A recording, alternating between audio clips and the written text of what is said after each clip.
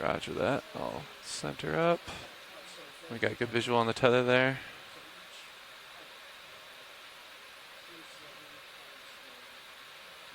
And center view.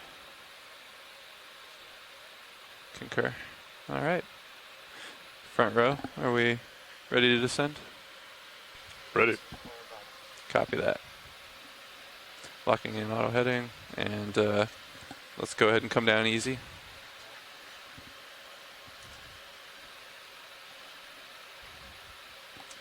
Maybe 10 to 15 meters a minute.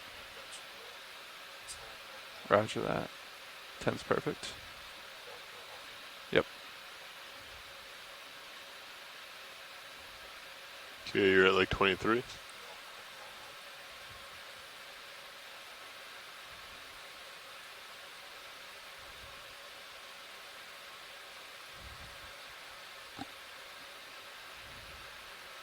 Watch that tether.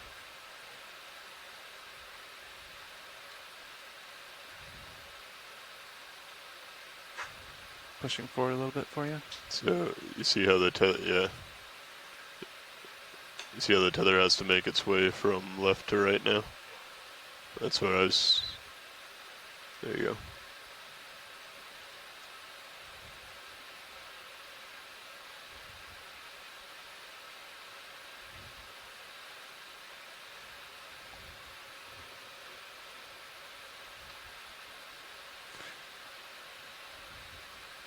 Approaching 40 meters altitude.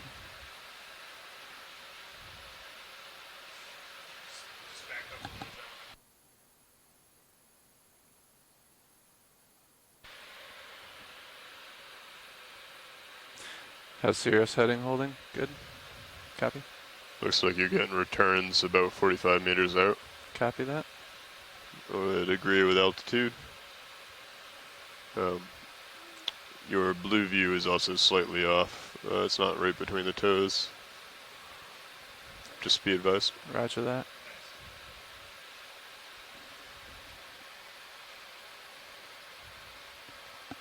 Looks better. Okay, that's lining up well with altitude. Good copy.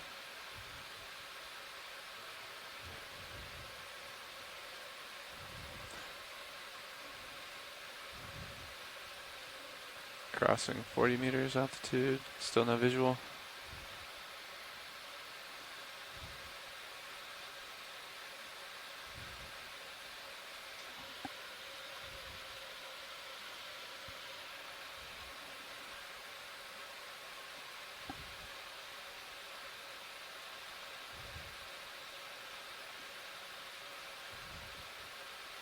Gonna come down on the winch. Okay, delta's 25. Yep.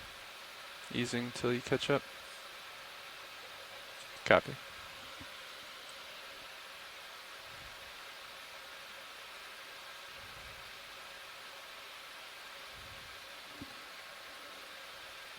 It's looking good. Keep it up. 30 meters altitude. And just remember, these vertical poles are the worst case scenario for these, so let's try and keep that below 20 if possible.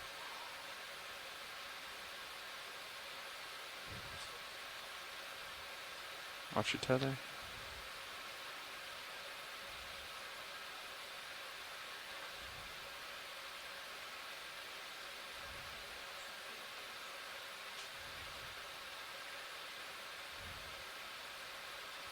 We have visual of bottom.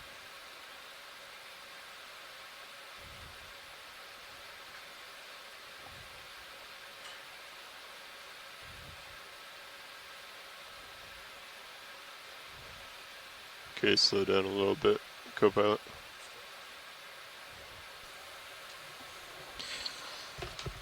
Hello everyone out there, if you're just joining us, we are just reaching bottom on our dive to an axial volcanic ridge on the mid-Atlantic ridge at about 420 kilometers north of the Azore Islands.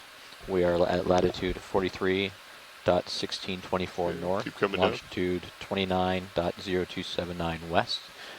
It's about 12:34 UTC on July 23rd.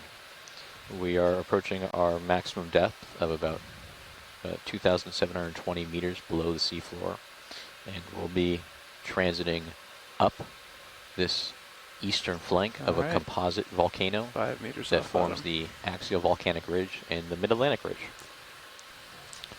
My first impression, Ashton, is Looking good, that co-pilot? if this is sediment I'm looking at on top of substrate, I'm really surprised how much there is, and also how cloudy the water is. That's really interesting. It's usually quite clear down here. Yeah, there's it looks like a lot of marine snow, possibly marine snow. Yeah, it's actually much more sedimented than I would have assumed. Those dark striations look like maybe just kind of superficially overlapping sheet flows, but I don't know. They could be also manganese I'd incrustations. like to let you know that the vehicles are on bottom, and I would like see to verify that the already center there's some rotation is sessile now changed to things the sticking up from about the the bottom, frame, and then maybe a couple and of also when you have a holothurians or chance to something. discuss And, a brief bailout looks plan. like another spiral coming out just in front. So just as a note of protocol for scientists joining on shore, just acquired bottom. It'll take the Good pilots copy. a couple of Bailout minutes will to get be the set vehicles due east situated. 090, And then we'll begin please. to ask for Well, actually, this zoom and so is on. pilot. We've Thank you acquired much. the bottom. We've done our camera checks and ready to proceed with the dive. Thank you. The first thing that we would like to do, pilot, is to take a water sample before We're we just going to finish setting up the copy that. lighting here. I haven't heard any instruction just yet. Oh, I Caitlin's giving apologize. thumbs I up. didn't have you on talk. I can't hear you guys in the back row. Who's talking to me, nav or pilot? There we are. That was the pilot. So I do have you selected. Can you hear me now? This is I watch can hear light you. two. Watch. Yeah. Yeah, Copy. great. So the first thing we'd like to do is take a water sample before we go anywhere, and then we'll start directing. Yeah, roger that. Thank you.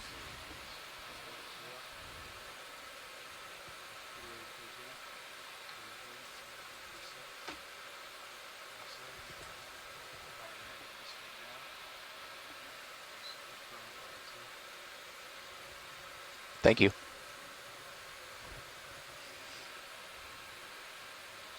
Roger that. Correct.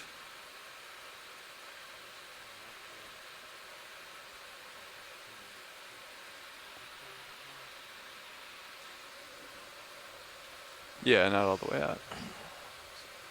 We can adjust as needed. Slope looks pretty gentle here, but just to, yeah, Pilot this video. go video. No, never mind. I was looking at the wrong camera. Video's Yeah, I good. think that's good for now. Just help me keep an eye on it, and if we acquire a steeper slope, we can adjust them.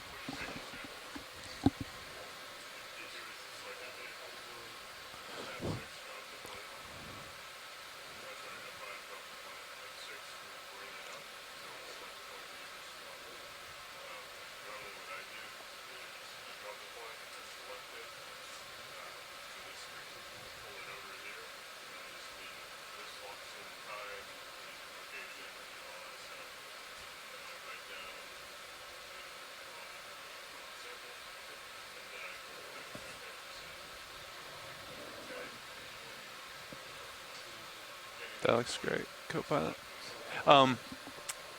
Which way direction are those uppers pointing? Okay, we might want to angle those forward or video. How does that look to you? Do you need a little more light up front?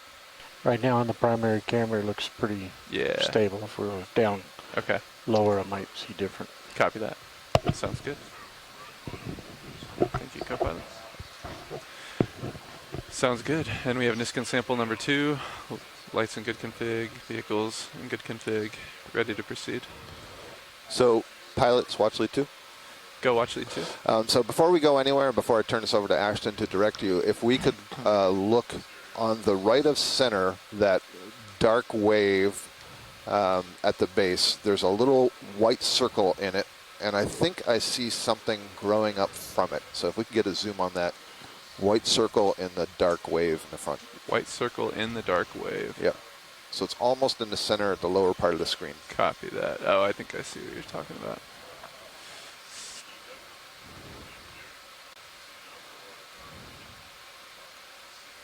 Coming into center screen right now. Yeah, I think that's the spot he's talking Copy about. that. Yep. We can go for zoom. Right there, I'm looking at that. All right, that was my imagination. Okay, turn it over to Ashton here. Copy that. Could you zoom in a little bit more? I think you're on mute. Watch. I maybe want to get closer for these zooms. Just to clarify, will you be listening in on OKEX, or should I only communicate you with Pilot? I'm not hearing watch in the back. By default science, you guys should each individually key up on ROV Pilot when you want to. You can never take for granted that they're always listening because they may be tied up with other stuff. Hold on. Let me adjust my volume on that watch. Try again. ROV Pilot check. Gotcha. Loud and clear. All right. Thank you. Could you zoom in on kind of that transition between the white and black patchy sediment? In the middle of the two waves? Yeah, any of them really. I just kind of want to get a contrast. We'll just zoom right here in the middle then. Come on into you. I think we'll get a better image if you get a little closer, tilting down, less zoom. Yeah, we're, I don't know how much tether we have at this I just meant the tilt. big, yeah. I can tilt down for you to this wave here if you like. Then I don't have to zoom as far to show How's the that? details. That's Better. perfect. Thank you. No problem. So it's certainly shelly. There's a lot of the white is the pteropod shells. Yeah, I'm trying to see whether the black looks like volcaniclastic sediment or whether bits of shelly glass. It doesn't look like a hard surface. Yeah.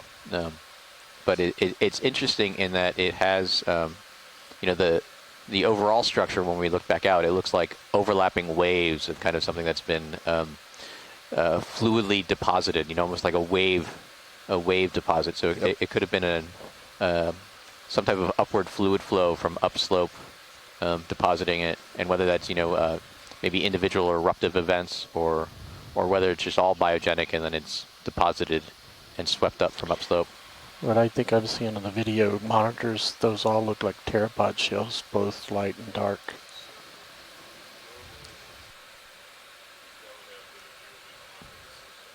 We can zoom back out and begin our transect up, if we will. We have a look at that and the fish. And Scott would like to look at the black sausage and the fish. Roger that. I believe that's a purple sausage, but yes. We are at the extent of our tether at the moment. Okay. We can Just come in look for a around zoom then. at this range, or we can begin our first. Copy. You Sorry, thinking Pilot, I thought you were requesting it. 292, Look at the 290? fish. Yeah, I was requesting on the fish since that's mobile. It looks like it's coming towards us, so we'll get a better view here.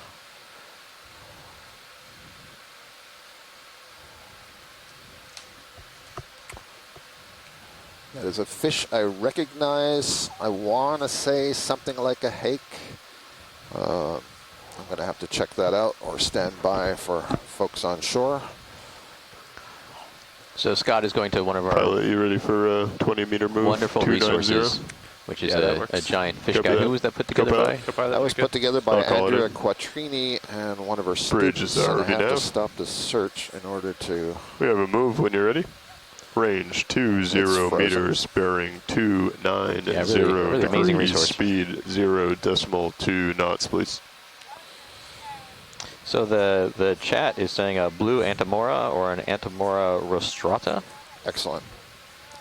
That is pretty much where I was Good going. copy, Bridge. Yeah, Thank you. thank you. It's put together by Tara Good copy, McIver and Bridge. Andrea Thank Quattrini from the National Museum of Natural History at the Smithsonian. So thanks to the two of you for providing us fantastic reference. Yeah, NOAA Ocean Exploration has a great partnership with the Smithsonian. That's where our biological samples get sent to. Is that correct? That is where all our biological samples get sent, and that way scientists from around the world can make requests to the museum to examine the material. They will also have the tissue for DNA analysis and so on. So it's a great repository, and it's a great way to make sure that the samples long-term are being curated I think that's and pretty good available where to they anyone are. who wants Yeah. them.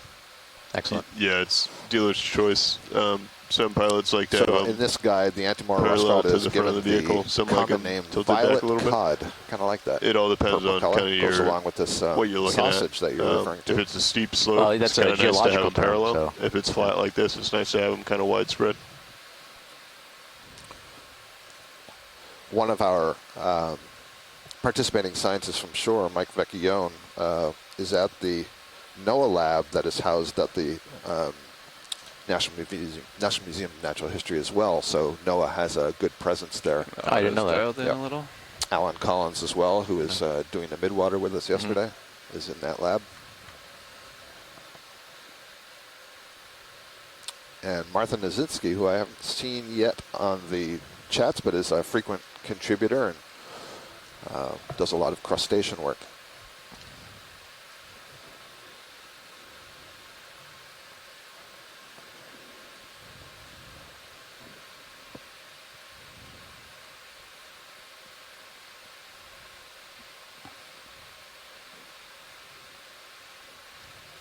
And so some general geological background and context. The Mid-Atlantic Ridge, which is Get some tether pull here. an example of one of the three types of for it tectonic to plate catch up. boundaries, specifically a divergent plate boundary where the tectonic plates move away from each other. It's in a subclassification called The other day, mid-ocean we were ridge. at 3,000. And It was the taking Mid-Atlantic about Ridge 6 minutes. is So if you formed can by keep an eye on that. individual volcanoes that we'll form try an and axial lock down valley time. ridge, Copy which that. we abbreviate as the AVR. Move was called in at And 44. these volcanoes in the AVR, they can be as high as 250 meters. They can be 1 or 2 kilometers wide. And by wide, I mean, at least in this direction, in this case, While I'm waiting, east-west, I'll so take a kind of quick perpendicular to the spreading pan. direction of the Mid-Atlantic Ridge. And then they can be, although 1 or 2 kilometers wide, up to 100 kilometers long. So they're really elongate. So they form these, what we call elongate composite volcanoes.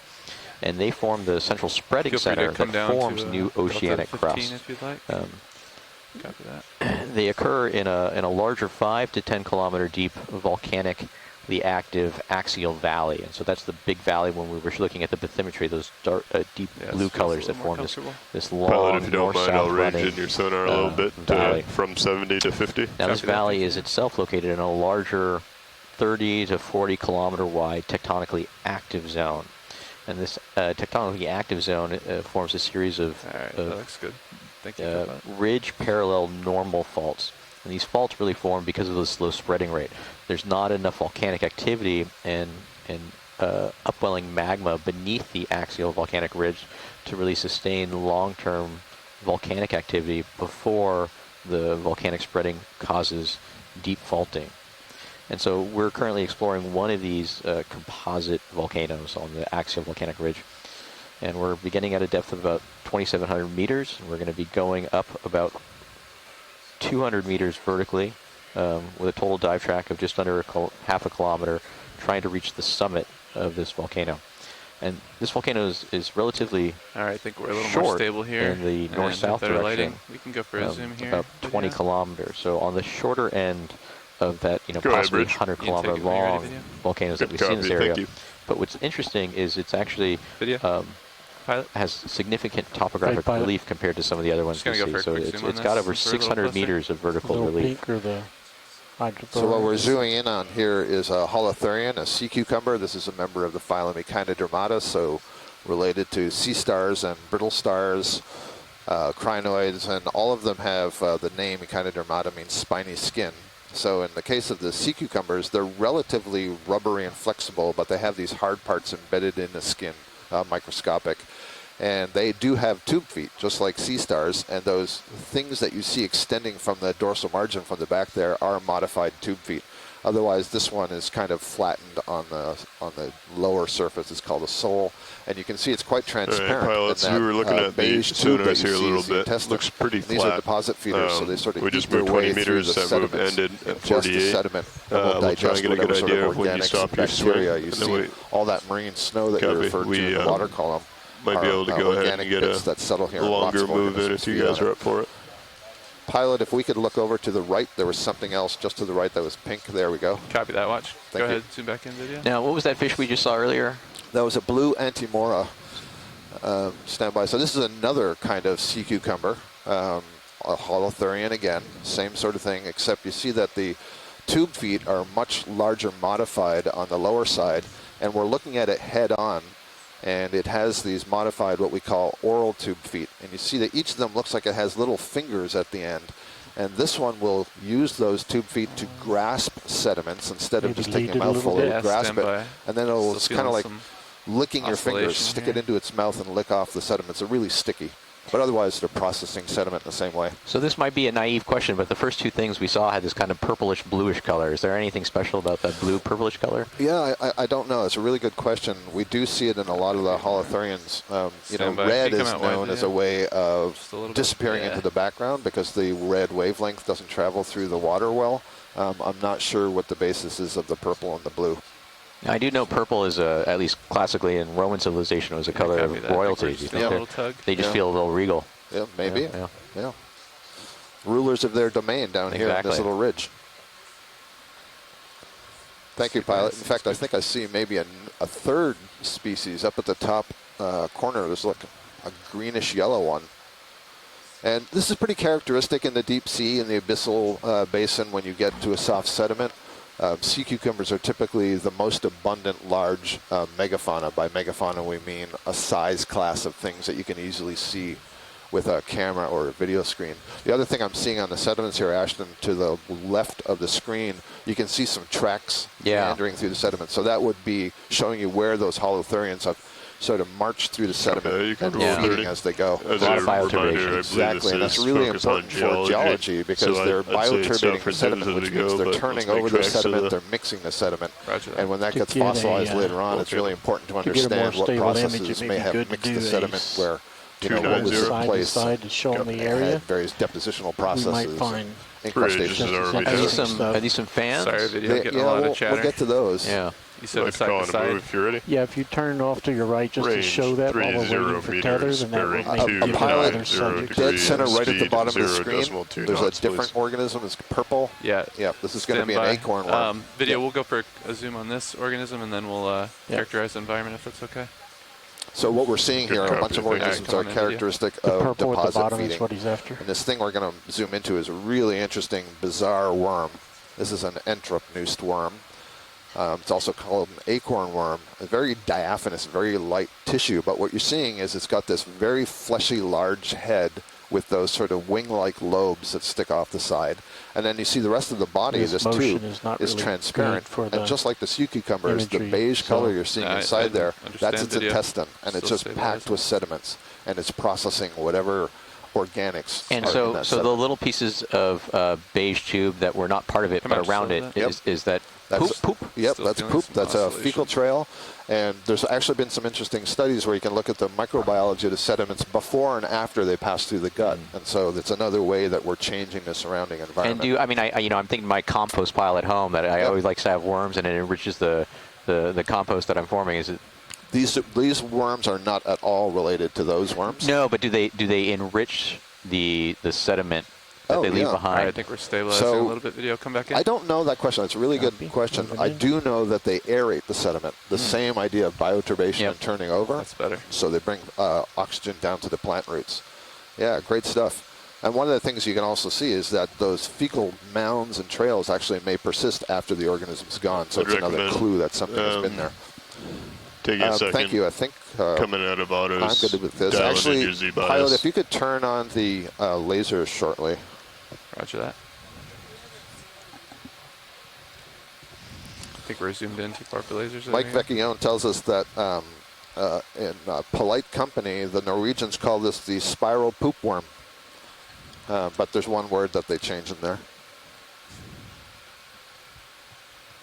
Les Watling points out that who says there is no deep sea mining already? These organisms are all mining the Laser's clear. sediment. They're just Copy. mining it for organics. Thank you for that. And then, yeah, so let's look up, unless video's still looking for some video here. Did we get a shot of the worm with the lasers on? Did we? Yeah, Okay. it was there Okay. briefly, yep. Stand by here. Pilot and co-pilot are conferring. Now I know we're going to see a lot of biologically interesting things along this way, but we got to make sure that we summit this volcano. We got to get to the top. Absolutely. And all I'm trying to do is, since we weren't moving, was just identify what's here. Oh, I'm not. I you. know you're not trying to steal any time. It's a shared experience, and the biology is just as important as the geology. But I will say, I was thinking we were going to land on a bunch of sheet and pillow flows, not a whole bunch of white sediment. Ditto. Yeah. And in fact, biogenic sediment. in saying that, that's entirely what I anticipate going upslope. So it's a good idea to look at these right now. Oh, yeah. Advocate time for while you have it. Yeah. Yep. Bird in the hand.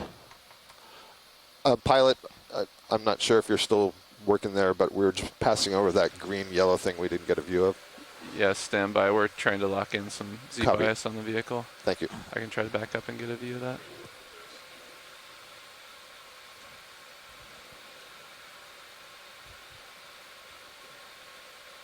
Yeah, much more biologically active than I expected. I guess what was our landing depth yesterday? That was about 3,200 meters.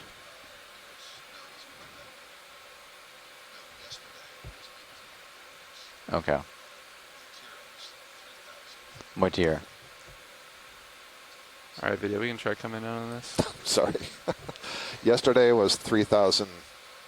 Moitier was 3,000. Moitier was 3,000. Yesterday was 1,800 meters. Yeah, so we're about 300 meters more shallow than we are on our landing site at Moitiera, Yep. where we saw all those sulfide and iron oxide rich sediments, but no bioturbation. So there's two things here. So we're looking at this sea cucumber again.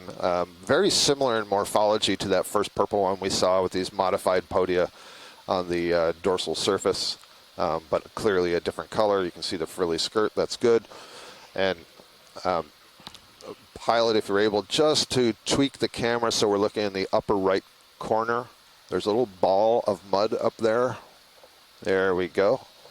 That thing's about the size of a golf ball, I would imagine, maybe a little bit bigger. That is a xenophyophore, which is a single-celled organism, amoeba-like, that is able to construct a series of tubes in this ball-like fashion. It's very fragile. They're hard to collect. You can get them in box cores. Mm-hmm. But it's quite remarkable to think that that's constructed by a single-celled organism. Pilot, can we tilt back to the And remind yellow? me, all the And below dark that little is a things sea that look like star? shark's teeth are... Lower right. The white things are pteropod shells. Actually, there's a snail right, shell, I that see. round thing to the upper left. I'm Oh, not there's sure. a little sea star. star. Yeah. So Look full at that, zoom. 6-armed sea star. It's Nice. tiny. Copy that. The black to me just look like they're Now pteropod let's shells get that the are three-shot dirty, with quote this unquote, or encrusted. Yellow Yep. and the upper So left, those are there's a circle. pelagic animals that have died, and their And shells there, have sunk right here there. to the bottom. They're It's a not- beautiful gold color. Yeah, it's really cool. Huh. All right, I'm satisfied with these images. And then as we Clear. climb up slope, we're going to pass, it looks like 2 sponges in the foreground left, Thank I you. believe. Sirius just has a lot of motion today. Actually, no, they're straight ahead. They're straight ahead. So I'd say try and keep it right around like 15, 16 where it's pretty flat for now. Yeah, looks good. Copy that. Go ahead, Bridge. Good copy. Thank you. All right, pilots, that move is complete. Was suggesting that the Thank you, Nick. xenophyophore we just saw may belong to the family Yeah, it's feeling a little better Stringhaminidae. now. If you like to have your Latin early in the morning. Syringa miniminidae. Exactly. Yeah, this looks like a couple of sponges that are anchored in the soft sediment. There are some sponges that are able to do that. Would you like these to look take like a zoom on one of these? absolutely. Yep. Pick the one that looks, That looks like in that better is, lighting to you. Big fish that may be checking you out. So these are going to be glass sponges, members of the Hexactinellida.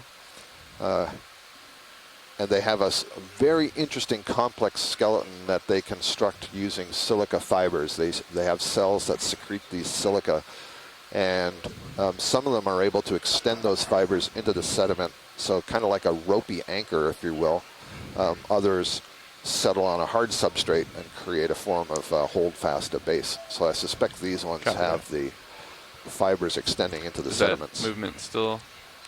Is the ship And still? this will, And there's another brittle star. We can What go is for a that? quick Is there a zoom on this star video? just yeah, to the... just in front of it. Yeah. We don't have Tilt much down. time here. Yeah, you're right. Tilt Yep, down that's the a brittle center. star, which is different from the last thing we saw. Yeah, so you can actually see those grayish-brown fibers at the base extending in. So this is a vase-like glass sponge. There's Slowly the tilt brittle up star. the There's a little tiny sponge just next to the brittle star arm. So if we can get a close look at the top, what I'm looking for is if there's a sieve plate closing the opening to the top of this sponge, and I believe there is. I think we need to probably keep moving, unfortunately. Yeah, no problem. Yeah. That's a characteristic of these sponges. I can see it. It's like a net-like covering. It's such a delicate lace-like structure. That will please Joanna Xavier, who's going to be the biology lead on the second leg, 2206. All right, I'm going to push out. Let's move on upslope. All right, so we're moving upslope this elongate composite volcano that forms the central ridge, the Axial Volcanic Ridge in the Mid-Atlantic Ridge. And so we're actually kind of in just south of a step over of a right lateral. So if you imagine the Mid-Atlantic Ridge running north-south, and then there's a very small... what was the bearing of that last one? Maybe Bearing 50 to 100 kilometer step over where the Mid-Atlantic Ridge shifts rightward. Copy that. But continuing trending north-south. And so we're just south on the southern portion of that, on this elongate composite volcano that's about 15 to 20 kilometers long north-south, but just 3 or 4 kilometers running east-west. And it's prone about 500 meters above the surrounding seafloor. Target bearing to waypoint 2 is 296, but we should kind of trail up after we find the local high. Copy that. It's pretty flat here, though.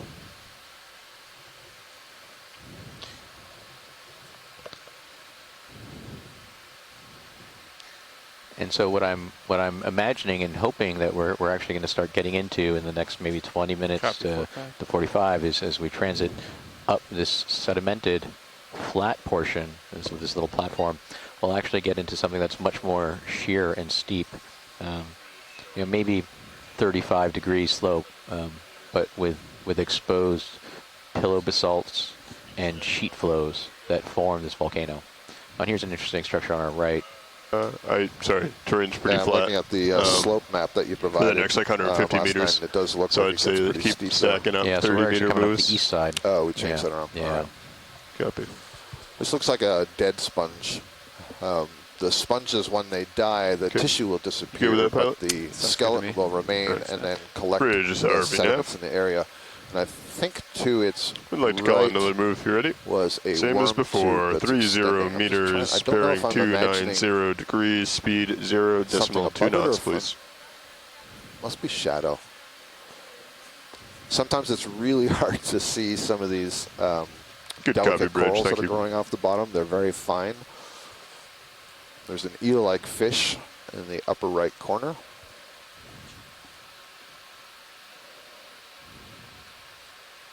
Yeah, much more sedimented than I expected. I'd have to go back and look at our sub-bottom profiler data to see if we can see the depth to the basement rock.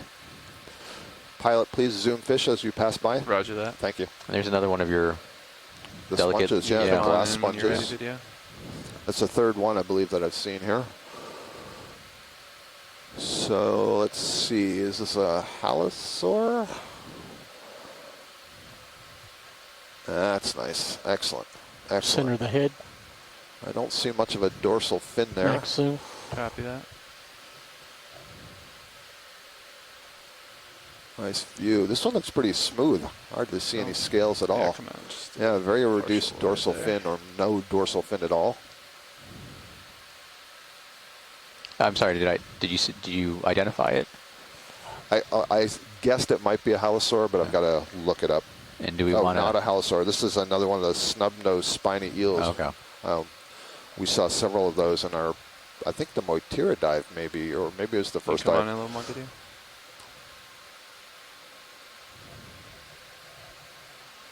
I think that was the Netastomatidae, if I recall correctly. Hey, buddy. Yeah, it's interesting. Dark opercular plates there where the openings to the gill cavity. Operculum. Operculum. Yeah.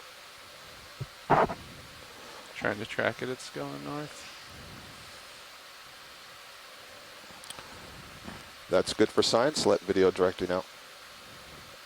Just keep going like you are for full screen. Note See a if we Kent can today. whip lasers on it if it's not Mike too reminds me of the high up. family name. Thank you, That's Mike. beautiful. Maybe too high. Yeah. Too far up in the light. Okay, keep going. Nice shot. I love that its movement is just, it looks like it's just restricted to that back little section. Yeah, exactly. wanna And go so for you've another got to shot imagine video, for we a lot can. of, I there's think it'd another be one of those best if we acorn get that worms purple thing at the bottom. for these larger Gives deep sea you a better organisms. subject and more It's all about stability. conserving energy, Mhm. you know, and so minimal amount Come on of in. movement to get the maximal amount of food. Hopefully before kick up too much dust. Yeah, these things are so interesting. Oh, that's a scale worm, polychaete worm. That's clambering on over the sediments next to it. They're called scale Tilt down. worms because We're getting their a little prop wash. paddle-like Yeah. limbs are modified on the dorsal Oh, wide. surface into these flat plates that Let me overlie the reorient it. back. So the next time you get a good look at them, you'll notice that it looks like there are two rows of scales on the left and the right. And what that does is it creates a little space between that sort of fall surface and the body wall. And many of these scale worms live in association with other organisms, so they kind of tuck themselves in. And that's a way that they can still channel fluid Also over the body remember so with they can get very oxygen minimal for gas current, it's exchange. going to take a while for I that can't to I clear. can't look at that scale Yeah. worm without thinking of what we call B-52s in sedimented. Hawaii, which are the big cockroaches Think that we're just up current fly out of of nowhere it, and hit you in the but, face. We can't get behind it, unfortunately, right now.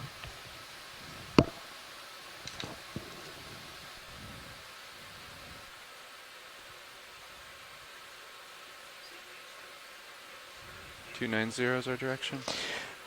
Yeah, so I was saying it'd be interesting to go back and one of the mapping capabilities that we have before we dive is what we call a sub-bottom profiler. And that's a similar sonar instrument to some of the other things we use, like our EK60 fishery sonars to image the water column, or our multi-beam sonars to image the actual topography of the seafloor, except these sub-bottom profilers use a lower frequency range, and they can actually penetrate into these sediments, so we can get an idea of the thickness of this sediment. It's actually... I would have expected this to be Little rock much there. more barren. Tight on the fish And so to maybe go that by. might say something about how inactive this site is, or how old it is, or maybe how much primary productivity there is occurring above it in the water column. I think this may be the Antimora again that we imaged earlier. I don't know, that's the same individual, but I believe that's what we're looking at. I do have to pass on that Mike Vecchione was pointing out the name to me, and I forgot about this, and so I'm looking it up. That Cool. really cool, oh, that shows you how loose that pile of shell is. So this is, yeah, just to reiterate, I think what you said earlier, this is a pile of pelagic Fish is clear. shells. There's so Copy many, that. they're just collecting here in, I guess, these depressions, perhaps, A lot of due to the prop current. washing. Yeah, Slow I to the think ground, I looking might at just sail the higher bathymetry, off. we might be in a kind of a little cusp almost, a little slope break right before it starts Very getting steep sedimented. again. Bottom. Mike's pointing out how poorly I'm doing with the fish today. So that was a cuskeel, what I thought the first one was, not an Antimora. So that's a different fish. So we've seen at least 3 different fish today. So just to finish my thought, so Mike was pointing out that purple acorn worm, the genus name is Yoda. The full name is Yoda purpurata. And yes, it was named after the Star Wars character Yoda. I think that your misidentification brings up a very good point, and I'm not throwing you under the bus here, but we are not wealth of all information, and we really depend on our shore-based scientists and their interaction with Absolutely. this program. Yeah, really well said. We're translating a lot of information that's coming in our chat room. Scientists from Go around ahead, the Bridge. world feeding us information. Really helpful. We really appreciate you all joining us. Especially on a Saturday morning. This will be something you're familiar with, Ashton. So Copy that. Come in Mike's report reminding me that this is referred 245, to as and you pteropod can ooze, confirm one that of center the rotation is about biogenic the sediments. airframe. Yeah, so Excellent. So what's Sounds an good. ooze? Thank you. So usually we think of ooze as Yeah, a pilot, still clay note, copy derivative that. that's formed Heading from a change, biogenic 17 process. And so degrees we to have port, 2 types of 245, new oozes heading. that we think about based off of Copy the that. origin of the Unaffected. biologic that created them. And We ship have movements complete. the calcareous ooze, that was almost a tongue twister, from calcium carbonate based tests and shells, and then we have silicious ooze from silica based, and the predominance of that is usually depth dependent and then also ocean basin dependent. And so one of the interesting things is that in all of the world's oceans there's a varying kind of depth constraint that forms something called the calcite Snap on compensation right, on depth, and left. that's the depth at which Go for snap. calcium carbonate or calcite is reabsorbed into the ocean and dissolving these calcite tests, and that's temperature dependent and depth dependent, and both the temperature and the pressure is related to Sort the of depth, pan around it a little bit. change the solubility of that calcite. And so in areas where we are above the CCD, that Center calcite screen. compensation depth, we'll get a lot of calcareous ooze. In places where below it, we'll get Vertical. more Next salacious ooze. So what we're looking at here is a barnacle. We actually have a large barnacle with a smaller barnacle growing on one of its plates. And you can see that the smaller upper barnacle has its cirri out. The cirri are basically its thoracic legs that it will use to kind of wave through the water column and grab food items. Get lasers on. So these are crustaceans that remain sessile, attached to surfaces. And that sponge that we passed over looked like a different one than the ones we'd seen earlier. So that's good to see. Continue on. Pilot clear. Roger that.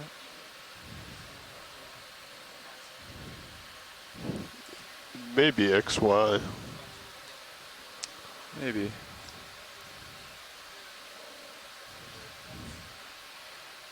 Seems weird that it's fore or aft though. Mm-hmm.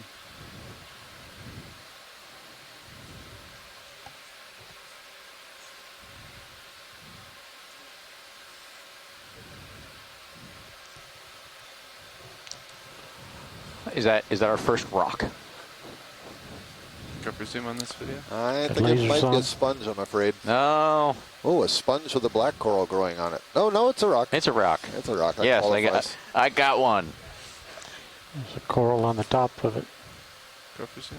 Let's look at the white at the bottom. It looks.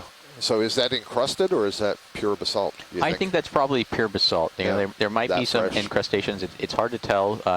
This place is less active than I thought, so it might be older. And you know, one of the good ways to tell is, you know, on Okay, the let's go ahead up to the incrustations two from corals. manganese, you get these kind of little Passing that pebbly wall, that's nodule good. surfaces. And Keep going on to the the orange. basalts that are not really encrusted, you might see some of the vesicularity. So the little air bubbles that have Hold that. were in the were in the basalt when it was erupted, and if those remain exposed, then they're a pretty telltale sign. Great. Good. So that is a black coral. That's probably in the genus Bathypathes. You see that long stem and then Good copy. the 245. paired Thank you. pinnules or branches that come off on either side tell us that it belongs to that genus.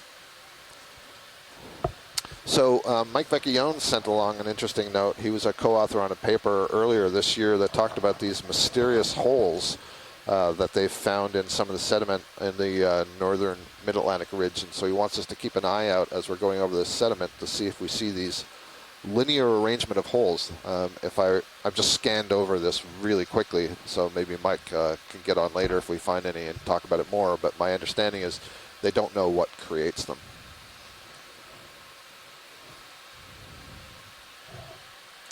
We got the lower light bars deployed, or are they inboard? Okay. Seems Yeah, so pretty this, hot in the you know, middle this far from a away serious perspective. from many of the continental sources of what we call terrigenous sediment or land-based sediment that's deposited into the There we ocean go. through fluvial I'm or gonna try out a river-based depth for a little bit. processes. I imagine most of the sediment is going to be, as we said, this ooze, which is the degradation of biogenic material, and then also a mixture of clay Or as try one of those the slow turn primary left, basaltic slow products turn right, get just weathered to and broken down get a wide and aspect of what's altered. going on. They'll form from clay-like material that can be compacted and mixed in with that ooze. We also have aeolian sediment, so wind-blown sediment. So the Sahara in Africa is a huge source of sediment deposition Fish all or around the world. parasite, And actually, I just big eyes. don't remember this too well because it was more than 15 years ago, but I remember when I was taking paleo-oceanography courses and looking at data from Greenland ice core sheets. I was always amazed that you get this really nice seasonal layer from wind-blown aeolian sediments from the Sahara. And that is a steep is surface looking at that the is more snow-covered than I... Well, you can see why all these shells have piled up at the bottom here, Yeah, tumbled down the slope. reminds me of the last time I went skiing. Let's see. So the ROV is turning towards the northwest. I guess we were facing almost due west. I'd just say let's follow the local slope. If you want to line up on it. Last move was 290, correct? 290 was the last move. That's Copy correct. that. Yeah, concur. Well, I'm never going to Momentarily, live it down if turn I pick the left a one little bit, you get a volcano good to view see on some Sirius. pillow basalts that just so happens to be covered in sediment. Indeed. Wow. Good view on string 2 of Sirius. Come up with me, couple. Yeah, you're gonna. You want to get a view of just how steep this slope is with the Deep Discoverer ROV in the frame. Click on over to camera 2. May want to raise the Get a good view of that. lower swing arms as well when you get a chance.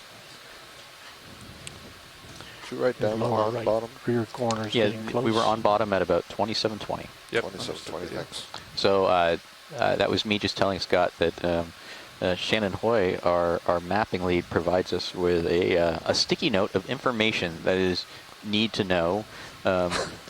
We all need to know it because it informs our dive decisions and it gives us some general geographic context and situational awareness of where we're diving. And that's on this note that we have posted next to us every time on a nice little pink post-it note. It has our dive number and then our minimum depth, which was 2540, so 2,540 meters below sea level. Our maximum depth, which is 2,720 meters below sea level, gives us the So we rise think and 310 slope might and be then the the new estimated direction track we length wanna that we'll go. be traveling.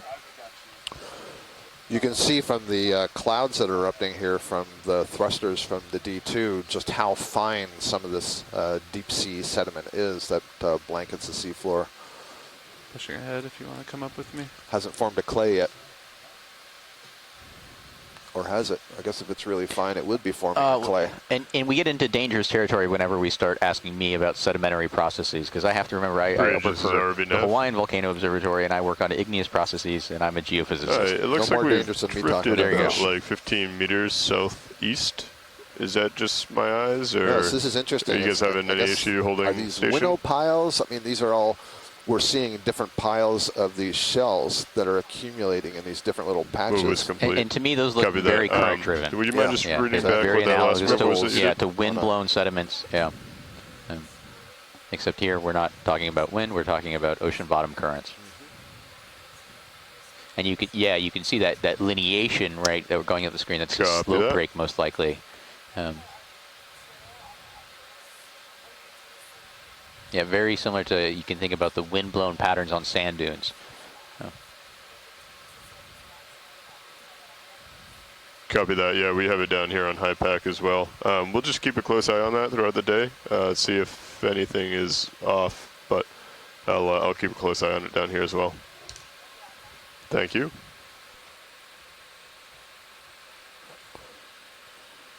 It's interesting, we seem to have lost many of our sea cucumbers. There's another glass sponge down below. Would you like to go for a zoom on this? Um, I think we have some time here. It's Okay, just if we have currently some time. And stationary, can you put the lasers on, please? lasers coming on? Thank you. There we go. Copy that. We'll try to set up here without disturbing too much. So since we have a little time, we'll see Maybe if this is tilt the same sponge, and as we were trying to get a good straight look at down the as possible. Yeah. Come up upper on it. opening of that sponge. Standby autos are definitely being sensitive today.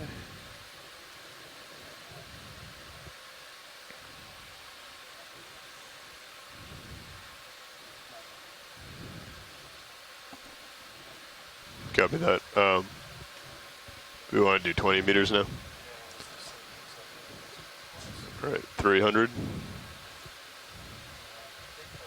All right, go for zoom video.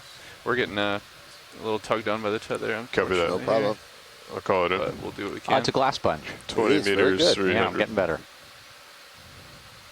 Sometimes Bridge, in this these is glass RVNF. sponges, we find crustaceans living gotta on the move here, inside, right? or polychaete worms. Move But you can is, see or that sorry, sort of, range is 20 brownish beige meters, bearing nest 300, at the base. 300, Those would be speed the 0 decimal fibers 2 that knots, it's please. using to hang on to the substrate.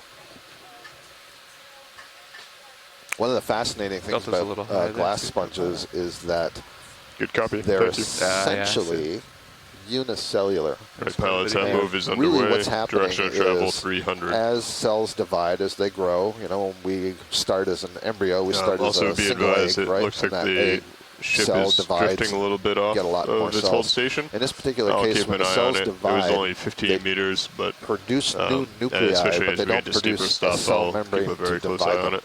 So the Copy that. cell gets Thanks. bigger, there are more nuclei, but it just keeps growing in that fashion. So the cell membrane stays basically more or less intact, but grows, expands. Grows and expands. And we just get more and more cytoplasm. You get more cytoplasm and you get more nuclei which have the DNA which are directing the operations, so it's not all coming from one spot, so it can get quite large. So give me It's a chance called a to look at the syncytium. autos. A syncytium. A syncytium. Syncytium. Yeah, or syncytial tissue. So Copy that. the way I like to think about it is you have this complex silica skeleton with this large cell draped over it.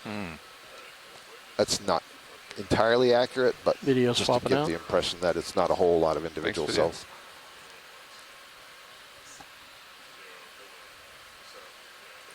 So this may be a good time also to describe the operations of the ROV. So just keep in mind that Ashton and I are sitting in the control room on board the NOAA ship Okeanos, and we are more than 2.5 kilometers above where the ROV that's giving you the picture It seemed is. like auto depth was There's having a trouble keeping winch locked. cable extending and, from the aft of the ship, and were at getting the some end of that forward-aft cable oscillation is for some the reason as Sirius camera sled, and then attached to the Sirius camera sled by a fiber optic cable that's about So 30 just trying to meters pay in attention length to that. is the Deep Discoverer. And if you're on camera 1, you're looking at the camera from the Deep Discoverer. If you switch over to camera see, 2, auto you depth will is see on the right camera now, from but the Sirius camera sled looking down on Deep Discoverer, and fluctuating you'll see somewhat. that fiber optic cable. It has a float on it, so it floats up above. And one of the Hey, video. complexities is, in order to move, for us to move up slope, the ship has to move. When the ship moves, it pulls that wire, and that moves Sirius, and then that allows the Deep Discoverer ROV to gain more ground than just a 30-meter tether that it's Very on. You can imagine if you're walking your dogs on one of those extended extendo leashes, the dog can only go so far as the leash will extend unless you walk further. And so that's the equivalent. So sometimes it may look like, well, why aren't you moving up slope? It's because we're waiting for the ship to move and that movement to be translated to Sirius, and that will then allow the ROV to go. And it's in those intervening times that we actually have time to zoom in and look at the bottom, because we're not being pulled somewhere, essentially. Yeah, and it's as Scott was mentioning, so we're in this control room, and it's a busy room. I count, let's see, 1, You're 2, average. 3, 4, 5, 6, 7, Good 8, copy. 9, Thank 10 you. people in here right now, and so So we the have pilots, that last 20-meter we have move was complete. an ROV team that's usually made Thank up of 3 folks. What have we we have been an seeing, about ROV 5 to navigator, 6 an minutes? ROV pilot, and an ROV co-pilot. The ROV pilot actually drives the ROV Deep Discoverer, and the ROV co-pilot drives the It's our blue beast or Sirius, anything, or Sirius. just more sediment? And then next to them Looks like on the far sediment, right, yeah. we have our video engineer. And then in our back row, there's 4 of us right now. And so Scott and I, who you've heard from kind of incessantly in our narration, and then sitting to my left, we have our data manager. And then sitting to Scott's right, we have our videographer and video editor. And so the person me know sitting when to you my think you left, see someone Arvind, with is Copilot. responsible for our wonderful sample collection and data management. So everything we collect, Scott and I look at it and help process it, and Arvind helps process it, and then we pass it on to him, and it's his problem. We don't have to deal So with it to anymore, so to speak. And then Caitlin helps put together all of this wonderful footage and clips that we're getting right now.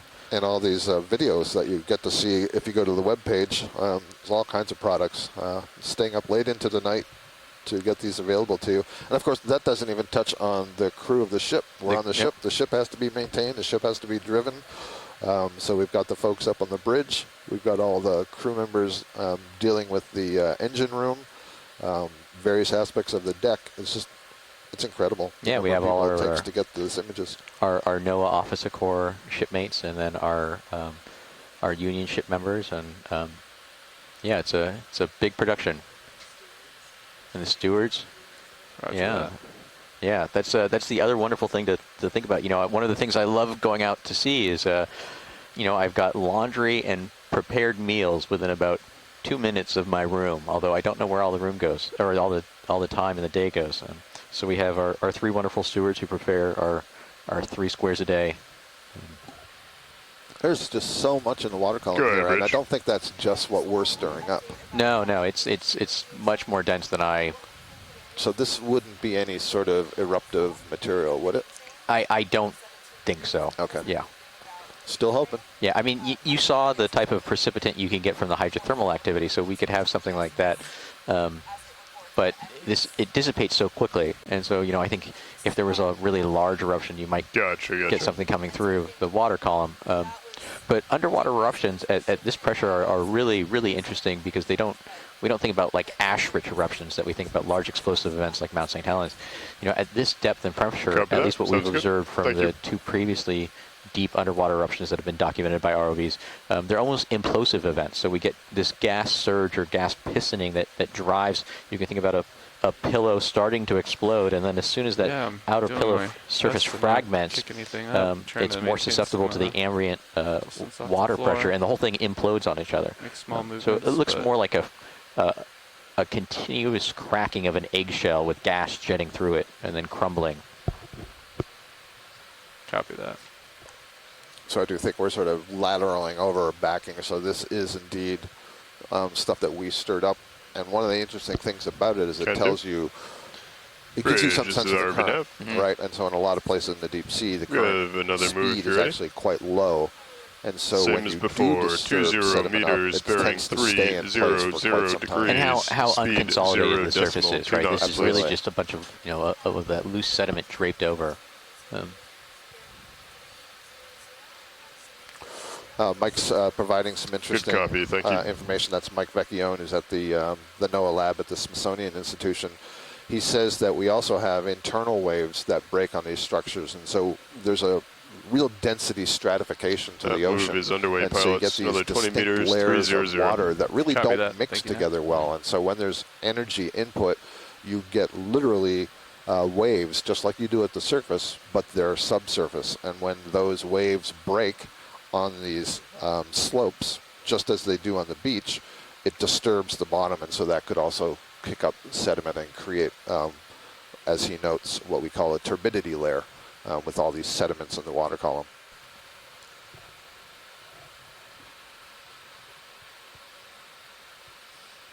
Now, if I was planning a dive to find a volcano and found biology, I guess that means the biology folks have to plan a dive for biology and find geology. Is that Sure. Is that how it works? That's fair. Yeah. I think that's fair. Looks like another one of the Yoda acorn worms, that purple thing just at the bottom of the screen that we're passing over. Oh, I can see lots of fecal strings behind that one. That one's been busy. It's important to stay regular. Yep. I think go for a zoom. I don't want to get too close to the bottom, but come on. Copy. Yeah, so in this case, you can see just above here, there's all kinds of fecal strings.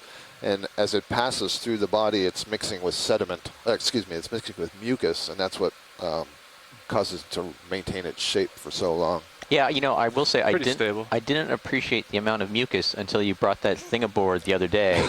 That was, well, there were two. Yeah. So it happened with the bamboo coral. The bamboo coral was the one They I was had yeah. incredible amounts of mucus, and I don't know if you saw the ctenophore, I think, that we brought up yesterday had a lot of No, I didn't see that. mucus. Yeah, very nice. And these are Nephyllum hemicordata.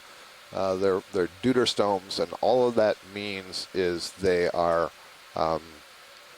in a different part of the animal kingdom than your sort of typical annelid worm, like that scale worm that we saw earlier. There's a bit more complexity to these ones. Hemicordata, is that the same one as flatworms? Sure thing. No, No. the What- flatworms are the platyhelminthes. Platyhelminthes. Yeah. And worm is such a common term. It's applied to so many different things. There are lots of different kinds of worms. So there, that you can actually see nicely the termination of the body where the soft tissue ends, and then the fecal string coming out behind it. All right, good stuff. Thank you. I didn't think we'd be saying Nice fecal job. string so many Good. times on this dive. Art Howard would be proud right Yeah. now. He loves it when I talk about fecal matter. Well, remember, this is a Saturday morning kids cartoon program. Well, they're loving it. Yeah. Absolutely. then I will also tell them that it says here that this is the only known hermaphroditic member of this phylum. So that would mean that all of the other Enteropneus worms that we see, and who knows, maybe we'll be lucky and see some others today, would be separate males and females, where that one is both male and female, so it can produce both sperm and egg. There's a whole interesting conversation we'll get into at some point on the strategies of deep sea organisms for reproduction, because as you can see, densities are fairly low. Yeah. And Roger so, that. you know, what do you do when Do they have a I don't spawning ground? encounter- Well, that's the Yeah. thing. If we don't encounter a mate. And so if you're a hermaphrodite, the Copy that. Would you like bonus me to there is that try to hold both steady individuals can position, exchange or- sperm and receive sperm, so two individuals get the Copy that. benefit of a single encounter for reproduction.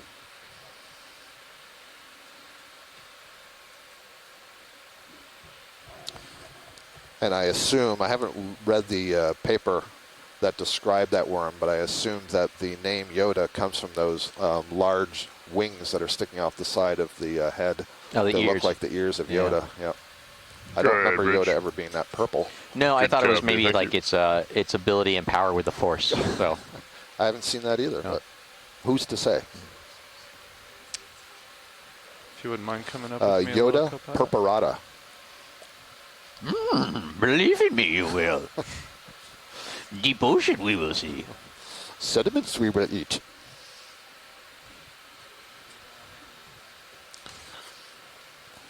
You can go one more. Fecal strings, we will make. That's where I was going. Nicely done. I was going to call it poop strings, There you but it's Saturday morning cartoon time, so. Yes. Rock hidden in the dust here.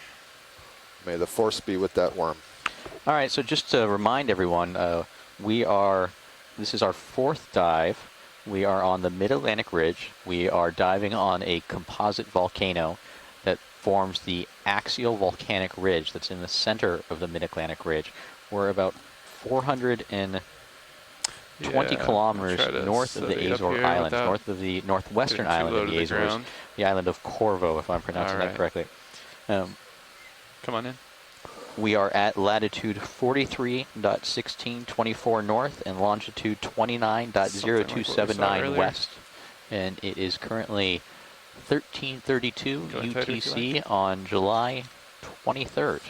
And what we're looking at here is another glass sponge. This one's dead. It's been long dead. The tissue has it's either gone or it's turned brown, but the skeleton remains behind. So it's the siliceous skeleton that continues to trap all these sediments that you see swirling around, and that's what gives it that sort of brownish appearance. Now, this might be a strange question, but is that a resource for any organisms? Sure, that can be a resource for, think of it as just a hard substrate, so there may be things that are climbing up on it. In fact, I think I see some wiggling sort of mud strings in there, something like what we saw at the Moitira event. We still don't know what they are. I'm sure there'd be lots of worms in here. Definitely bacteria would be overgrowing on this. And, you know, the way you can think about it is that is a little raised platform above the bottom. In fact, there you go. There's a fan worm growing right on the very tippy top. You can see that tube and sticking out of the top of the tube. If we can go back to the top, pilot. Coming up. Thank Stand you. by.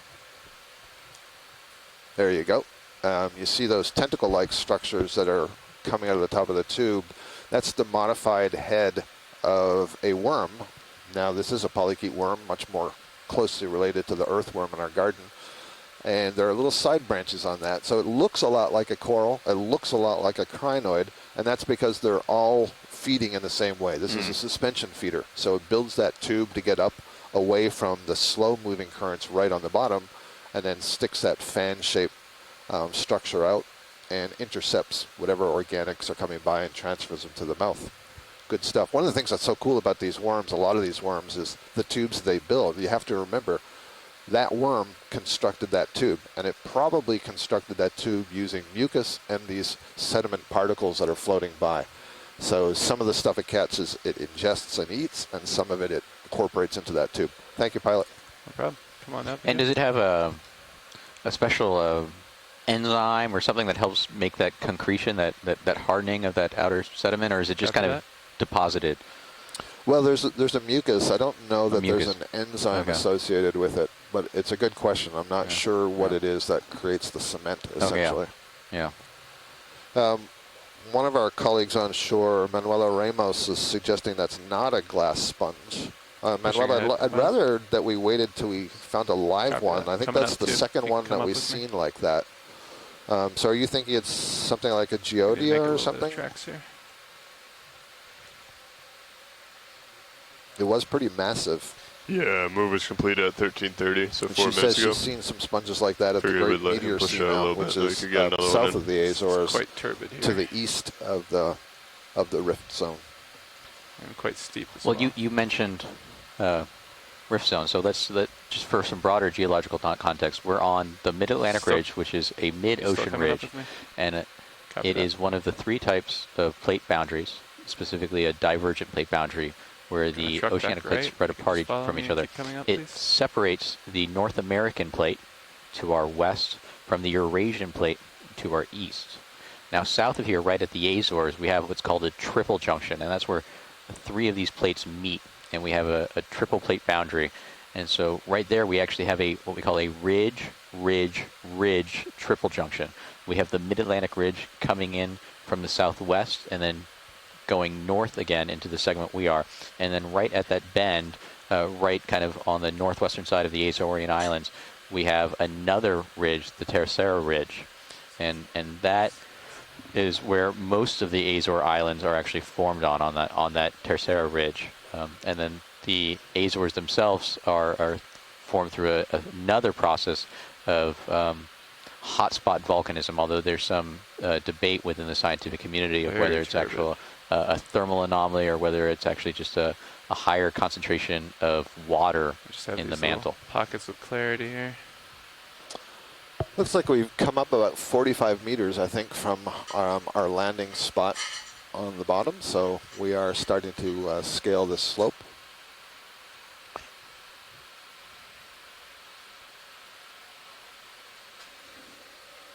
So many shells, and if you think about, the expanse of the ocean basin, that in a lot of places on the sea floor, this is what you see, this accumulation of cells that, just keeps growing year after year after year after year.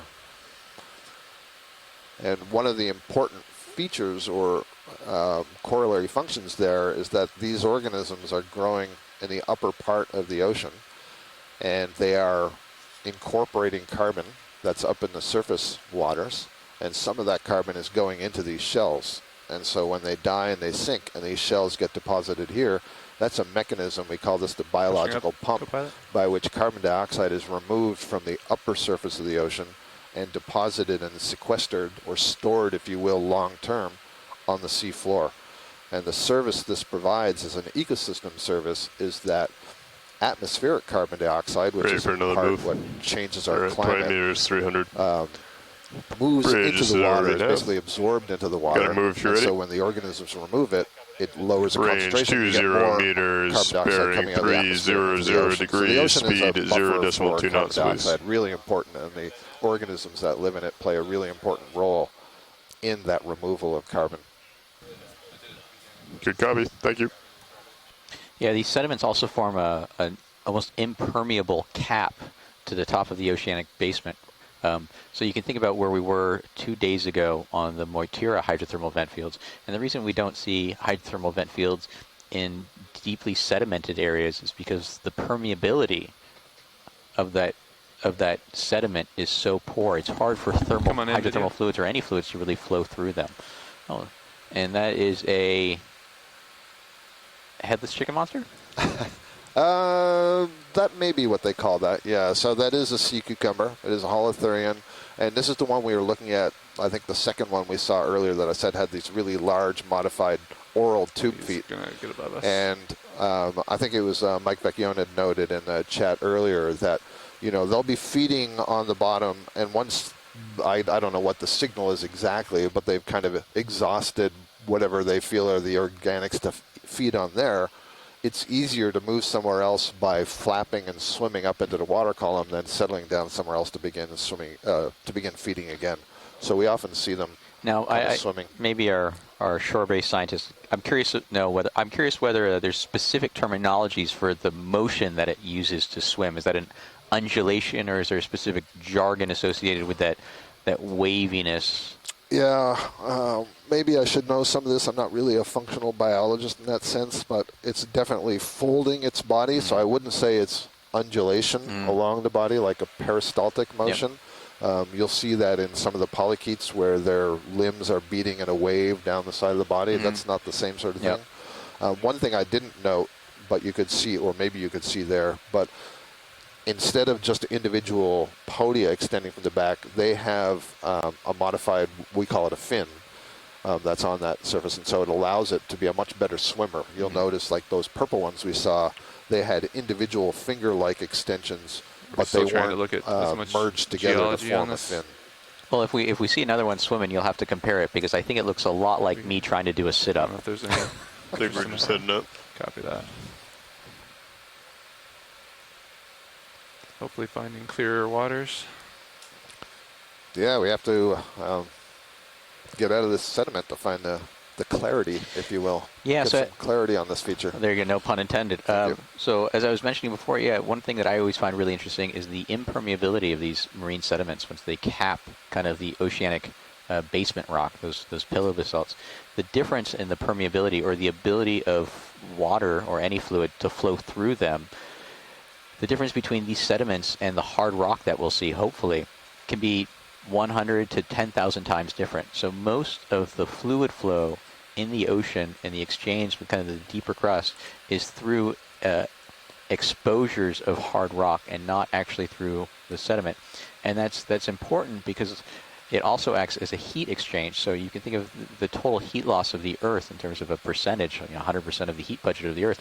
20 to 25% of that moves through these hydrothermal systems, which we find on hard rock exposures. That's a lot of the heat.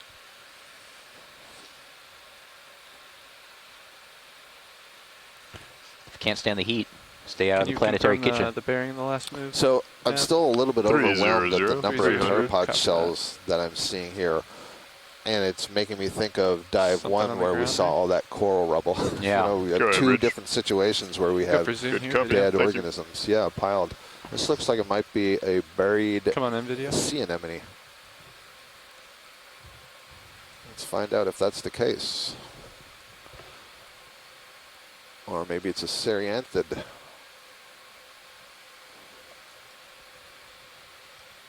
Huh. You can't say, huh? That's my job. I don't I'm saying, huh. Huh. Well, that's interesting. So there is a group of anemone-like organisms called serianthids. They're commonly called tube anemones. They build a tube into the sediment and they stick up. This is not one. This is some other kind of anemone, a true anemone, actiniarian. But it's got two rings of tentacles, which is the first thing that's interesting. You can see its kind of fleshy mouth right there. And it would have a body column that has to be buried somewhat. There are burrowing actiniarians, but I've never seen one quite this large. Should we get a shot with the lasers and? Yeah, well, Get a actually, picture? I would really like the lasers. Lasers After on? we pull out, let's have Pull out a the little? nice beauty shot here Yeah. for a second. This is an anemone. I'm just not familiar with this anemone. It's very interesting. It's that double ring of tentacles that I'm finding But you're not confusing. to be clear, you're not an enemy of the anemone. I'm not. I love it. So there, it looks like that's probably a good 20 centimeters across. We can go ahead and put those lasers right on the anemone, please. that. Thank you. Look at that. Yeah, so it's at least 10 centimeters across on the oral disc. The oral disc is what we call that upper surface that the tentacles are arising from. That's that darker. No, you go to the base of those thick tentacles. Okay.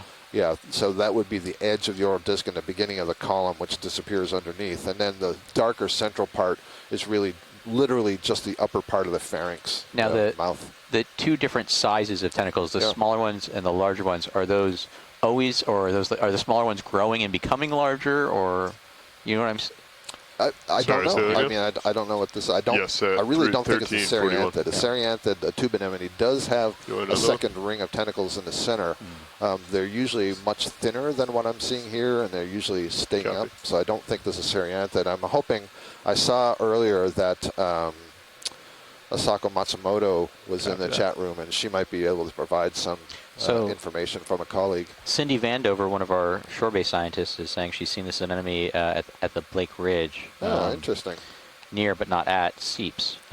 She's never been able to put a name to it, but she's looking through the literature. Okay, yeah, and I the problem with these anemones, they're so soft. If they're not on a rock or something, they're hard to get, and I don't know what would happen with trying to suction this. That was more than 10 centimeters across.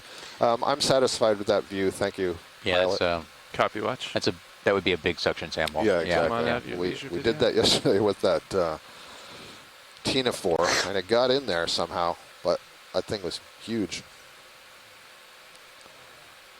Yeah, thank you, Asako. Copy. So Asako Stand by. Matsumoto from Japan is relaying some information that indeed we all agree that this is a quote-unquote typical sea anemone or true anemone. So being the order Actiniaria. It's a cnidarian, so it's closely related to the various corals that we see. And Nice job, in Eddie. fact, it's a very close relative of the black coral that we saw earlier, and more closely related to that than it is to the various octocorals and sea fans that we see. Okay, was we'll cool. let you push out here, pilot, and then Copy. we'll get it moving. I mean, Pushing out, coming up. the bulk of diversity of anemones will settle on a hard substrate, a hard rock. Well, we're not seeing any rock down here, so if you can settle in the sediment, go for it. Anemones to me are one of those. That's a nice kind of transition between that one slope and the other slope, and all Coming that up. that dark. Yeah, looks Shell like a little talus. sort of a chute or whatever, and you can really see the shells piling up in there.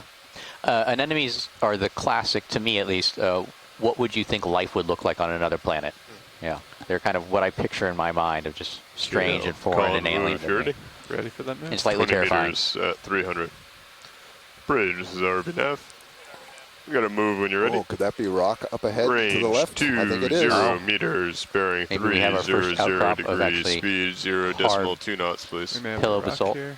It'd be a real shame if it was covered in biology. I know. Oh, look at that. Yeah, It's so covered in biology. So what we're seeing is Good we're copy, starting to thank get you. into the steeper areas that are. Alright, that move should get you like where right up to it's that. still Copy as that. sedimented, but the sediment has a less opportunity to actually land on it and stay because of that steeper slope. And so what you're seeing right there is kind of a mound of pillow basalt, and you can see these individual kind of lobate or roundish pillows. And the reason they call them pillow basalts is because they look like stacks of pillows, but they're not usually actually individual.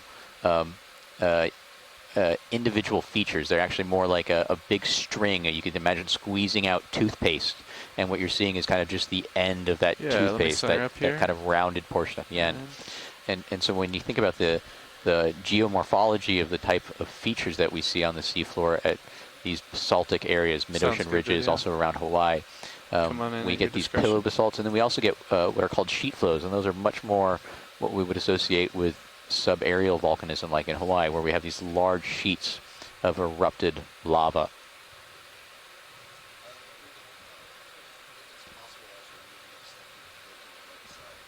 Roger that. Yep. We're starting at the left and now work our way to the right. I see some barnacles here, some more brittle stars. They got their arms curled up in the water, which suggests to me that they might be trying to capture things out of the water. I see a gastropod snail. Most of the white things that you're seeing are sponges. So there's demand for the real estate, the Yeah. hard substrate real estate. Once it pops up, we start to see a whole new diversity of organisms appearing. And so one thing we're going to kind of keep our eye out for is a rock of opportunity that we think we might be able to sample. Now these rocks I are think there's a bunch of small ones behind this large one. Roger that.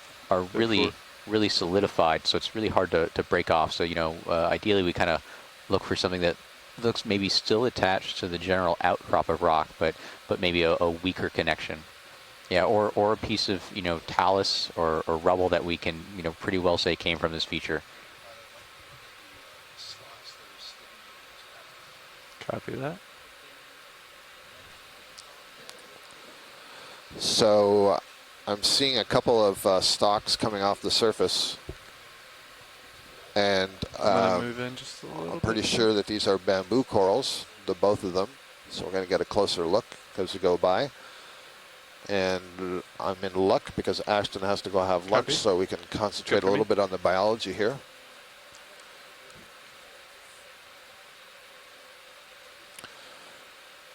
So this is indeed an octocoral, a type of sea fan, but you can see this one is not branched.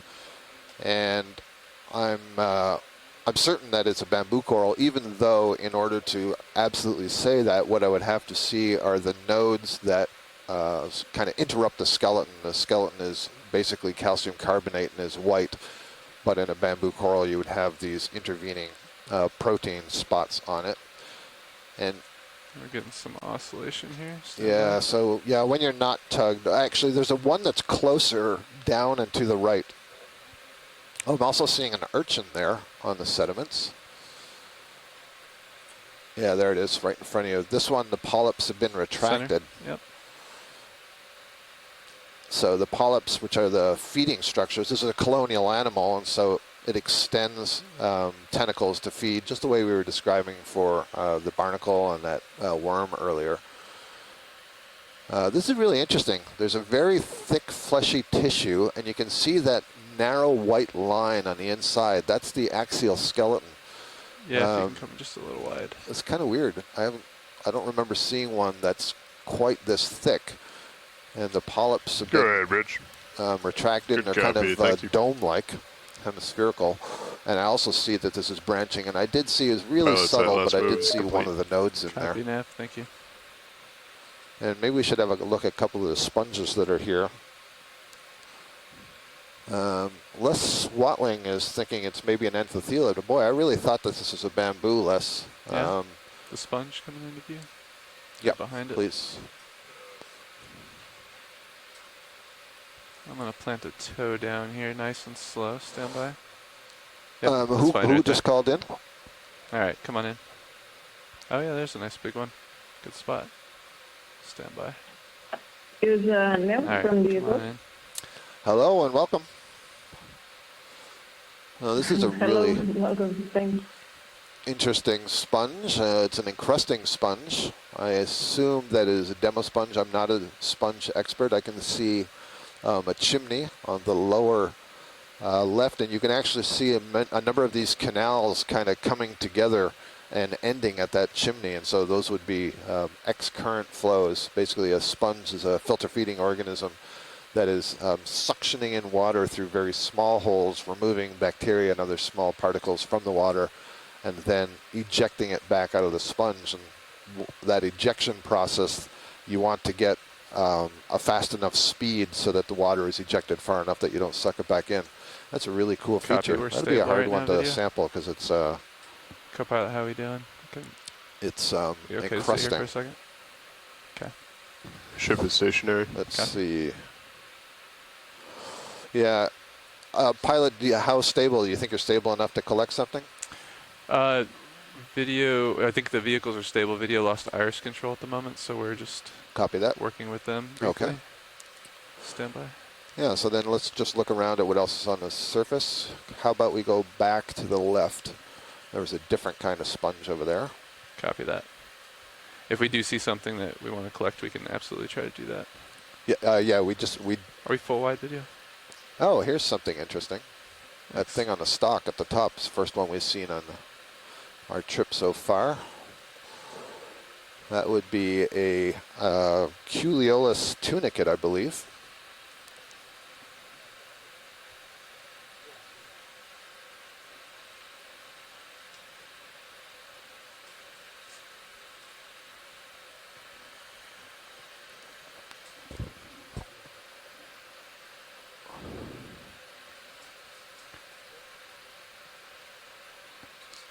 Yeah. So, pilot, I'm not sure if we understood each other. I meant just I wanted to stay right where we were and look to the left. Apologies, I'm getting mixed direction about whether we need to look for rocks or imagery here. I'll back up for you real quick. Yeah, what we're trying to do is collect one of those two stalks that we looked at, the corals. Copy that. Thank you. There's actually all kinds of diversity here. I see a stalked vase sponge way in the back. Is Sirius this, still settling, co-pilot? Culeolus in the foreground. Yeah, that move is complete. Copy that. Maybe one of these two stocks here, watch lead is what you're Yeah, thinking? whatever one is easier for you to collect. The one in the front, I think I see a branch point, and so that would be really important information. Roger that.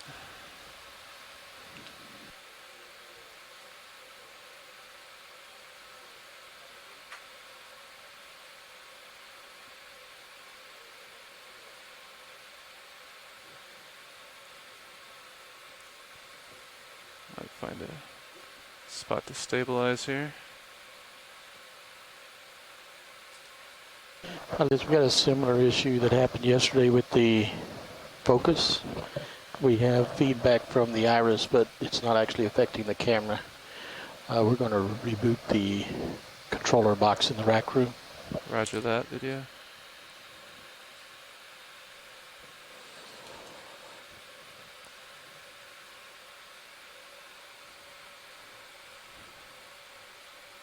Alright, I'm going to let the autos sit here for a second, make sure we're stable.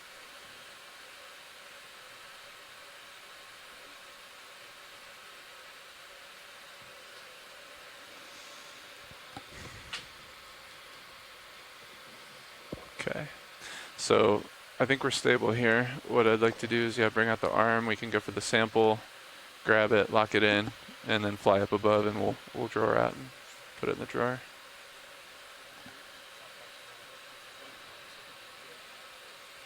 Your toe might be sliding a little bit. Yeah, copy that. I see that. Stand by.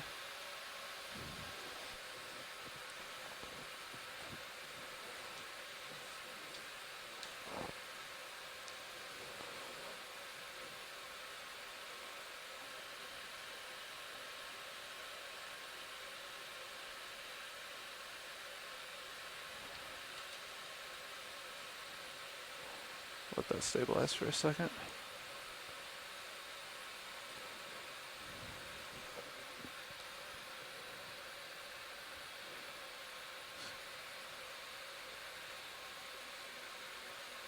How does that look? Any better? I mean, we're still moving a little bit. Yeah. I have a little bit. Go video.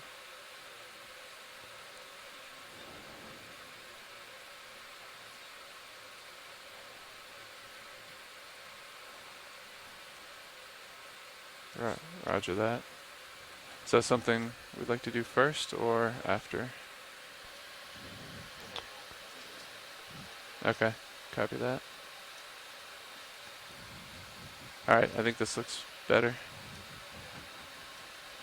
Alright, how can you ramp up hydraulics for me, Copilot? Thank you very much. Is video actively adjusting mini Zeus at the moment? Okay, you might want that Yeah, for your samples. we do want to use the mini Zeus, so if you need a minute to finish your work, video will stand by. Would it be okay to zoom in while we're waiting, or do you need to keep the camera here?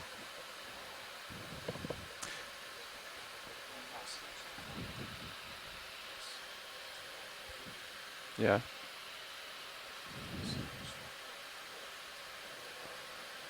Yeah, you also have XY on right now. Yeah, stand by. Backing up. I'm gonna try to get better. Yeah.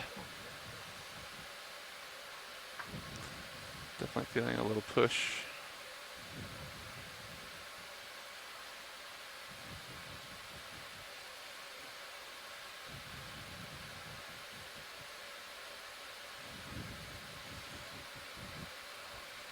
Reacquiring.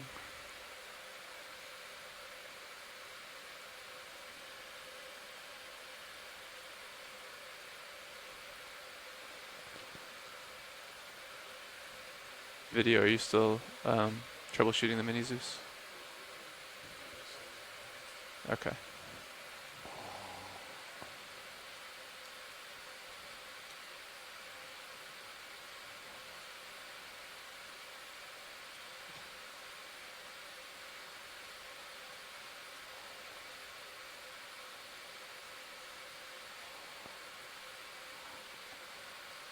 Give that a second to stabilize.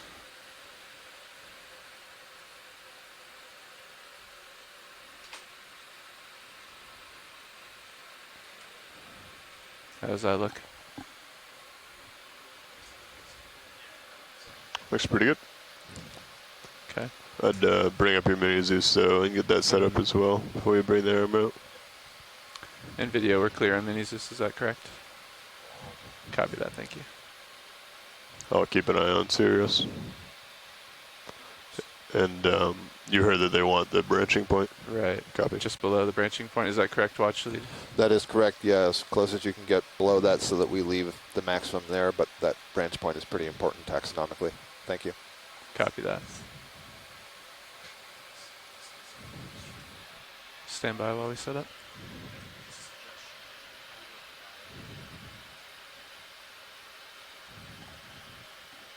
So I am looking straight down at you right now, pilot. Some question for Sean is that actually put down 5 minutes. Just going to take another 10 minutes to fully settle up. It's your call.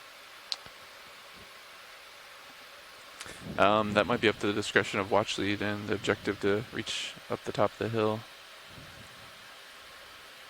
If you're comfortable, I'm not going to do one, so we'll just stay Okay. You're looking down, yeah, directly down at me right now. Roger that. If Sirius is absolutely stable, I think I'd be okay with the collection. Yeah. But we'll have to be cognizant of that as we come up with the sample. Yeah. Are you comfortable with that, Nev? Go ahead. Roger that. And if you could ramp up the hydraulics, please. Just over 1,000 RPMs, please. Oh, sorry. Oh, wait, did you change that or did I change that? Sorry. Thanks. Okay. Ready for arm? We are still getting some oscillation and I'm a little... So what's happening right now is you have auto depth in, but you also have joy lock in. Right. So if you just use the stick to come down and Right. forward, Stand by. then you won't have that oscillation. Roger that. So disengage auto depth and then But try... be careful, you might bounce up. Right. Right. So you should have your Z-bias dialed in as you come, set down, put a little bit down. Yeah, Z-bias is still dialed in. Let me try switching to that. I'm going to try to reorient here, Copilot, real quick. See if we can remove this oscillation. Stand by.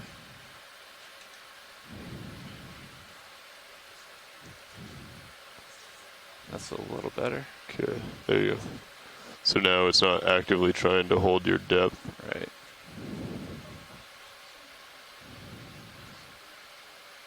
We're getting a lot of prop wash at the moment, though. Yep. I don't know what to do about that. So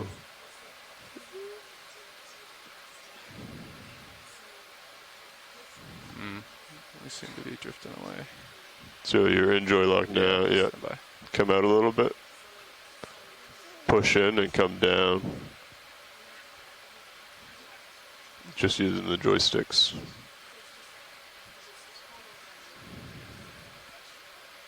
There you go.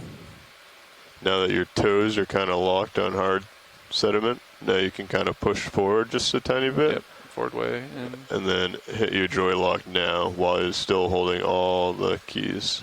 Yep. Okay, so now you're locked in. Now just let it sit for a second. Yep. And you should be relatively stable. Yeah, that was the approach I used, but we had auto depth instead, so I like this a lot better. Yep.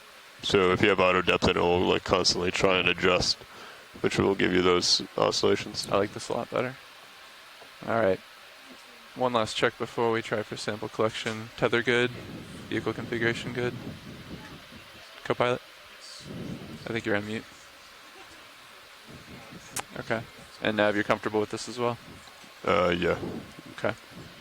Hydraulics up. Camera view on the arm looks good. Coming online with the hydraulics in 3, 2, 1. Hydraulics on.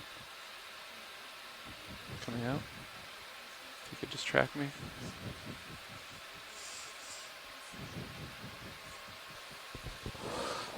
Pilot, one last piece of information. This should cut really easily.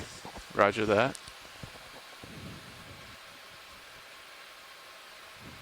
Video, is that you zooming on that? Video? Pilot? I noticed that we zoomed in really quick and short on main HD. Okay. Standing by. Off stick.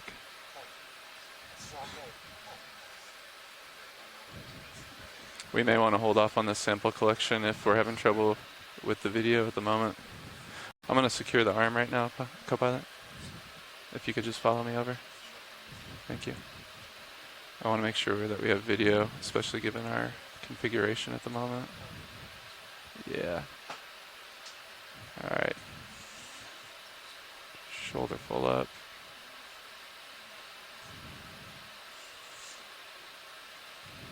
Is that a good SO config right here? Copy that. Off stick. Securing hydraulics. 3, 2, 1. Do we need to take a minute to look at the video?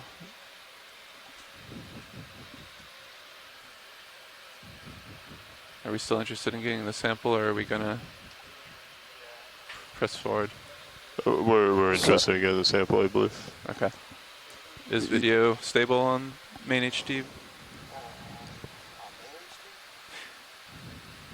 Main HD on D2?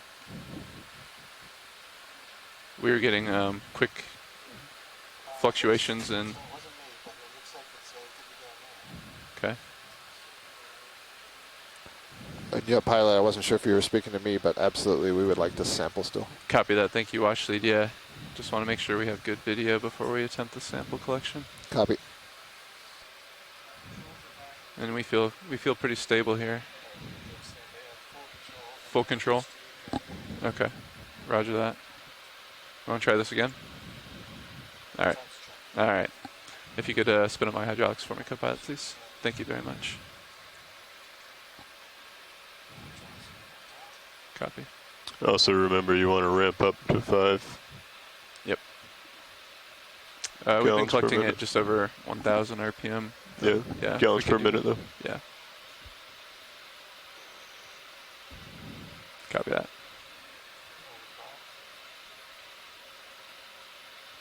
Okay. All right. Is that you adjusting video?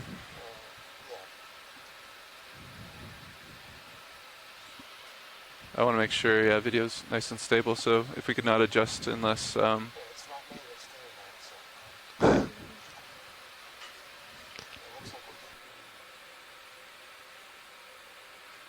stand by.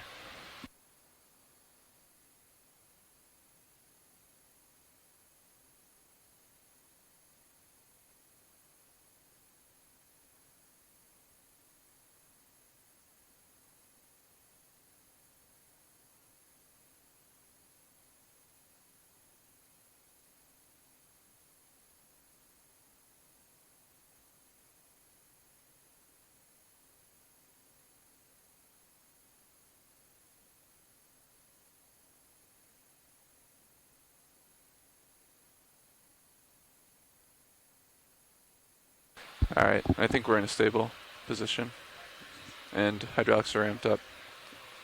Good view on the arm. Let's try this again. Hydraulics coming on, and 3, 2, 1.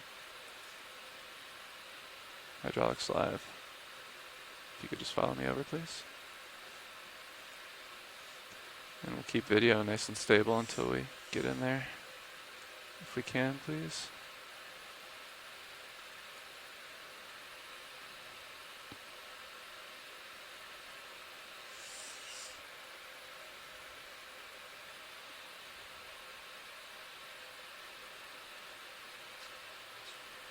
Yeah, if you could bring up fogs a little bit, and we'll give video a chance to adjust it. It's looking pretty good. And if we could zoom a little bit on main HD on D2 video, please.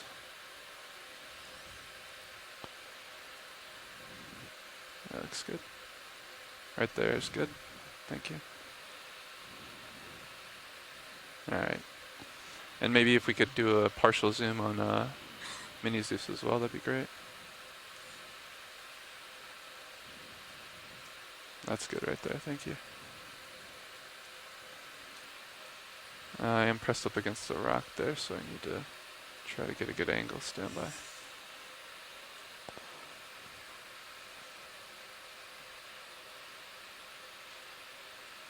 I don't know. I can try to get in there nice and slow. That should do it. Copy that.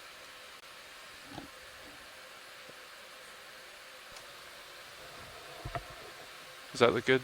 Watch lead? Right That there? looks perfect. Copy Perfect. that. And that's, I think I already saw it snap. So, thank you. Copy that. Bringing your arm up. Come out wide video. And so if you're just joining us, we're at a composite volcano on the Wide Axial minis Volcanic just as well, Ridge please.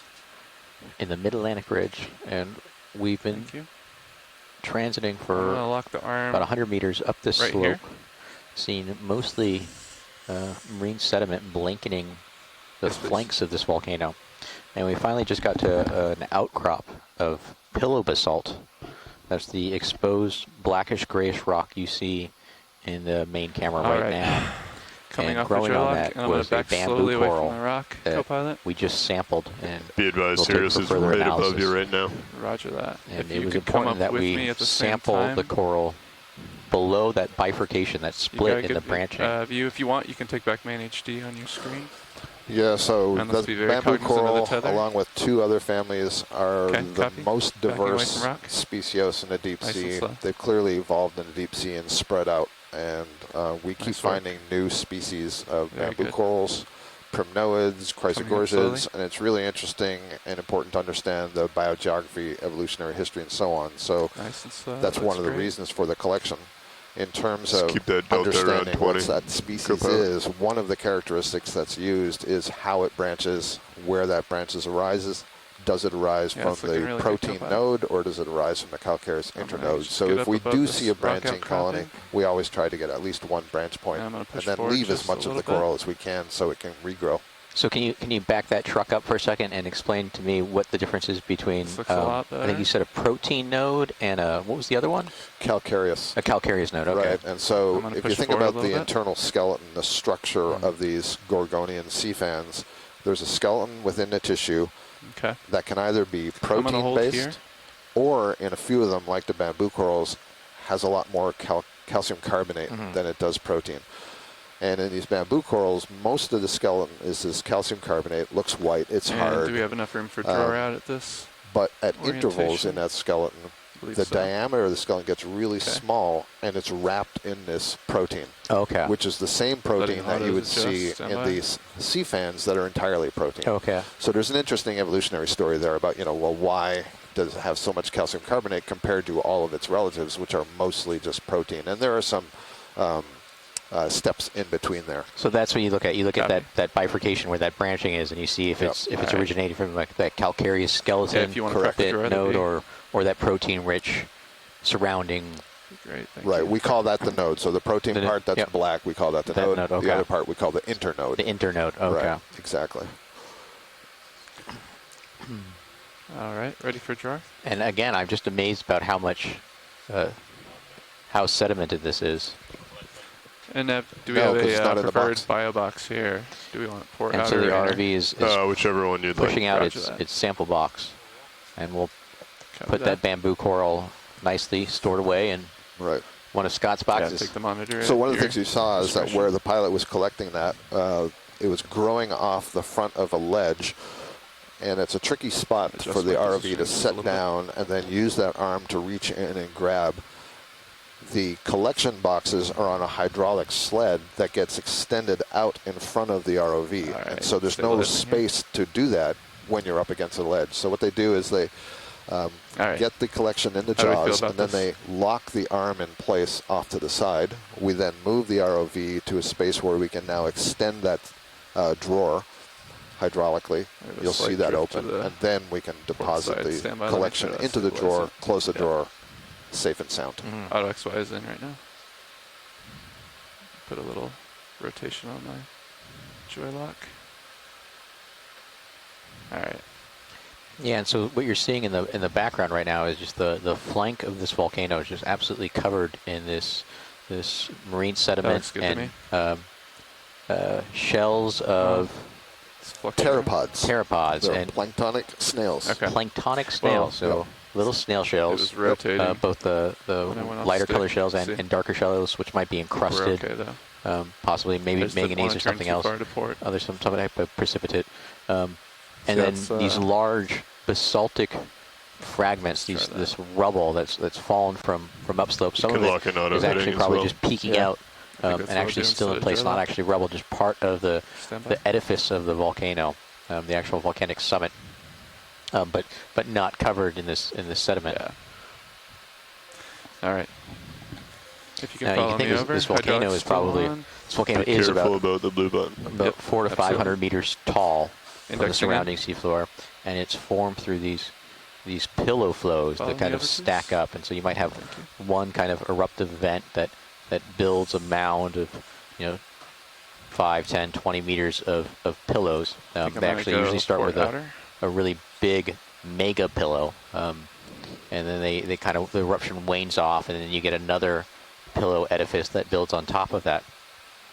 And sometimes if the eruption is voluminous enough and the eruption rate is high enough and there's enough You lost lava coming XY. out, Thank you. instead of getting pillows, you'll actually get Can you these keep an eye sheet on that flows. for So me? Yeah, will do. you can think of very horizontal layers of lava, much more similar to what we see on land. And probably about 20 to 30% of these underwater eruptions that form these features might actually be these sheet flows. Copy that. I'm gonna. We used to think it was all formed slowly through release pillar the jaw. eruptions until we started observing these sheet flows in places like the East Pacific Rise and other You might want to mid-ocean ask if ridge it systems. floats or not. You might want to try and get in a little bit deeper if you can. Copy that. See how the end of it, yeah, it's still out. I'll poke a little deeper then. That look in the box. Also, if you rotate your jaws counterclockwise, you'll get the stem underneath. So you'll have your cutters. Like yeah, that? exactly. Yeah. Yep. Does that look good? Continue more. So when you open up your jaws, you're not going to be running into That's the wall. full counterclockwise. Copy. I'm gonna attempt to slowly release. Understood.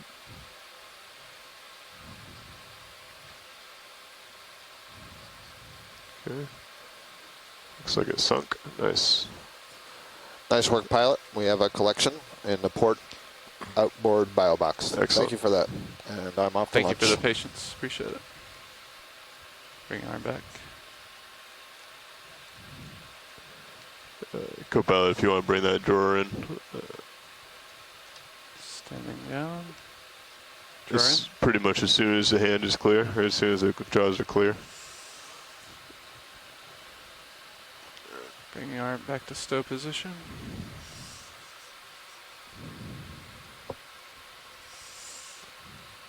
And I think that's full shoulder up.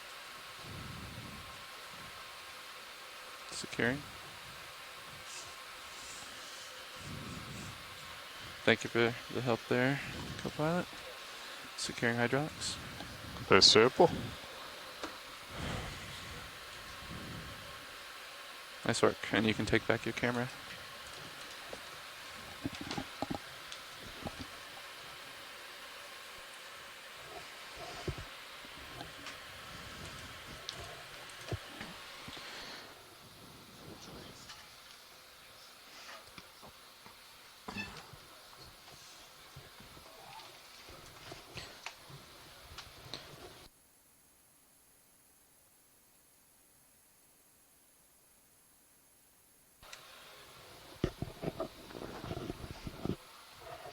And so we just took that sample of that bamboo coral and we'll continue our ascent of this volcano, heading up another several hundred meters. We are currently at a depth of about 2,650 meters below seafloor. So we're about 110 meters from the summit, and we're about 100 meters from where we started. So we're about halfway up the ascent of this elongate basaltic underwater volcano that forms part of the Axial Volcanic Ridge of the Mid-Atlantic Ridge, which is an example of a mid-ocean ridge system. Just trying to see how many times I can say ridge in 1 sentence. Pilot? Now these these Good to axial see you again. volcanic ridge volcanoes I'm going to take in a the moment, Mid-Atlantic just ridge push can forward. get really, really long. They tend to be elongate along and parallel to the ridge axis, or the axis of the Mid-Atlantic ridge. And then they tend to be fairly narrow across the ridge. So if you were thinking of this in terms of cutting a slice right through it, like you were taking a slice right through a cake, what you would see is you would see the seafloor somewhat rising up as you got to the center of this Mid-Atlantic ridge, and then a series of faulting events, so normal faults, so down drop blocks kind of progressively going in towards the center of the Mid-Atlantic ridge, but still this kind of topographic high overprinted onto it. And that region of faulting is the tectonically active region. So it's the region where we still have a lot of earthquakes, we still have a lot of faulting and movement of the upper oceanic crust, the new oceanic crust that's just recently been formed over the last few million years. As we get towards the center, we actually get into a deep valley, almost, you can kind of think of it, in terms of the scale of the Grand Canyon, about as deep as the Grand Canyon, but maybe about half as wide. So maybe about 8 kilometers wide, and then, 2 to 3 kilometers deep in some places. And in the center of that is this elongate volcano, right smack in the center, that might be 200 to 500 meters above the surrounding seafloor, and it might be as long as 100 meters, but only a kilometer or two wide, as long as 100 kilometers, excuse me, and only 1 or 2 kilometers wide. The one we're diving on is actually relatively compact in regards to its length. It's only about 15 kilometers long, and that's likely because it's right at this transition where the Mid-Atlantic ridge, traveling north-south, steps over to the right about 30 or 40 kilometers and then begins transiting north again. So it's almost been truncated or cut off. It's only about 12 kilometers long, but it is on the upper end in terms of how tall it is. It's about 500 meters tall. And when we were planning our dive, we were expecting to dive on this, and given the slope of this surface, it's one of the things we look at is how steep it is. We Hey, expect to Koopa. see a lot of How's exposed it going? pillow basalts and lava flows, and it's actually it's a little amazing. What we've seen is yeah, I'm actually just a pushing huge forward and amount of marine slow, sediment but yeah, draping this entire feature. start making my way back up slope. This volcano has never been dove on before, so it's kind of a gamble of what we're going to Sounds see. good. No matter what we see, it's interesting. I was hoping to see some of this primary or original lava flows in situ and some really great exposures of pillows and sheet flows. And what we've seen instead is actually a lot of sediment, but a lot of biology, a lot of biological communities. So that was one thing our co-lead, Scott France, was interested in looking at, is how much biology and what would be the diversity of those communities.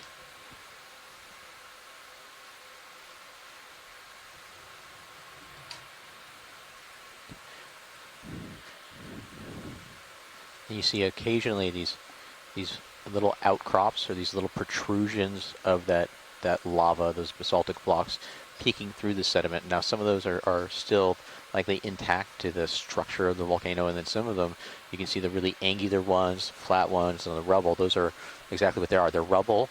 They form part of a talus field, or a field of debris that has come from upslope and fallen off and tumbled down the volcano, and then made these piles.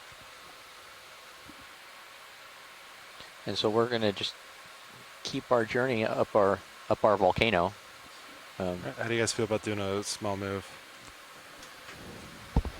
Sounds good to me.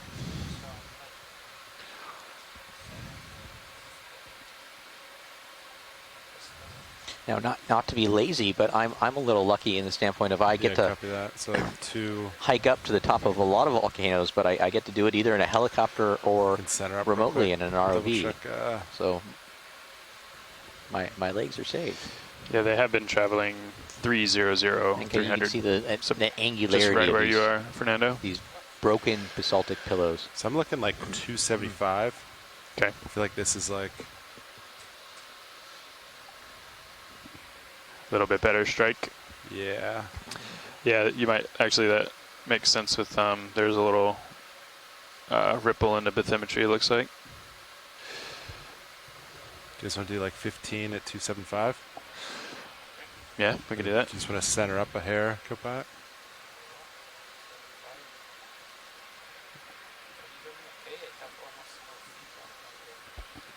Yeah, you sound good to me. Yeah, you sound good. I have no talk back as well, but you sound good. Yeah, I think that's pretty good. Yep. 15 meters, 275, 2/10 coming up. Thanks.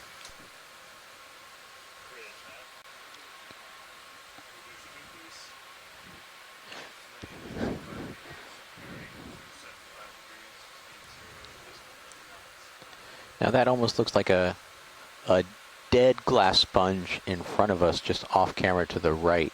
That kind of darker brown material, but I'm no biologist. Do you want any close-ups to that, Washley? Yeah, that would be great. Sure. That way Scott can come in and tell me how wrong I was. Vidi, you want to come on in?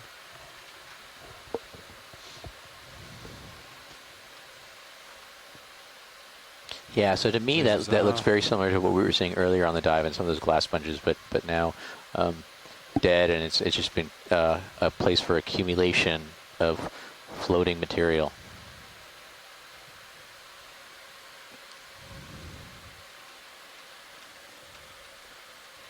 If you want any close-ups video for free.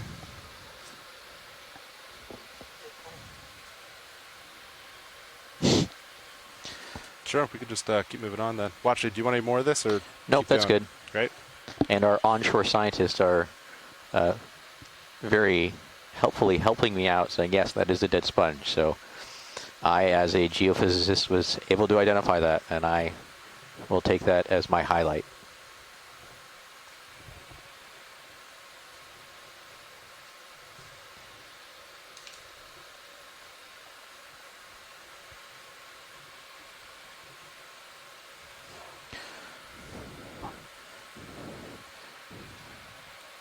Now, as we get to the top of this composite volcano, I hope to see more of this primary exposed basalt.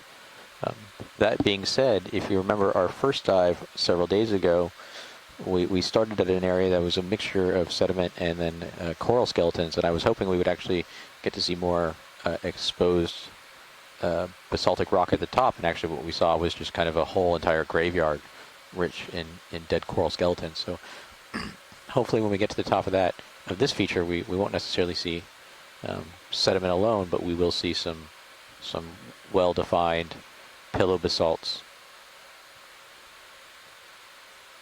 And it seems like there have definitely been some type of underwater current that's been moving some of this deposited marine detritus and material, and so that might also help to scour the upper surface free of those sediments, but we won't know until we get there.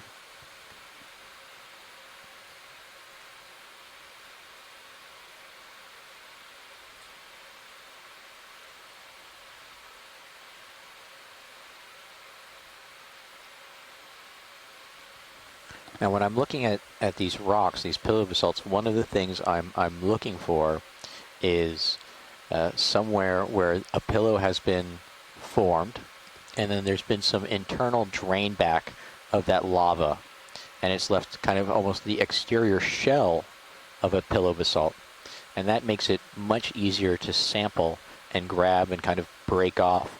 The other nice thing about that exterior shell is that exterior surface has basically quenched. It's hit the water first and it's cooled, and it hasn't given the lava in it time to crystallize, and so it's a really glassy texture, and that glassy texture is really important when we try and do geochemical analyses of what's in that. There's other types of analyses we can do on the crystal assemblage, the denser part of the material. But some of those, like isotopic dating, require larger sample sizes. And it can be hard to get a large, unweathered or unaltered or a surface that hasn't really been affected by secondary mineralization or alteration of the primary mineral products, unless we get a really decent sized sample. And it's hard to rip a grapefruit sized sample off of these rock outcrops.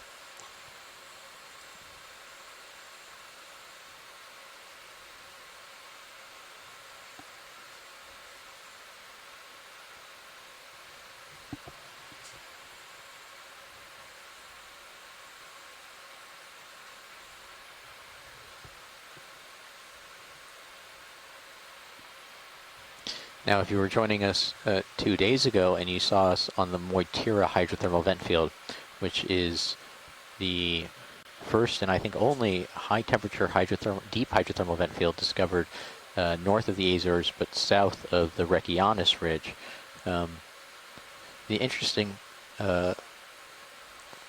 location where that was is it was off of this axial volcanic ridge. It had a similar volcano like the one we're observing now there, but the hydrothermal vent field was off axis of it. It was about 3 or 4 kilometers away in this place where there had been suspected to be a deep fault and then maybe a secondary magma reservoir. So if you think three-dimensionally and you think about this 500 meter tall, 1 to 2 kilometer wide, and 12 kilometer long volcano. Double check. Underneath How you guys it, doing? Looks like you're the out there. mantle is upwelling Yeah, I don't know if Sirius basaltic has moved magma, yet, though. and it's likely forming a very shallow reservoir of magma. Now, not a pool of reservoir, but you can think of a series of kind of stacked zones that this volcano is drawing its magma source from. The input rate, the amount of magma coming up Yeah.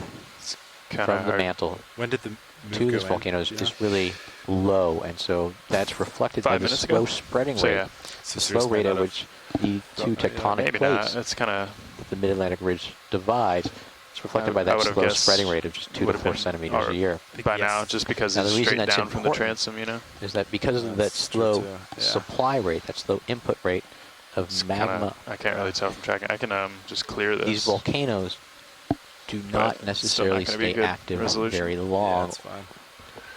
And the activity guess on them you could track seems it- to be you could track it more on your sporadic. You sonar. can think of being on the top of this volcano and hoping to see an eruption, If we do, and you might have to wait Let's 10,000 assume you don't years, change height, which right? is yeah, I very was gonna different say if you than rock some of the wedge, mid-ocean yeah. ridges in the Pacific, like the East Pacific Rise, where we have been able to see recent evidence of underwater eruptions, on month timescales.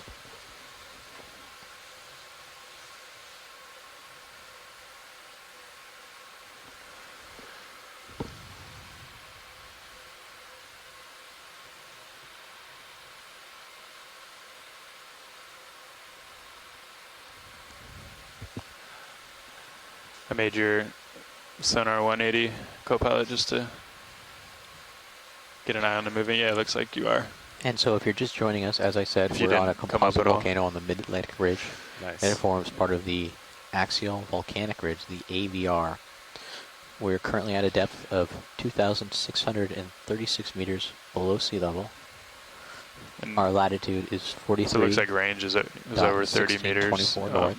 Our longitude is so- 29.0279 I don't west. know if you were We're about we're trying to make some way. I 420 think we'd still be kilometers safe to north of put the in Azores, small, north like of the 15-meter moves, northwestern island of Corvo. even if Sirius is, Let's do it. And You it ever think about is currently Sweet. still 275. You think? 14:33 UTC Yeah, you want to do on like 280? July 280. 23rd, 15 meters. and you're looking Yeah, at sounds great. Okay. Thank you. basaltic rubble and some I'm gonna exposed change you back to basalt 360. that forms the eastern flank of a composite volcano that's been draped over with marine sediment, marine detritus,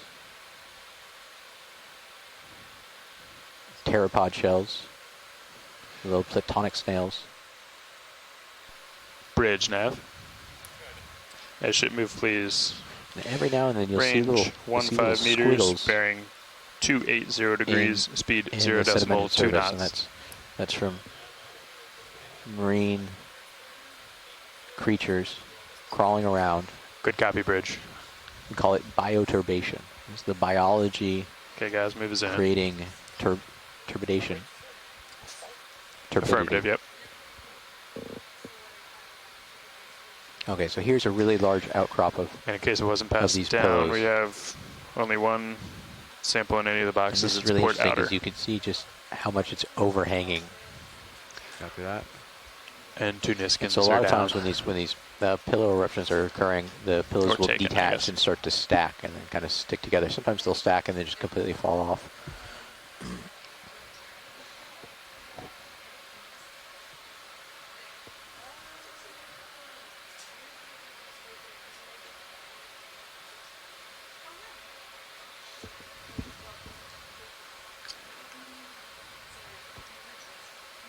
Looks like you at least have a little more slope, a little less sediment, huh?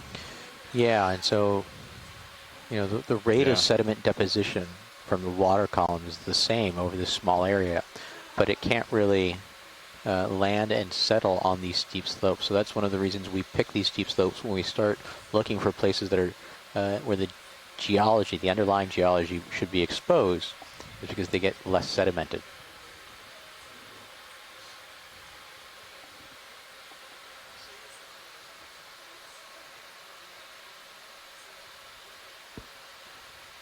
And you can see just how fine grained and loose and unconsolidated that blanket of green sediment is. Just the ROV being near it kind of drums it up and makes it cloudy, and that's just because it's so fine and loose.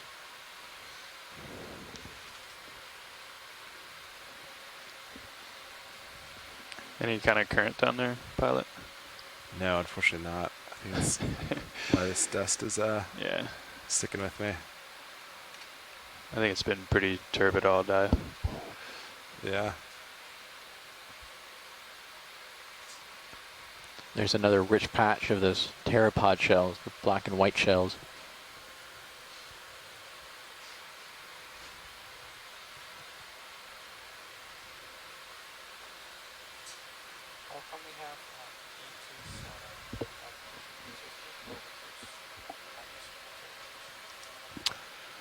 You picked a 30. Multi-beam? Oh, that guy. Yeah, we can Do you want to put it at 30? decrease that.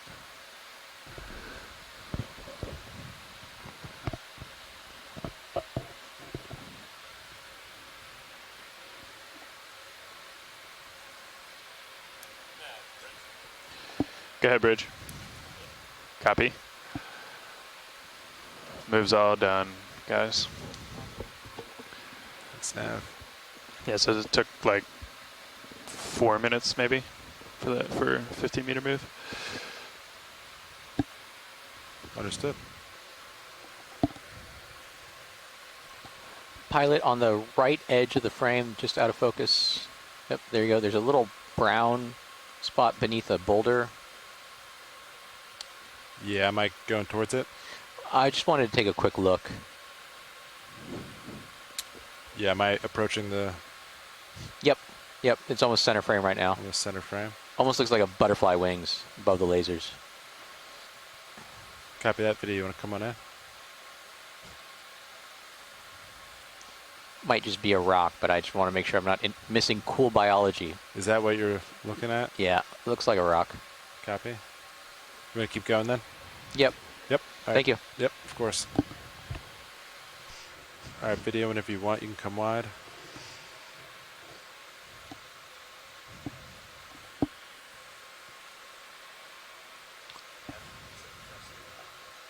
Just a rock, but hey, here's a cool stalk. But that's about my limit. It's a... Do you want us to stop and look or keep moving up? let's stop and look so Scott doesn't get mad at me. Yeah. And so what we see is this large branching stalk with multiple polyps coming off of Sure. it. And it this really reinforces how important it is to Do you want have to come on in? both a geology lead and a biology lead. Copy that. Because to me, I don't think we've seen something like this before, but I have no idea what it is. And so someone says, yes, it's a sea pen umbella. That's Christopher Maw on our chat. It has 8 It's gonna arms get each. dusty video. And umbellua. It almost is Umbellulla. It's a type of coral. And you see, here comes Scott walking in from lunch, and he looks at it, and the first thing he says is umbellua.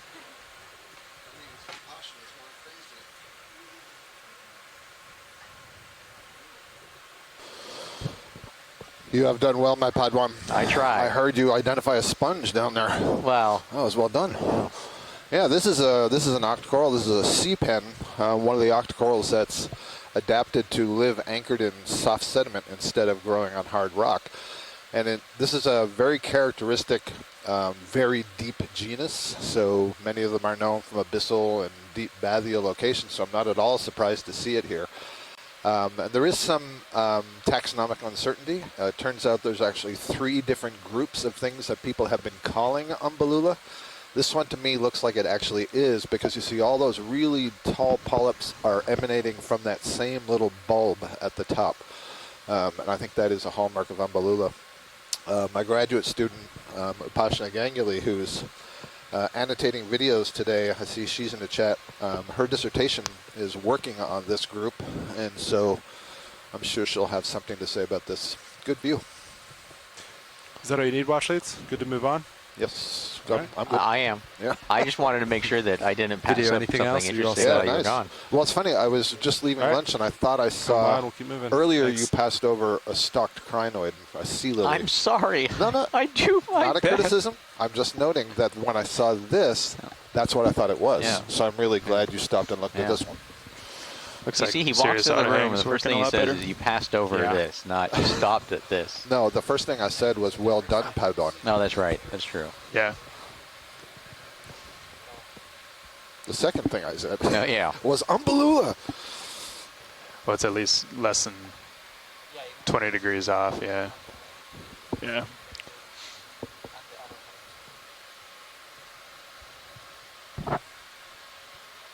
Are your lights, no, no, they're in normal configuration, right? Just seem dark.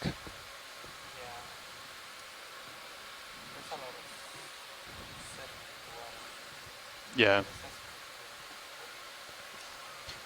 Yeah, I think And the so it lights looks are at like normal we're levels. just about a little Yeah. more than halfway Sorry, Fernando, I meant Up our ascent main Zeus. of this Just volcano. seems darker Things have than normal. become progressively less sedimented as we reached our steeper slopes. We have more Yeah. primary in place Yeah, it's weird. pillow basalts, but highly fragmented, highly broken up. Not a lot of fresh looking surfaces, not anything that looks very glassy, nothing that looks like we have any fragile crust on the exterior. More angular fragments of the interiors, and then also draped on top of that lots of angular pieces of rubble that have fallen from upslope from the top of the volcano.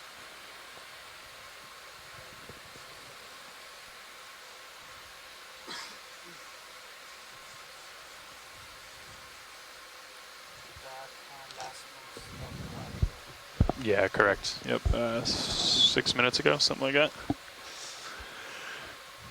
I was gonna wait till he was a little more center line. Couple, can you check, are my uppers, are they pointed down or are they pointed forward?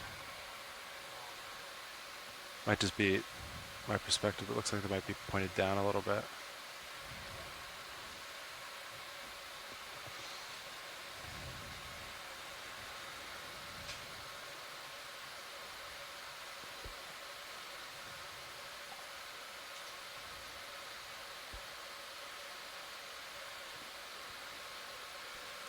A lot of sponges on these rocks, and you note that they almost all seem to be on like the forward. vertical surface of the rocks and not on the horizontal upper surface. Yeah, just invert So I that. presume no, they're all is the way forward. a function of the Must- larva. yeah. So there would be I a have one larva that is mobile, the stage right after basically the egg hatches, if you will. Understood. Yeah, it's the reverse now. So it makes It's sense. ciliated, so for it can checking. swim or crawl through its environment, and then it'll find a place to settle and grow. And so my presumption is that the larva is looking at the vertical surface and beginning its growth there. I'll do you one better, and I'll toss you the hypothesis that not only are they on the vertical surfaces, but they're on the vertical downslope surfaces and not the upslope surfaces, Ah, interesting. so that they don't get smashed by rocks. Top center, the yellow structure coming into view. So this is the sea lily that we, dare I say it, that you passed over earlier. Oh, Hate to bring that up again. I knew it was coming back up, and I wanted you to be exactly. here. So Yeah, I appreciate that. That's good. So this is another echinoderm, and this is in the crinoids. We've seen some feather stars which do not have a stalk. This is the stalked crinoids, common name sea lilies. You see it has that very long stalk, and at the base it would have these little gripping sort of feet, Siri-like structures. but they're suspension feeding echinoderms closely related to the sea stars. The mouth is oriented upwards, and then, like all these suspension feeders, they've created some sort of net-like structure. In this case, those arms that branch off, and then when we get close, you'll see there are little pinnules or side branches coming off of the arms. And then if we were to look close enough, we won't see it from this view, but there would be little tube feet coming off of those little side branches. And the tube feet flick food particles into a groove that runs down the arms, and the mouth is at the center where all the arms are connected. So now, on our Mortira hydrothermal vent, when we saw those rusticles, and when I said I thought it might be biologic, I guess what I was thinking was some type of stalked animal like this, where the top had broken off, and then all that sulfur and sulfide and then other mineral precipitates in the water had kind of encrusted it. Sure. Yeah, I really don't think that's the case. And when we got it up and it was broken in pieces, there was nothing like that on the inside. Chris Ma from the Smithsonian, who's an expert himself on things echinoderm, believes this may be the family Hyocrinidae. Yeah. Thank you, Chris. And Upashna Ganguly has said that that previous one we're looking at may have been a pseudo-umbellula, given the number of polyps it had. And I said that there was this taxonomic reorganization going on. So they gave this name pseudo-umbellula to reflect that it looks like Umbellula, but it's not. I guess Thank you, makes Pilot. sense with the Although, do you have any more zoom left? I believe I see a little carnivorous snail on the arm of this crinoid, the pink thing that's in the foreground. Gastropod. Yeah, so actually there's several of them. So there's a specialized group of snails that feeds on these crinoids. They have a long proboscis that they will stick into crinoids. I think there's also some that get onto the sea cucumbers, and you can see 3 of them there. Very good. Everybody's got to eat. And so they're actually eating the crinoid. Correct. Thank you, Pilot. Yeah, of course. Video, what else do you need from this? You're good? All right. Come wide and we'll keep moving. Thanks.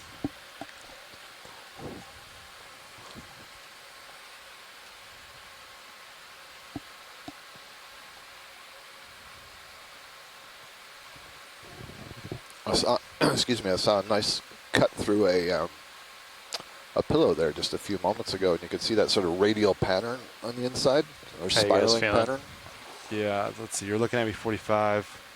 Good delta 15. I'm dead center. You want to do another 15 meters? Chris Ma gives it the name Eulimidae, I guess, for those snails on the crinoids.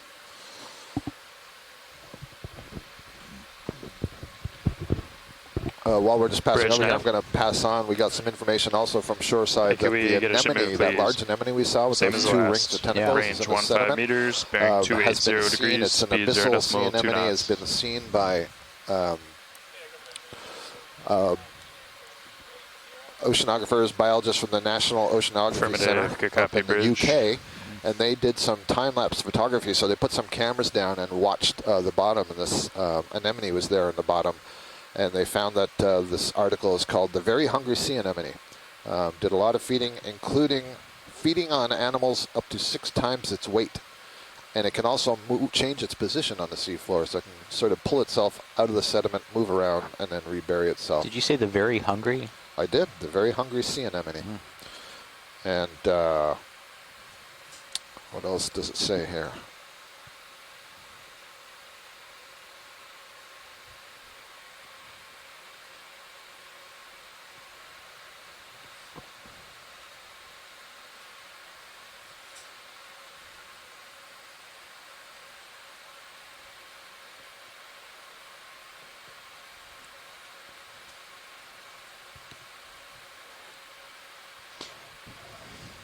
Yeah, so you can see this contrast between these exposed pillow basalts and how little sediment there is on top of them, and then kind of the less bulbous areas, which have these pervasive sediments draped on top of them.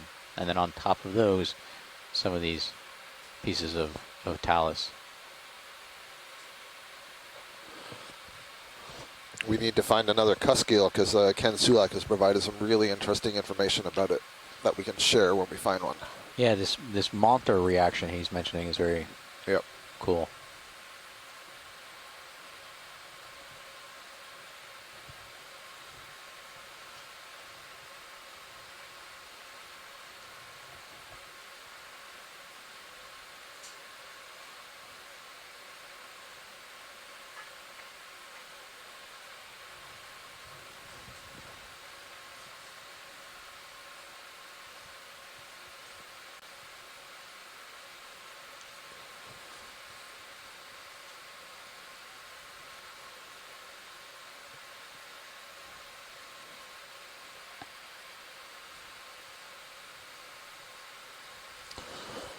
2620, so we've come up at least 100 meters on this slope. Right? So, what, that's about, I mean, looking at the map, it's almost halfway up, but we thought it was, what, 300-meter slope? It's about a 200-meter slope, so we're 200 yeah, meters. we're about halfway up it. And Yep. as I was telling our listening audience, I was kind of hoping that as we get towards the top, we might see more of these unsedimented pillows. But given our experience on the first dive, I don't know. It might be very sedimented. There's clearly a lot of productivity Bridge. in the overlying water to have produced Roger, all been these complete, thank pteropod you. shells, and the amount of time that you're saying that Move as this whole complete, feature pilots. may have been here. I mean, Yeah. I realize it's bracketed. Yeah. We don't know the exact time. It hasn't been No dated. problem. But Yeah, but I wouldn't expect it to be older than 10, 20,000 years at the oldest. I think. All the currents or all the, there seems to be some evidence for deep currents given some of the features we've seen in some of the darker and pteropod shells, the way they're laid out. They're kind of almost in these fluvial patterns, and so that might be interesting. And maybe the summit might actually, be scoured free of sediments given the currents. But that's just, wild hypothesizing at this point. What is it seems to be a little pink Looks thing like right a there. pretty sheer wall in Mini Zeus. it's a shrimp. If we Yeah. can zoom pilots to the right of center, there's something walking on the surface at the base of the ledge there on one of the rocks. Right of center. Yeah, you got it dead ahead right now. Yeah. Copy that. Video, you want to come on in? A little bit to the left, maybe. Oh, is that not it? No, Yeah, that's you it. got it, yeah. Huh, Oh. on a sponge. Oh no, that's an urchin. So an urchin just wanted to also be seen. Sea urchin. Let's get a zoom on the urchin instead of the shrimp. Yeah, copy. Since we have Chris Ma in the chat room, he All right, may be Video, you able to wanna say come on something in? about this one. Sorry for the dust. I see what you're saying. It's just like staying up with you. It's not going anywhere. Yeah. Very nice. So another Nice. echinoderm. We've seen, If I just stop kicking it up, we don't have to let's see, worry about we've seen the brittle stars today, which are the class Ophiuroidea. We've seen the crinoids. it. Yeah, come right after this. We've I'm gonna seen just, like, the sea rise. cucumbers, the little Holothuroidea, bit. and now we've Take a look seen at the this. Echinoidea, You're seeing the sea urchins. over it, So all looks of like, these but are members of the Echinodermata. Looks like a nice little step for me. And Chris is saying that this is some Yeah. kind of heart urchin, which is an irregular urchin. And typically what that means is that the shell that you're looking at isn't a perfect hemisphere. It's irregularly shaped, and many of them actually burrow somewhat into can the see, soft yeah, sediment. even in the Although, blue view, it's like Chris, I've seen this one has some fairly long blocked. spines, so I'm guessing that not that's seeing not the anything over case. it. Likely very delicate, he says. Collection would be nice, but he thinks it would be really fragile. And the spines I can see are also really thin. Thank you. Is that the max zoom? Video, do we have any more zoom? Or is that it? Yep. Okay, thank you. Then that's fine. Okay, sounds good. We'll keep moving on. Video, when you're ready, feel free to come wide. Yeah, so Chris says not all of the irregular urchins bury themselves. It's kind of interesting.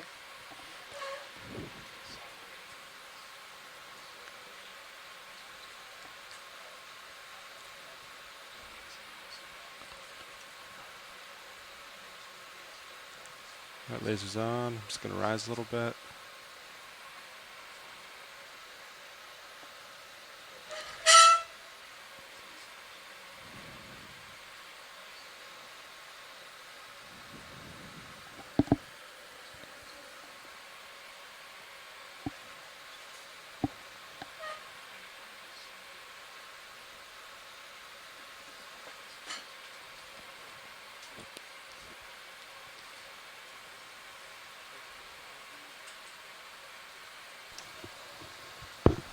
Yeah, see it?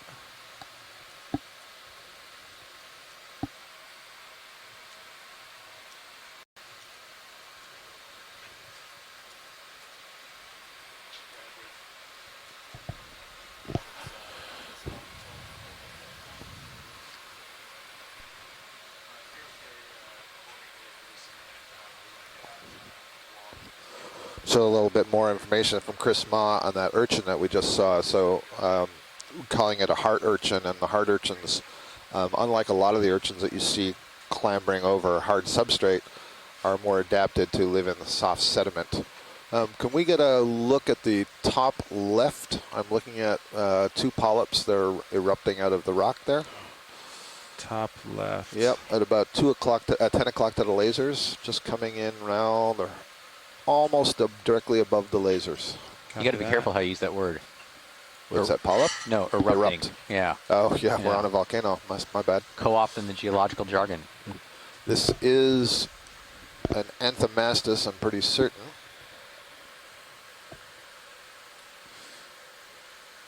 Yeah. Now that I can see it more clearly. Yeah, copy that. Video, if you want to come on in, I'm kind of floating against this wall, so I'll try to keep it steady. Lasers coming off. Yeah, there we go. So I believe all of those polyps seem to be arising from the same central mass. It's going to be something like anthomastus or pseudanthomastus or something related to that. Thank you. That's all you need? Yes, that's all we need. Okay. All right, video, if you're set, we'll keep going. So Chris was talking about those hard urchins. So many of the urchins probably that we're more familiar with, you Coming find up a on little bit, reefs starting and to see over rocks it and now. are scraping Mini those zoos, hard yeah. substrate for bacteria or algae or something like that. But the hard urchins are adapted to sediments, and many of them completely bury. But Yeah. Chris was saying that type that we were seeing there probably only plows through the sediment. So the upper part of that hemisphere would be exposed, and the lower part would be in the sediment. And there's is that another one? The thing that's waving? No, the thing below that, or is that a star? It looks like a squat lobster. So, pilot, if you're still in the position and can zoom in, just above the lasers, there's some white sponges. Oh, actually, I see. My bad. That's not a squat lobster. That's a brittle star. Yeah. But I'm interested in the thing that's waving. Just like right, come Yep. center there. Yep, that's All right, it. Video, if you can come in. So I believe this is the tunicate. I mentioned it a bit earlier. Yeah, so this is a Culeolus or something in that family. This is actually a tunicate or a sea squirt on a stalk. Really interesting. And I'm pretty sure that this form is only known from the deep sea. And so kind of like in the pelagic yesterday, we were seeing salps, you know, they're also filter feeders. And so they're chordates. So they're in the same phylum as the vertebrates. So that's your close invertebrate cousin. And they generate a water current through that sac-like body. I mean, in all honesty, it does look like some of my cousins. Yeah, it does. Yeah. And then beneath the sponge. Do you want to name names? Or? Oh, no, Okay. not on air. Yep. Beneath the sponges, the things Yeah. that have the whiskers. Yeah, so those are barnacles. Those are stalked barnacles. They have kind of a fleshy trunk that attaches them to the rock, and then they have those hard plates, and the rest of the body is encased in those plates. And they're basically crustaceans. And the way I like to describe them is shrimp that have glued themselves to a rock by their head and use those back legs, that's what you see sticking out of the shell, to propel through the water and grab their food. Okay. And they basically make that decision as a larva. And so the larva swims around. It looks like just a typical crustacean larva. But once they find a suitable spot, they basically use their antennae to glue themselves to the rock and then undergo a metamorphosis and grow into this thing. Barnacles are cool. There's both stalked barnacles and acorn barnacles. These are the stalked variety. That's good, pilot. Thank you. Copy that. Video, you want anything else from this? A couple of sponges. That sponge, you know, I think that Right. is a Feel free living to sponge. come I seem to wide. remember The one that there's looks some, almost like dead? chocolate Yeah, brown. yeah. I seem to remember there's a sponge that has that sort of texture and color.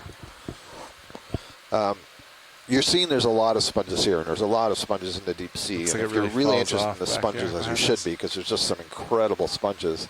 The next expedition, the What these now biology seem like lead, is a back sponge here. expert, so you're going to hear a lot more about them. So I definitely recommend that. Oh, pilot, lower right, please.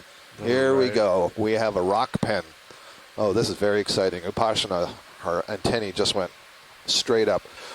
So we just saw the sea pen before, that's Pseudambulula, and I said that that is an octocoral that is adapted to live in soft sediment. It basically Copy that. anchors the Do you feel base of the good, colony Cooper? in soft sediment. Well, we've had an evolutionary advancement from within that group where now there are some of them that have gone back to living on the rock, and we call them the rock pens. And Is they've this mooed. Center watch lead? Yes, Is this where right we're in the looking lasers. It's perfect. Copy They've that. modified Biddy, if that you wanna come on peduncle in. that is anchored in the sand to be like a suction cup. at? And Lasers so this is coming completely off. analogous among mammals of dolphins going from the land back to the ocean. These are octocorals that have gone from the sediment back to the rock. So that's definitely Anthotilum, and that genus Anthotilum has that curvature to the stem. And what Upashna's dissertation work has shown using genetics is that there are several species of rock pen, and they've all evolved from this same group, from this same genus. Oh, that's a great observation. I'll have to check with her. This may be the first one. It's definitely the first one from the Mid-Atlantic Ridge. And this, what's our depth here? So this may be the second deepest ever record of a rock pen, where the deepest Second was place. last year. Not bad. We found one at about 4,000 meters. We weren't able to collect it. That's It was way maybe more. 3,800. That's fantastic. Yeah. It's a far off second place watch lead. 1,200 meters away. Yeah, well, we take what we can get. Yeah. Do you want anything more with this? I want some to tell me to collect it, but let's move on. Okay. Sounds good. Oh, wait, I'm sorry. Top left, there's a little fuzzy little colony up there, white. That's a Chrysogorgia colony. Excuse me, a different family of corals. And we've seen Chrysogorgia a few times, haven't we? I don't think we have on this dive, but yes, No, we no, not on this definitely- dive, but yeah. Yeah, in fact, we collected one on dive one. Yeah.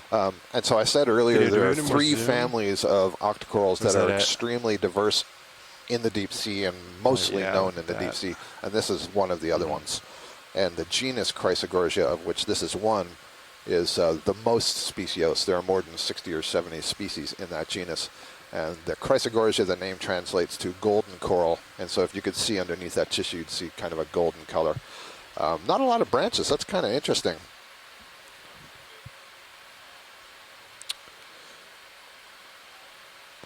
I think that's good, pilot. Okay. Les Swatling's in Did chat. you One of the need things that's anything else? interesting is this kind. I don't think so. All right. Come on. Keep moving.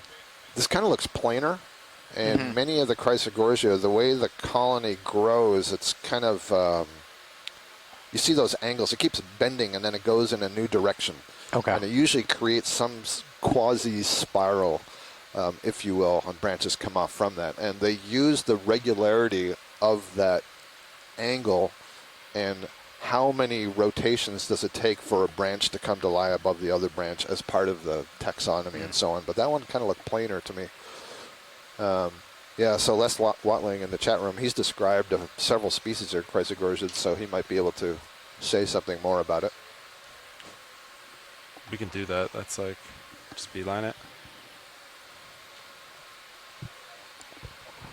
And so it looks like we're coming up slope, and we're coming into another one of these little lulls in the angles of in the topography. So it's flattening out a little bit before it heads again back up slope. And since the angle's a little bit lower and there's not as much relief, we're getting a lot more of Let's this see. sediment that's accumulated. I think Sirius sonar sees a little more hard return to the right, but if we want to beeline there too, that's fine. Do you want to copy that? Yeah. Do you want to center up on this, and I'll go with you?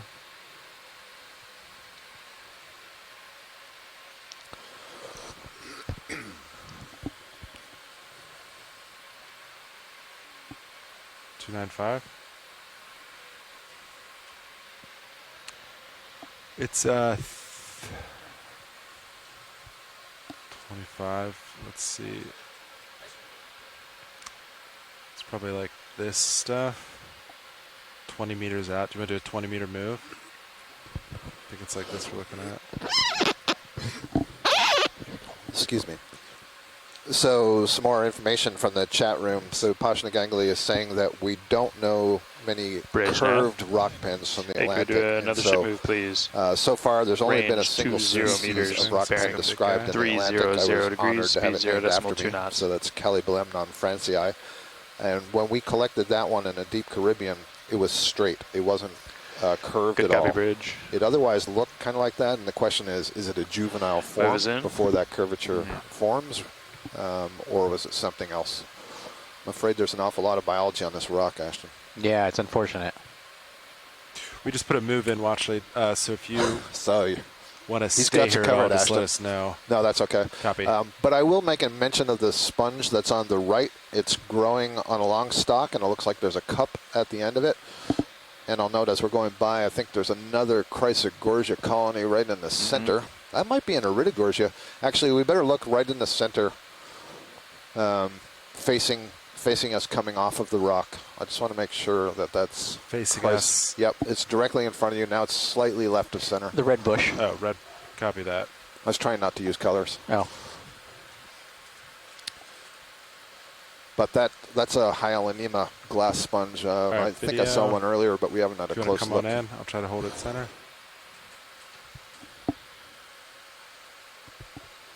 Okay, great. Yeah, so this is not an Iridogorgia. This is another Chrysogorgia. So similar to what we saw, it's a different species. But you can see what I mean about that branching. It may look like a mess, but there's a very regular geometric pattern to the way those branches come out, which is very interesting. It means it must be controlled genetically because it's consistent among colonies.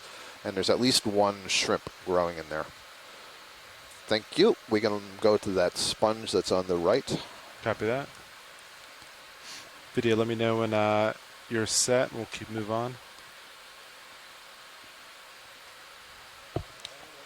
Okay. I can just kind of pan There's over. down below is another one of the corals like what we Truck collected over. earlier. That single stalk that's sticking Maybe out of the blend. rock. There's Nice. another one. Still some debate about exactly what that is. Yeah, so beautiful. I just happen to have queued up this family, the Hylonematidae. So it's a glass sponge, and one of the things that's kind of cool is that long stalk are basically a bunch of silica fibers that are kind of held together, I guess, by the tissue, and then anchored to the rock. But all of the action of the sponge, the feeding, is taking place in that cup up on the top. And so on the outer wall is where water would be sucked in, and then it would be ejected out of that cup. Thank you. So, just out of my naivete, Yeah. does the stalk get longer and the cup's already at the end, or did this at one point in time look like a little stalk and a big cup? Or? What a fantastic question. I ask that question all the time of sponge biologists. Yeah. And what I can say is I've never seen a short version of this. Actually, that may not be true. We may finally have seen one. But I would say that in order to grow, it has to be capturing food. So there's got to be a sponge body when it's small. Video, you want anything Yeah. else from this? But it's an interesting question, right? I'm not sure Okay. how those fibers are extended, but yeah, I don't know. Watch lead. Are we good here? If you could do one more zoom right where you are, straight behind the sponge all the way to the rock face, I see a little wispy little, I think, third kind of Chrysogorgia. Your laser's just passed over it. Right. Right Right there. there? Yep. All right, video, come on in, please. It's either a black coral or another unusual sort of Chrysogorgia. I thought it was a Chrysogorgia. Copy that. Yeah, it's a Lasers on. Chrysogorgia with really short branches, but you can see the wiggling in that stem. That's Yeah. what I mean. It's actually, it's like a phone cord with angular curves to it. And then I can see one or two. I don't know if they're probably amphipods in there. Okay, thank you for that. We can move on. Copy that.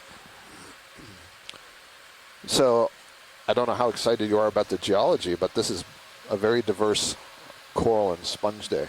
Oh, I'm always excited about the geology. So can you only I'd say see you one picked of a good the spot.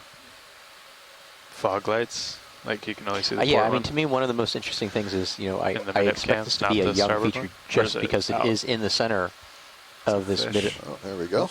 Hey, buddy. Photobomb. Just because it is in the center, it's right in the Axial Valley. And the amount of I don't know if biology that's- on it is not sure, I can't surprising to me. remember. I was Maybe it's actually just thinking we were going behind to the see much shroud more or something. barren rock. I Of think I this can is. see the beam. Yeah, it seems like it. Yeah, okay. I think that was the Antimora that just went by. Yeah. Oh, I've got to find the right one. There we go. Antimora rostrata, I believe. Yep, there. Ken Sulak is confirming that. Ken knows everything about the fish. Thank you, Ken.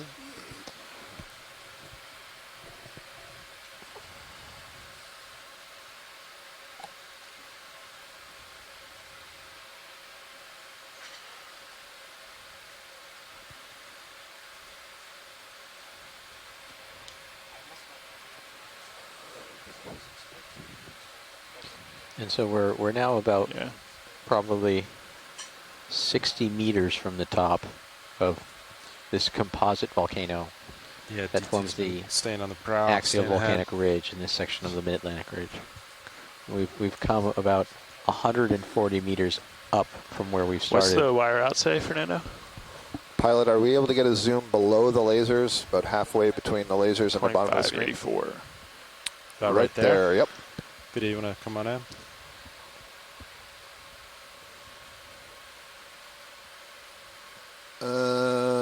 Not what I was thinking.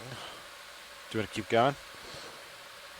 Stand by for just a moment. I'm trying to see if this is growing in place. It kind of looks like it, but It looks almost like it's got that stalk that bends to the Yeah. right and then goes down, and Yeah. almost it at first I thought it was going to Spans. be a black coral, but I don't think that's the case. Huh. Is it Maybe a alive? sponge? Well, that's what I'm not certain. It's hung up on something over there. Is that your full zoom? Video, do we need more zoom? Great, thanks. extreme close-up. Survey says that is what, a bryozoan maybe? Maybe that's a bryozoan colony. I'm looking at all those little what appear to be like holes. I think they're cases that the zooids would be in. I don't know if it's still alive, but that sure is what it seems like to me. Okay, thank you. Copy that. Video, what do you need from this? Okay. Come on wide. It kind of looks dead and overgrown and overlaid with stuff. Stand by. Did you say stand by, watch lead? He's talking to EC. Okay.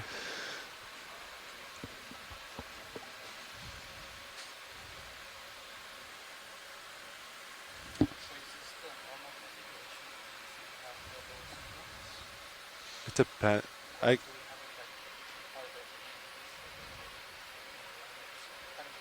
No, traditionally we have them wide. Yeah, agreed.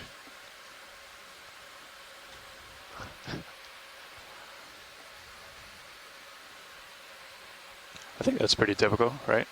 Yeah. For how we have. If it's flatter, they could be like, I guess, down more. Yeah. But I guess just coming off that cliff. Or maybe the iris isn't open.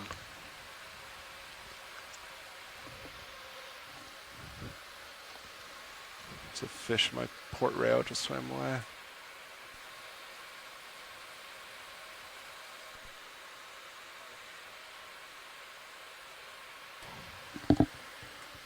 Go ahead, watch lead.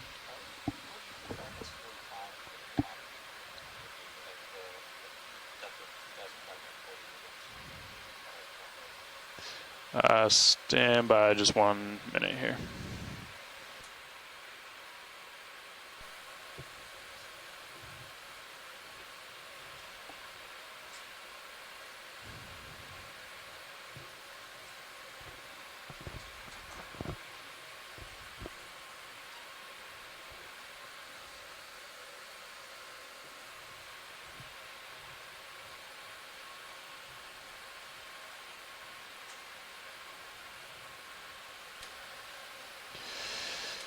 At our current rate, maybe a half hour watch lead. Thank you. Sure.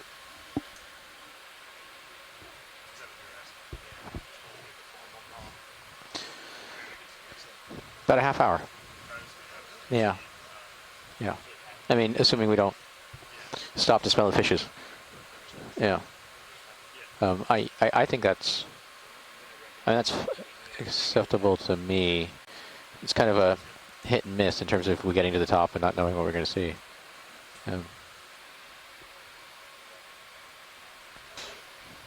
Well, actually, if you want, we can just keep in, try to keep in some more consistent moves too. Sounds good. Okay.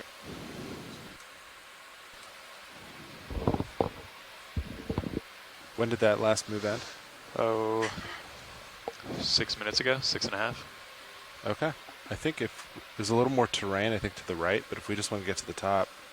I honestly think if we just follow the terrain, like, so waypoint 3 I think is up here. So I think we'll just follow the terrain. It's taking us up that way anyway. So I'm looking, let's see. Like, see what I mean? We could go like 300. It's like still up slope. Or Yeah. we could do like 325 Oh, I see. and like Get all that go stuff over out there. rocks. Depends. But it's a, It's dangerous. It's a trade-off. Yeah. you know, this might be more interesting. Okay. Well, why it's don't going we? to be a slower travel rate. You want to do like? You want to just get the left side of those rocks and do like 315? Yeah. That sounds great. Does that work for you? Yeah. You want to do? Do we do 20 meters again? Yeah, let's do it. If you're I think good with it that, looks pretty co-pilot. good. Okay. Yeah, so one of the things I'm really going to be curious about Bridge nav. when we summit this volcano is what does the top look like? I'm hoping that at the top of this volcano we'll see some more fresh, less fragmented pillow basalts. Maybe have a good opportunity to take a rock sample. But we're seeing much more sediment than we expected. Are those rocks or are those the holes? Those, I guess they're rocks. they huh? look like rocks to me. Yeah. They look like little pieces of Yeah. fragment. Okay.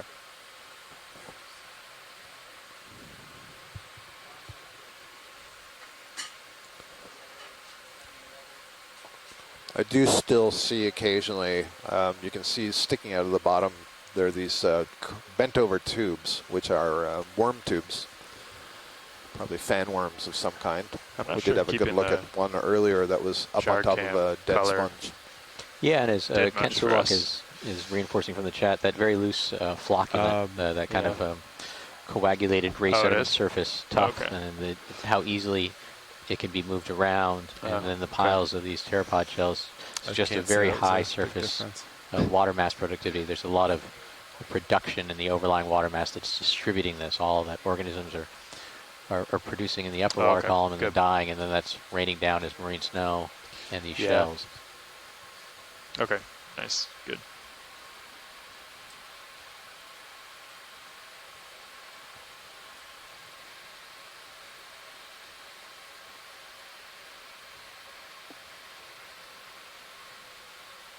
There's a little more terrain, like 30 meters out, so looks good. Something I find interesting, I've said this on many dives before, but we're going through this area, there's a lot of sediment. We know that the sediment is pretty deep. We've seen how loose it is.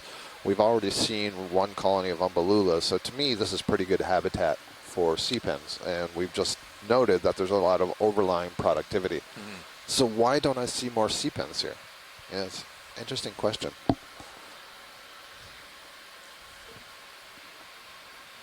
I'm not seeing any sea cucumbers patrolling the bottom, and I don't know if that's, well, I mean, we saw them lower, but does it have to do with, some of the broken up volcanic rock?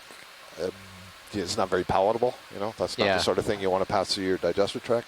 I don't know. I mean, do you think the rock creates kind of just geographic segmentation, little barriers within, I didn't think so, Yeah. and certainly when we're downslope, and sometimes you even see them. Yeah, on the rock. On the rock itself, Yeah. yeah, eating that very thin layer of sediment. So I wouldn't have thought that that's the case.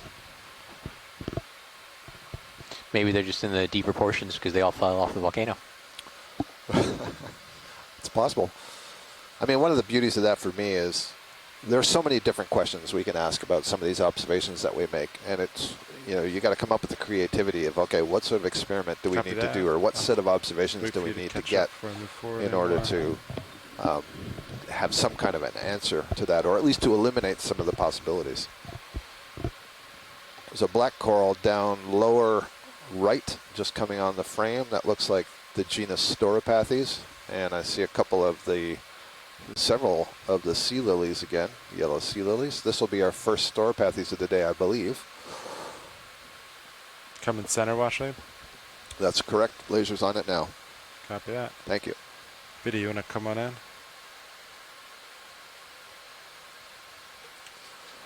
Laser's off.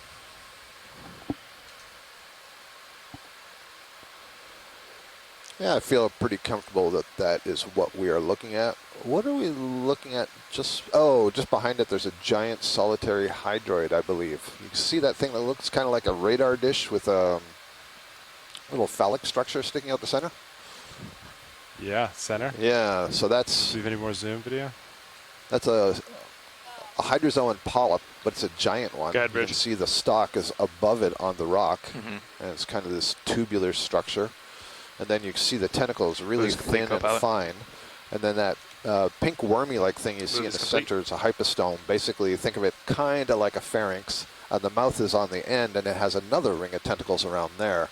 And then that fuzzy collar, that's where the gonads would be. So I think, I have to verify this, but this might be one of the ones that they're producing. It's almost like you can imagine jellyfish, but the jellyfish don't bud off. They remain attached, and then those structures produce the sperm and the eggs. Nice view. Okay, so we got a couple of new things there. Thank you, pilot. Copy that. Video, you want anything more from here?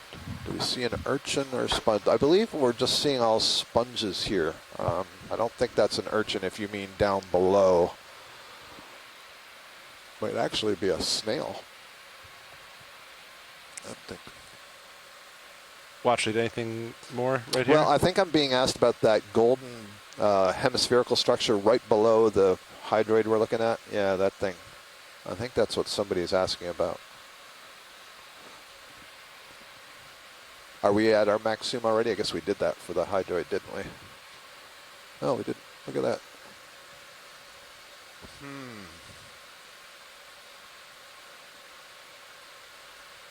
I'm gonna throw out sponge, simply because of all the sort of anchoring lines that I'm seeing, but no, I don't think it looks like that urchin that we saw earlier. Spiny ball. Oh, above the hydroid. Okay, sorry. What they were actually asking for was above the hydroid. Copy that.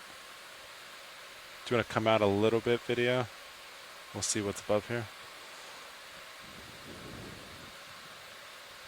So that, come in center? Oh, there we go. There's the urchin, the upper right. Oh, Very long white urchin. spines. Yep. Okay. Yeah, we saw one of these earlier, Chris. So this is at least the second one today. Let's get a quick zoom and then let's move on because we want to see if we can get to the top in a timely fashion. Copy that. Video, come on in. And video, is there any way to brighten up at all? Or is this it?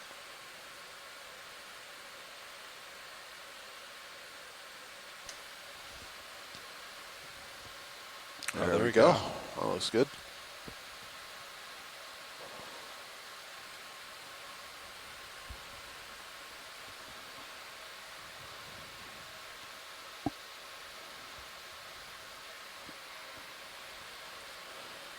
Okay, let's leave that at that. I'm sure I'll hear from Chris shortly with a potential ID. Sounds good. Thank you. Video, you good with that? Okay, come wide, we'll keep moving.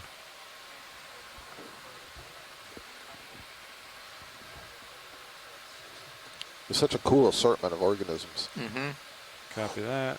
I'll center up, we'll keep moving.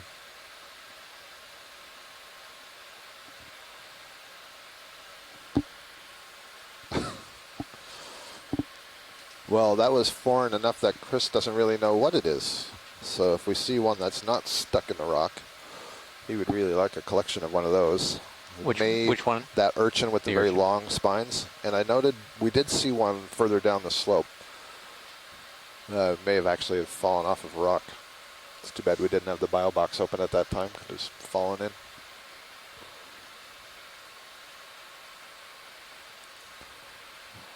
Possibly a small sideroid, with crazy long spines, as he says. It's a technical taxonomic term. This terrain looks like it shifted a little bit. And so we're now about 50 meters from Fernando, the do you want estimated to, summit. let's see, So those center are up as I 50-meter move over contours, there, or we kind are of those 100-meter contours? follow this. I think they're probably Yeah, They look 100. closer You know. back to like 300 or 280 or something. Yeah, something like that.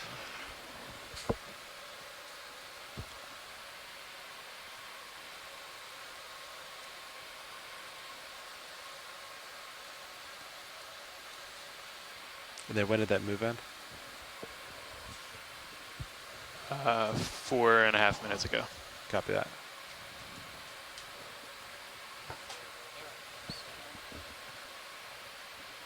I'm finding it interesting, again, how much sediment there is Copy that. and how few outcrops there are. I would have expected more outcrops and less sediment. Yeah, and it's, superficially, I started to think that, this is, kind of a Let's see, you're older, looking at about inactive, 50. less active feature. It's not necessarily just from the sedimentation, but from the amount of talus and the amount of exposed inner portions of these pillows and the How less do you guys feel about outer, another 20 meters? fresher looking glassy At, surfaces. But those were near kind of Like 290? the base, not the base of the feature, but halfway up the feature. That feels There's also great just about so that. much sediment draping it. It's hard to get an Copilot, you feel idea good about that? without knowing the depositional rate, how old 20 some of these meters, flows are. 290.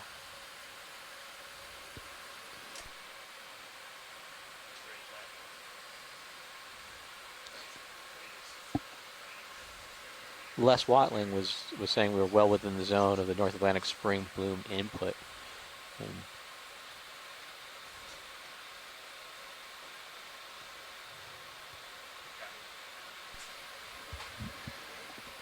Looks like there's some more rocks like 20 meters out from D2.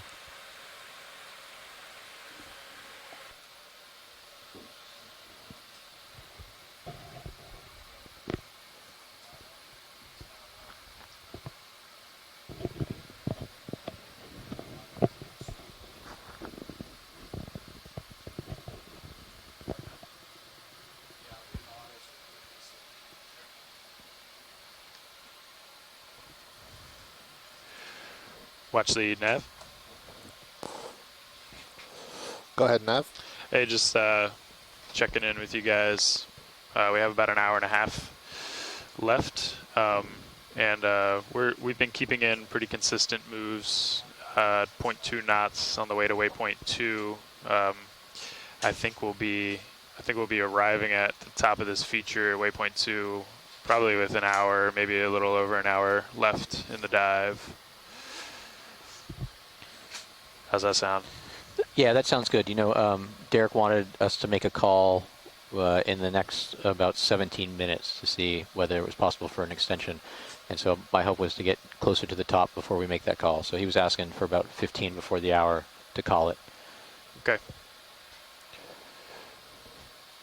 Well, we'll keep moving then. Yeah, I like the speed. Roger. Thank you. You got it.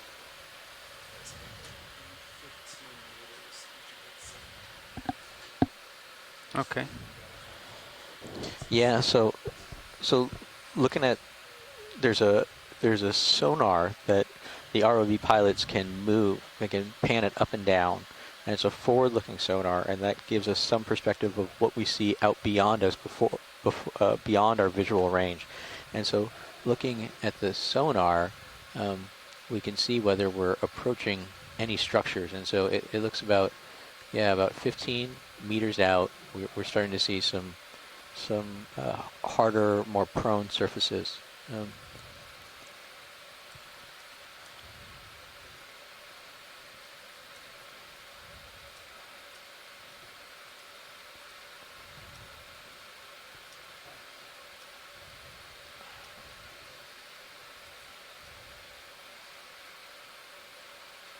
And so another one of those glass sponges on the bottom left of the screen that we saw earlier. Yeah, the vase type ones, I think they're Yeah. like Euplectella, something along those lines. Euplectellidae is family. There's several different species, but they grow in this tubular shape. Again, a lot of complexity the way the silica fibers are set down. And most of them have kind of like I think most of them have some kind of a sieve plate across the top, or it may be that you can separate different families on whether or not they have that sieve plate on the top and the structure of it. and it's the ones that have the sieve plate that's kind of interesting because there may be shrimp larvae or amphipods that get inside when they're young, and then they molt and they get too large to get out of the sponge, and so they spend their life inside the sponge. What was the heading of the last ship move? A prisoner of their own making. Yep. 290. 290, okay. I also believe in that circumstance that it's a male and a female, so you know it's a prison of their choosing. Oh, like a little house. Move Yep, complete. exactly. Our house in the middle of our street.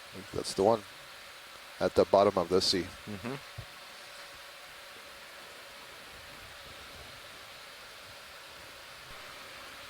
Oh, finally another sea cucumber coming ahead.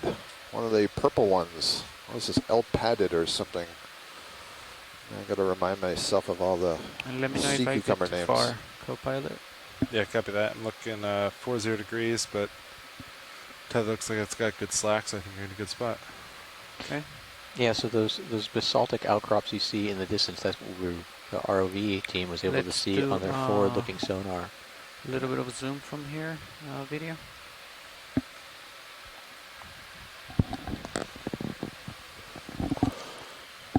There you go, that's good. Yeah, good. So again, it's a deposit feeding echinoderm. I like to describe to my students, if you take a sea urchin, that hemispherical ball, and you stretch it out long and you plop it on its side and you make all those spines disappear, you basically, and you make the body soft, you basically have a sea cucumber. That's a lot of things. It's a lot of things to do, but that's what it is. It's kind of like if you put me at the bottom of the ocean, take away all my limbs, make me purple, put my mouth in my chest, and then put me upside down. It's actually not like that at all. No. Because these have tube feet like the urchins. Makes I should have sense. started there. There you go. And you can see the intestine is just packed with sediment. All right, let's come out. Thank you. It's the second one we've seen Might of go, that morph today. Now, was that, so the golden one we saw, Yeah. Are those closely related? I think or- they're very closely Yeah. related. And to the lower left, just passing it, bang, hit the bottom of the screen now. It's something, question mark, with a brittle star wrapped around it. All right. It depends how fast we're going, but if you still have the time before the move. Yeah, you're good for now. Yeah, if the I'll let you know sediment's if you causing a keep problem, we going. can just move on. But Yeah, let's come in video, partial.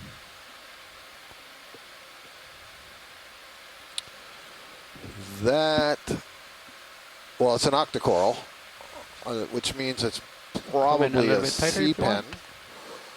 It's very interesting. Right there, that's good. Huh. It's got to be a sea pen. You see that it disappears into the sediment, so it's got the inflated peduncle. I don't usually see many sea pens that have brittle stars wrapped around them like that, so that's kind of an interesting observation. Thank you, pilot. That's good. Okay. Chris Ma suggests that was a We can come out synallactid video. sea cucumber. Thank you. That's the family name, Synallactidae. So pilot, So you what can were see you it. asking Mini about Zeus. that? Oh, the There's big relationship corals between up the there. one we just saw Oh, and yeah, the right. golden one we saw earlier. Yeah. Copy. Yeah, so I think it was Ken Sulak had said that he Yeah, they're not is- being picked up he on hasn't Sirius, seen they're a not too gold tall, but color one like that they're before. I definitely feel like I have, He's 4 meters tall. Yeah, but I don't know enough about the taxonomy to at know least, how much the color factors into if not 10. the species differentiation.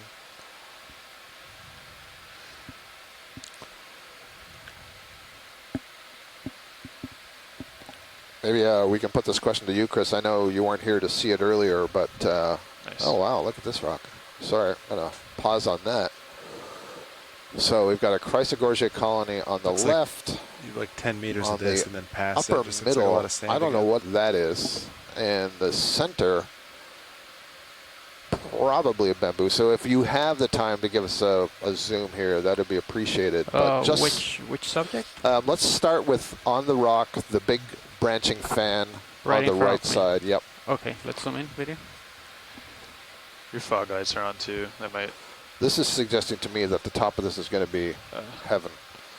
be blowing Okay, so out all you can this. go a little bit tighter, but not too much because I'm floating. So Okay.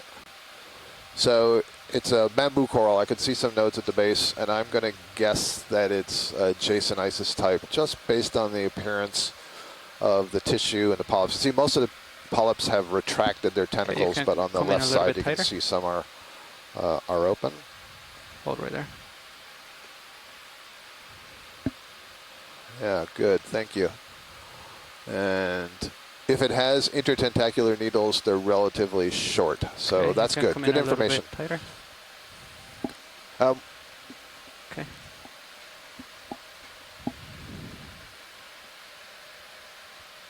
There we go. Yeah. Yeah, I'll bet that's a J-clade. Okay, thank you, pilot. So let's go wide Yeah, we can and then go look wide. to the left on the back side of this rock. Okay. To the left. Still in a good spot. Yeah, Alright. so that whitish fan-like structure. Right in the middle now, just above the lasers. Okay. Thank you. Let's get lasers on it. Nice trekking. All right. Let's go ahead and video. Okay. All right, so that's Lasers another off. Chrysogorgia. This is yet a fourth, maybe, different species that we've seen today in this genus, certainly in this family. Or this is another planar one. So we did see a planar one that had very few branches. It's possible that this is just an older version of it. And one thing I'm really interested in the center, there's kind of a ball-like structure. It's just to the left of center.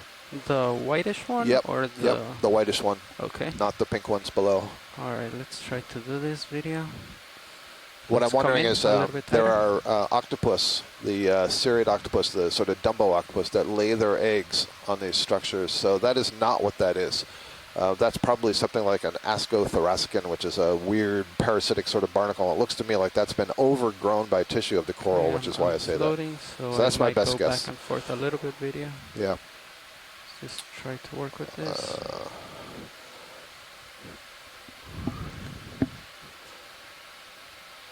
Okay, pretty stable. You can come in That closer or if you it's want. some kind of mollusk like a nudibranch. So I'm going to hope my colleagues have something to say about this.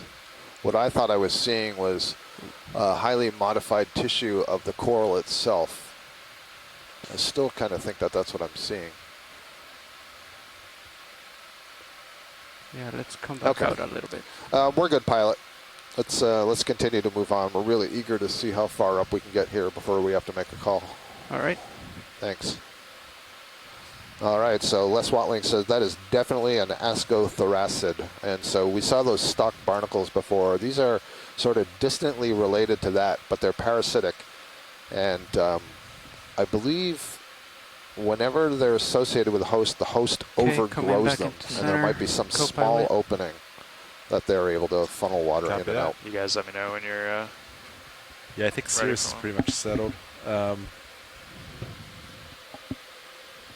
I mean, you can take a peek past this, but this just looks like sand. yeah. I'm rising a little bit. Copy that. Yeah, I don't see anything really. Yeah. Looks clean to me. So, okay. Agreed. You want- Please, yes. Oh, and Yeah, video Les and Watling saying in the pilot, chat room that fog lights are still Mark Greiger has 50% published a paper for your awareness. on those Negative, Rich. ascothoracicans You always that are take 'em off associated or specifically leave 'em with on, depending on Chrysogorgian what you guys want. octopus. So You there guys may wanna be a move? close 2-0. parasite-host relationship is the 290. implication there. 290. And I would Yeah. be good Chris with that. Ma also Sounds good to found me. an ID for that sort of golden green sea cucumber that we saw earlier. Yeah. And it's in the genus Benthodites. So it is different from the purple one that we're seeing. But I'll bet it's maybe the same family. Has the same sort of structure, Yeah. the structures on the back and the frill around the edge, the margin.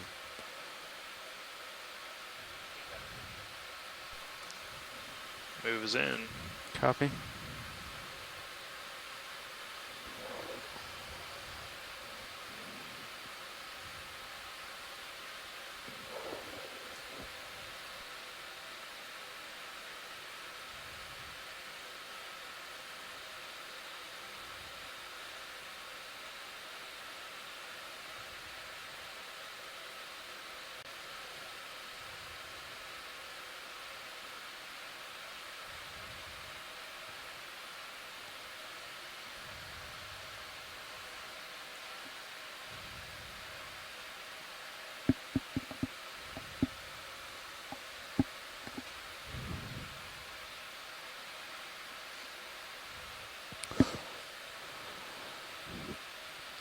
Pilot, would it be asking too much to trip a Niskin bottle here?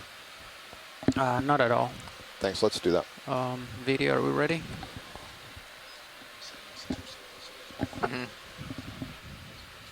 Yeah.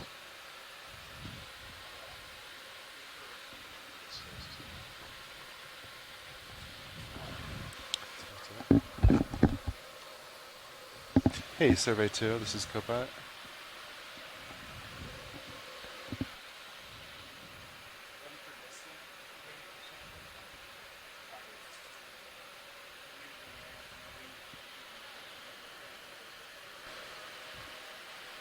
Okay. Alright, I hydraulics think are up. the clipper is ready for the sample. Watch lead. Copy that. Velcro's on. Reset. Okay. Nav, you ready for this? Firing Niskin bottle in 3, 2, 1. Confirmed. Niskin Okay. bottle fired. Did you copy that? Watch lead. Copy, thank you. Okay. Valve Sample packs has been off. noted. Hydraulics off.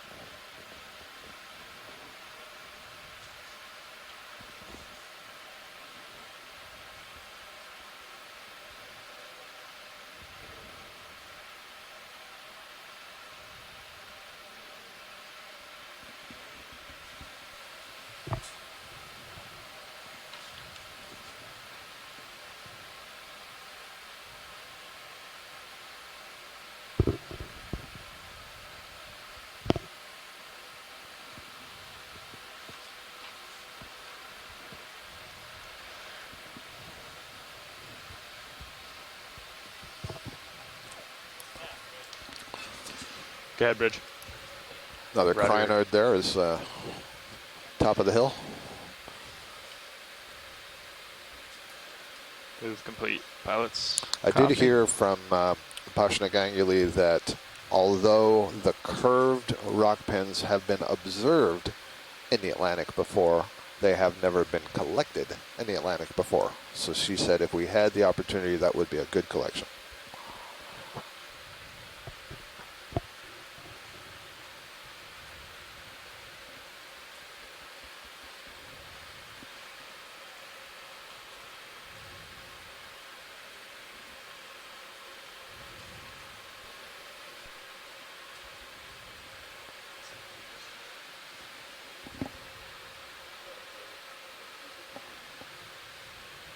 A lot better.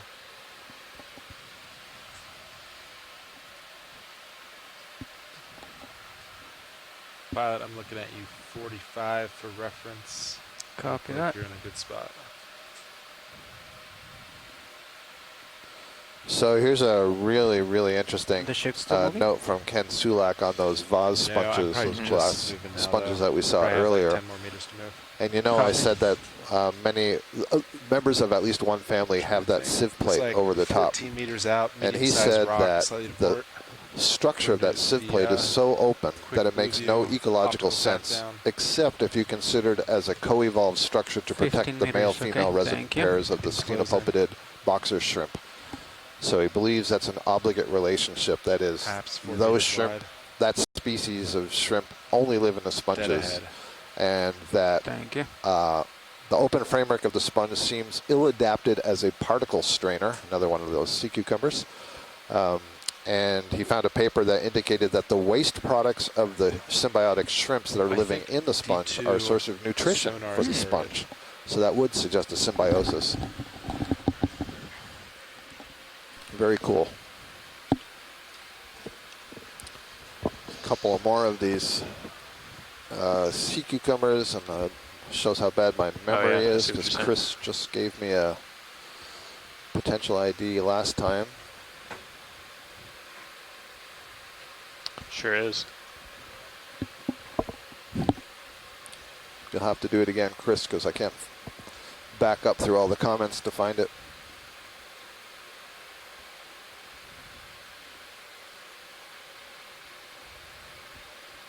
Steady. There's a further conjecture from Les that maybe that open that sid looks plate good. protects the shrimp That from medium? fish predators, but is big enough openings that particles of food that the shrimp want to get go through there. That's kind of interesting. Excellent. I was looking at it for like an hour and a half, and I This didn't even this notice. brings up maybe one of my favorite philosophical razors, Newton's flaming laser sword. That which cannot be tested by experiment is not worth debating. You are no fun at all. Yeah. That's first above Hitchens' razor, which that can be asserted without evidence, can as All right, I easily think be without- dismissed without without evidence. moving. Do you guys want to get? Yeah. But very meters interesting in? hypotheses Yeah. on Yeah, both let's of get those. this. Looks nice Have you and ever been to a sandy and sports bar?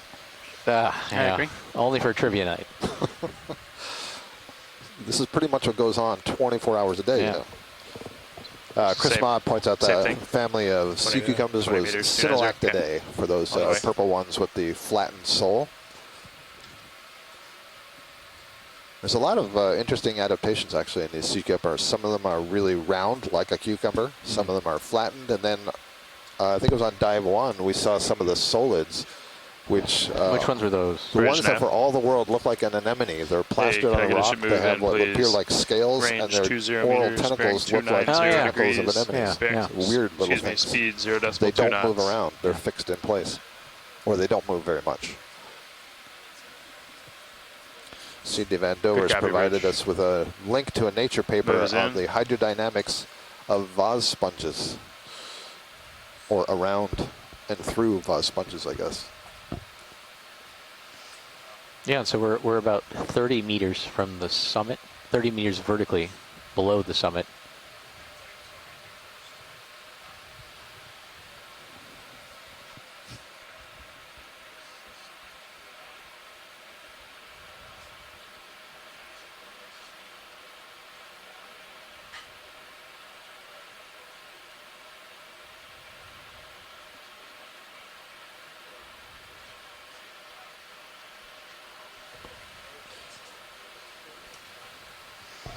Yeah, and so we're at a depth of 2,570 meters below sea level.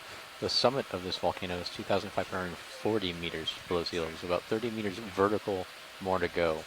We're on a composite volcano in the mid-Atlantic ridge that forms part of the Axial Volcanic Ridge, about 420 rock. miles Yep. north of the Let's Azores. check it out. And I was, oh wow. Nice rock.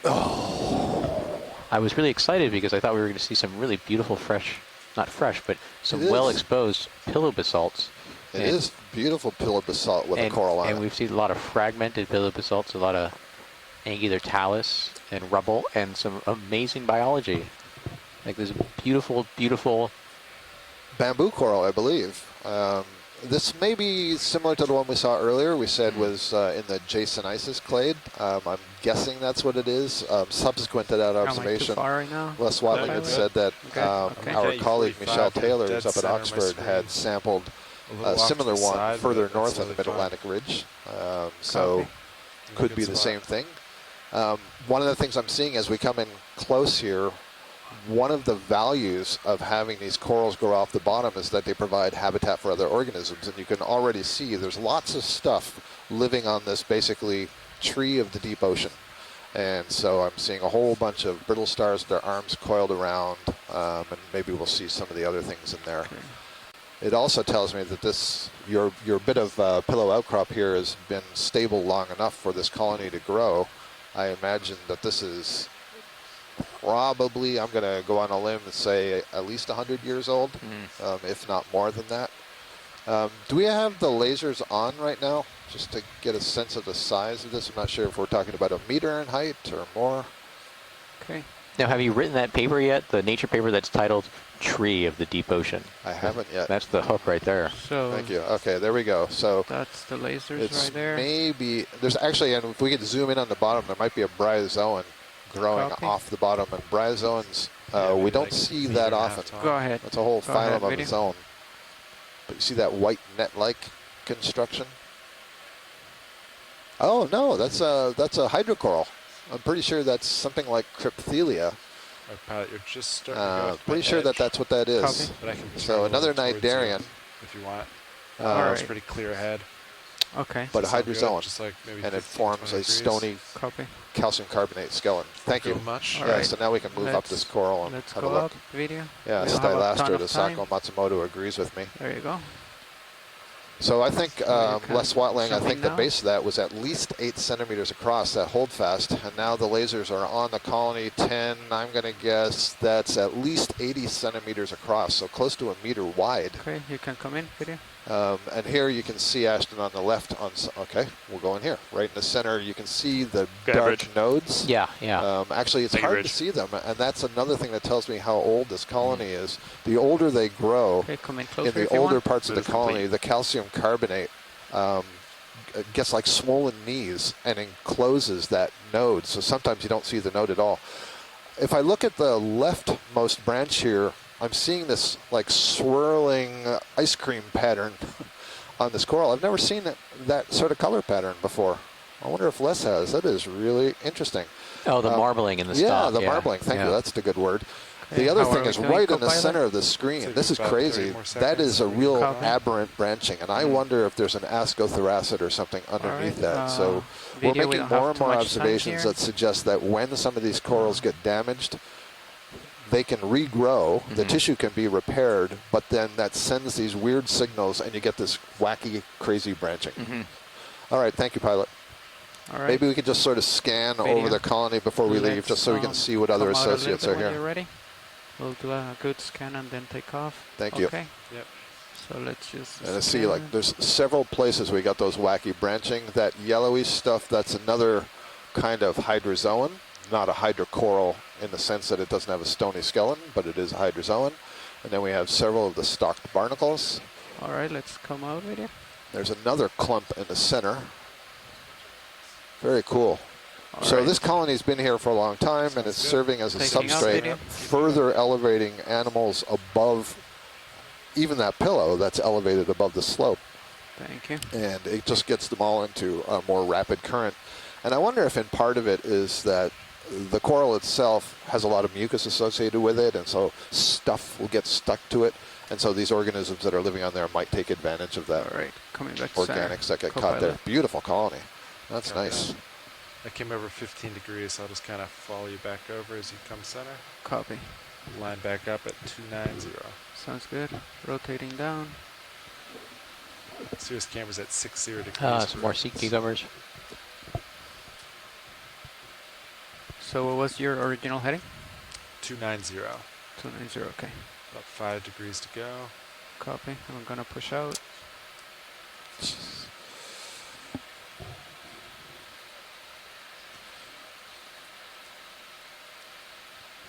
Okay, pushing out.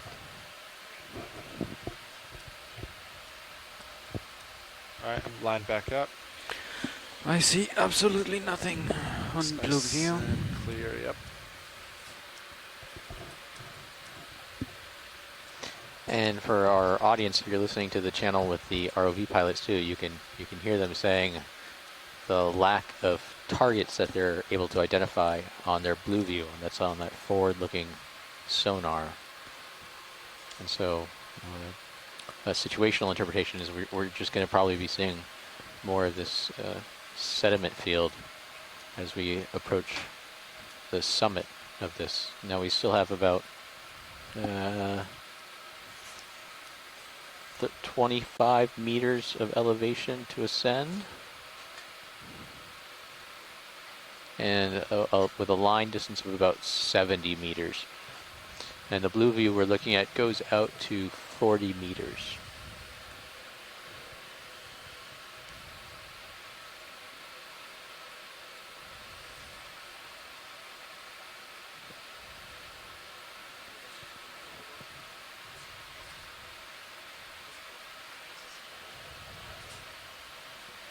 that just bioturbation, or is that something in Yeah, the water? you know, I saw that on the bottom. I think it's just a there's a groove. There's camera. another one of Yeah, the trees. prototylum is what. Which is there. Let's just have a quick snap zoom on the squat lobster. I think it's the first one of the day. Go ahead, video. But just off this screen to the lower right there, that's a prototylum sea pen. Rupashna Oh, right identified that earlier. Yeah, so that's a squat lobster, Galatheid crab. And there's two main groups of these, one that associate with corals and sponges, and then one that are more free-living. This is of the more free-living variety. Thank you. Okay, I and think, then did you say Unidopsidae, something like else? that. Let's come out Or video. Galathioideae. Somebody will help me. There's another Xenophyophore, that single-celled organism that builds the mud test.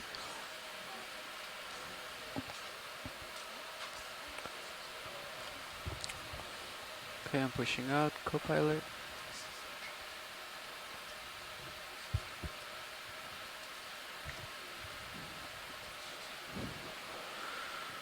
There's another one of the sea pens that we're passing over now. This is kind of what I would have expected in a deep, soft sediment area. Yeah. Lots of sea pens. Some of those sea pens are able to retract into burrows in the surface, in the sediment, which is kind of interesting considering they have a central skeleton to them. So they sort of drop down as a straight stick into a, what I assume is a pre-dug burrow.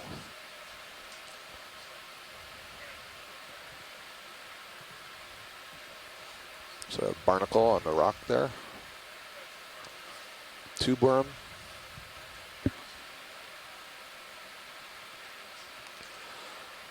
I also kind of expect to see another kind of bamboo coral called Acanella, which the Mariko Alright, project about did done find swinging. somewhat shallower, but in this general area, But if you want, we can get over 20 northwest, meters maybe Sound 80 good? miles Same north. thing? With that.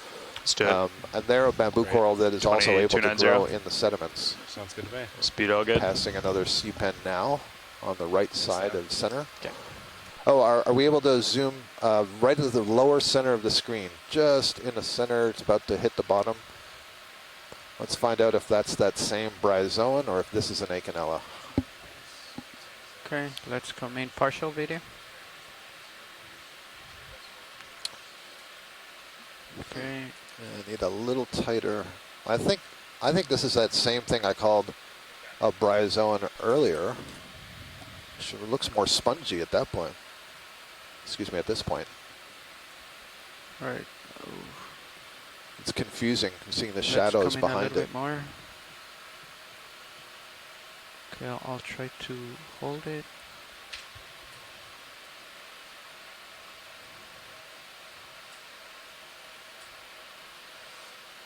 I can't quite tell what it is.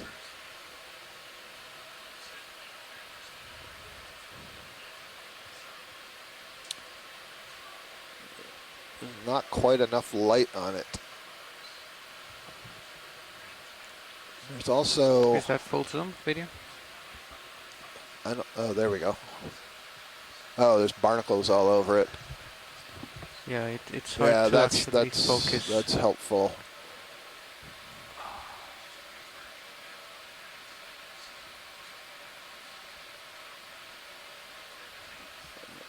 Yeah, there we go. So that is a bryozoan. I can see the small lophophores sticking out of some of the sides here. So that's great. Thank you. Yeah, let's come So on video. It's confirmed. just It hard also to has an amphipod keep it hanging on the side of in it. center. So that's interesting. So the answer to your question earlier, I believe they're growing right there, and it was Yeah. not dead. Not dead. The one we saw earlier. Yep. Or But that one. it does appear to have been settled on a very small cobble. So it doesn't anchor itself in the sediment.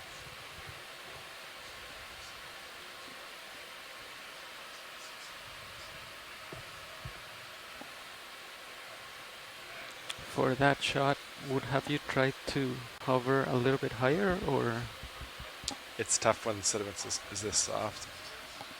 You try to be super gentle and like land. but you actually would try to land? I don't know. On this, Because like maybe I feel not. like if I touch the sediment, like it starts coming on like Yeah. right away. So you can kind of gamble and like try to be super gentle touching down. But then if you move at all, it's That gonna was be actually sediment. another good example of, you put up that tree yeah. and all these other things sort of settle on it and potentially grow. try, like, So otherwise it'll sea of sediments. Auto depth or auto altitude potentially in a terrain like this. Just kind of float and do it. Yeah, we have pretty. But then it even knows. So it looks like we're probably going to get some rock outcrop again about So it's not gonna 35 meters ahead of us. It's not a perfect solution. And so that's probably about If So when I you're like see super zoomed halfway in. the something over distance. here. About I think I may have 30 just meters seen that one of way. those heart to urchins the summit. Certain pixel moving too. through the sediment there. Sirius is seeing it maybe 40 meters out.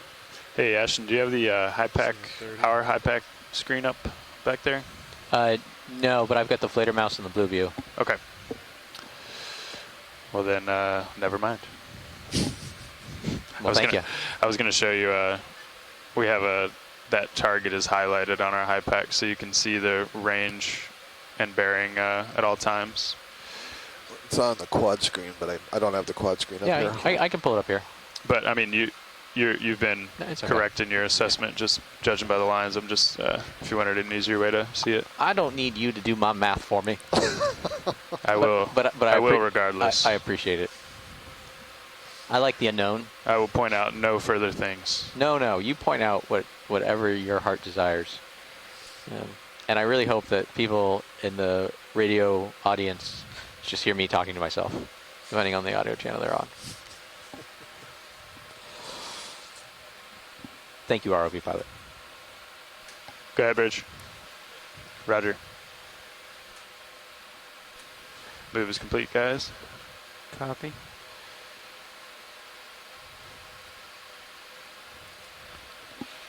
These two little rocks look like they're sort of standing out. You think those are rocks? Well, oh, they're Holothurians. Yeah, I think. Do you rotate a little starboard, pilot? Yeah. The student has Do you want passed to the line up with you a master. little bit? Oh, I just assume now, whenever I see a. Center this up. Makes a lot more sense. Yeah. Whenever, when I see a dark we purple hot wanna dog on the seafloor. actually head that way, maybe? Try it. You're pointing that way. That's what I get kinda for leaning line a back little in more my up with chair. you. Yeah. Does that work, Nav? No, Yeah, but these are the ones Yeah, that Chris had you're saying identified as starboard or port? Synallactidae earlier. I think I see starboard three of them. or These three this two, way, or and then just there's like one further up off I screen mean, now to you're the right. kind of center, right? Or Yeah, there's just harder targets a little to starboard. Yeah. okay. Just depends what you want to travel on. All right. So I mean, they're ahead of me right now. Let me just turn a little bit more. Oh, you're starboard, co-pilot. I got you. Yes. So starboard what you're relative to seeing right here is Sirius. probably like this one. It's probably just all of this. Okay. It's probably like this. We could do like 300, 300. You want to line up at 300, pilot? Okay. It's 10 degrees starboard. 20 still work? So one of the resources that's available on the Ocean Explorer I think website so, right? is Like the it'll take us benthic up to animal here. guide that's 20? been put together Yeah. following many Sounds years good to me. of exploration Copy by that. the 20 Okeanos meters Explorer, at as well as 300 on the some way. knowledge from work that had been done in the Central Pacific by the Hawaii Undersea Research Lab. And it's a really valuable resource. And you can, anybody can just go onto the website and have a look at it themselves. So I'm looking at it right now under the section of Holothurians. And I see that these purple holothurians do seem to be the same genus, Benthidites, Right there, I'm looking as at that 300, gold-green so one that we I'll saw probably, like, earlier. Get around here. Sounds good. Okay. Yeah, Sirius heading and compass seem way better today. Several more of the Nice. Whatever Andy did. Xenophyophore single-celled Auto-headings, organisms that build super good these compared mud to balls. what we can see. And then this tube that's in the very center is a worm tube, polychaete worm. Yeah. That's a suspension feedings fan worm.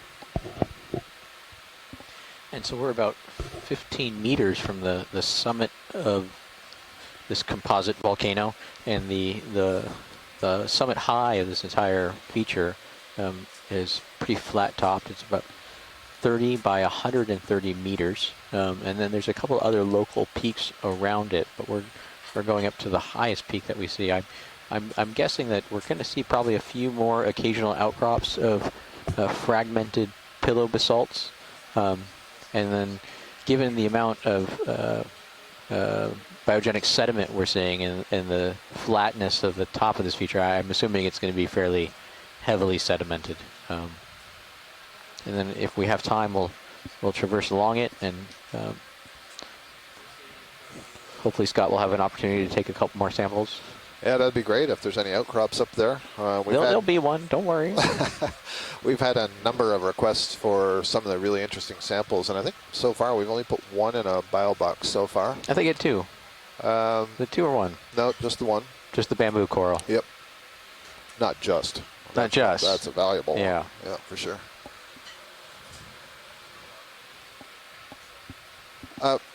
Sorry, are you moving too fast to just look at that thing that went off screen lower right? You have to let me know what it is. So this one Yeah, right here? right there. Yep. Oh yeah, I hadn't even seen Thank you. it. Yep. It looks like a crinoid that maybe has a snail on it, and if that's the case, Chris Ma is going to get quite excited. Oh. I'm sorry I didn't see it earlier, because yeah, now I understand we're stirring up the sediments. Oh, yeah. Let's see if we can get to it from this side. There you go. That's a little bit better.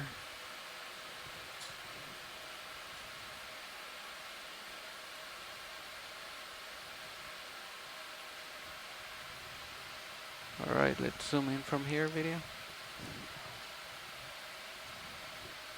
Hold right there. Now try to approach it slowly.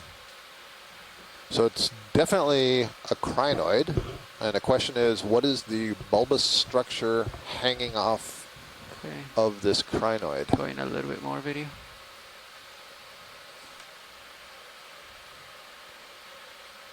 I think it is one of these snails. Sometimes my eyes just amaze me, and I think it's laying eggs. I think that's what those orange things are, and the ribbon curled around that. So, Chris, I hope you're still around. We made an observation of something like this in the Pacific. Full zoom. Chris got really excited because it was something that he had only seen from the fossil record, didn't have any records of it being known alive. And as far as I know, it hasn't been seen since we made those observations. And in fact, the ones that we saw then, this was in 2017, also were laying eggs. So this is a really good observation. Yeah, Chris just said, ooh. Move complete, pilot. Is it possible to make a collection here? You tell me. Move the ship back. Okay. We'd have to back. Hey, watch shades. We'd have to backtrack. Sorry, the ship if you want to collect I can't hear you. I think you're muted. Whoever's talking to me was muted. Not muted. Or I didn't have them on. What he's saying is that we might need to backtrack the ship a little bit if we want to collect this, just a few meters. Yeah, no. Well, let's stick with our main priority, which is getting on top. Thank you. I appreciate it. That's a great observation, though. Thank you. Then, pilot, if that's the case, I would, yeah, Chris, I think it's both laying eggs and coprophagy. Yep. Pushing out. Well, actually, I guess I can't say the Camera's at coprophagy because I could see the proboscis, preference. and it wasn't on the top of the crinoid. It was around the side, basically where the eggs are. Yeah, we already had the ship move in to try to acquire the top of this feature, so it would have meant a lot of lost time trying to back up, basically.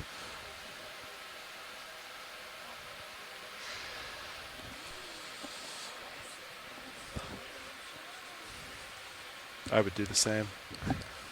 Yeah, so Chris, did anyone follow up on those observations that were made in the Pacific?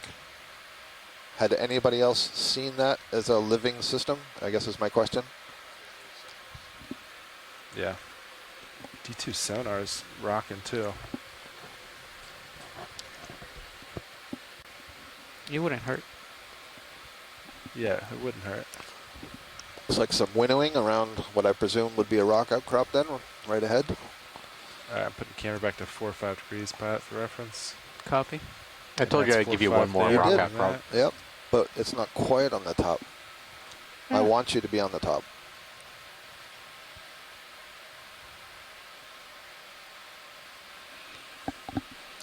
several crinoids. Another Larger rock outcrop to the right. there, Yep. Crinoids and sponges.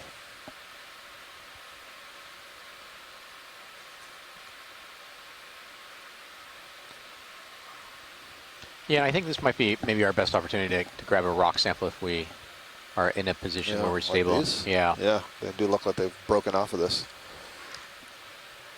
So the ship stopped a few minutes ago, right?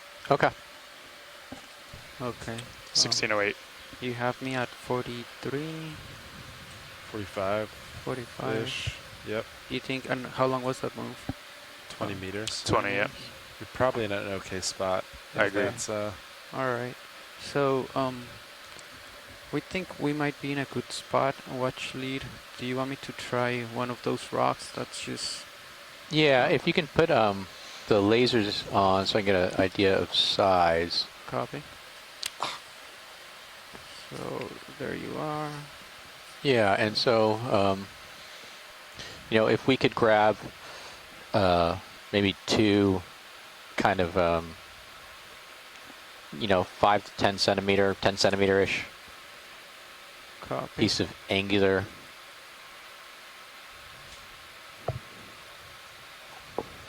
So I'm worried about that rock. Well, not really. Like, the arm like rubbing yeah, up against yeah, it. exactly. Yeah, so you could twist a little more clockwise, so it's a starboard, Yeah. Agreed. and then you can get like your port toe kind of resting in the sediment. All right, let's try that. Nav, when did that ship move in? 1608. Copy. All right. I can, I've got serious view up down here, co-pilot. Keep an eye on you guys. Yeah, I think we'll be okay, but I agree. I think it'll be fine. All right. How far would you actually push down against this sediment? 35% to stay steady, or a little bit more? I would say like Z-bias is pretty much at 33 Yeah. right now. Yep. So just a little bit more? 38 maybe, like just a little bit, I think. Okay. It's pretty soft. I don't think you'll need much. You're also gonna, your left toe is gonna hit before your right. You can see in the manip cams. So you don't want to push down too hard because then you'll start rocking on it. Yeah. All right. So just like So let's try that. very light, and then That's joy lock engaged. Looks pretty good. Okay, it seems we're stable. And then we're good with that camera. All right. And then we would sample. Do we have both boxes open? Yep, everything's open for you. Okay. I'll put All right. your mini Zeus up. Yep. No, not necessarily. Yeah, so I'd like to Your grab, hydraulics are you know, spun 2 or up. 3 rocks in here, kind of a range of sizes, you know, And then upward size, not too crazy. if you go for port, just remember that we have to get the lid first. Copy. All right, so I'm at a good distance. Just maybe try that one and that one. Hopefully they move. We're good, right? Looks good to me. Okay. Then, okay, I think I will try port. So let me actually first turn it on. Try to make sure that we can move them. And we'll go ahead, okay. Hydraulics are on. Yep, okay. Arms coming live. There we go.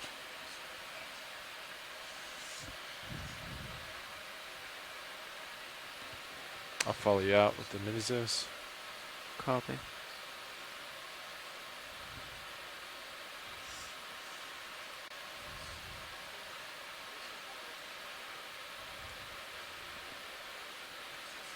Kind of center up on you. Copy.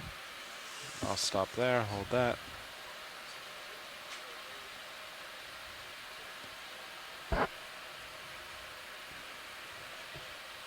Alright, so we're right there. Gonna clamp. Okay. grip lock. Alright, let's see if they move. Okay, that one definitely moves. What about this one?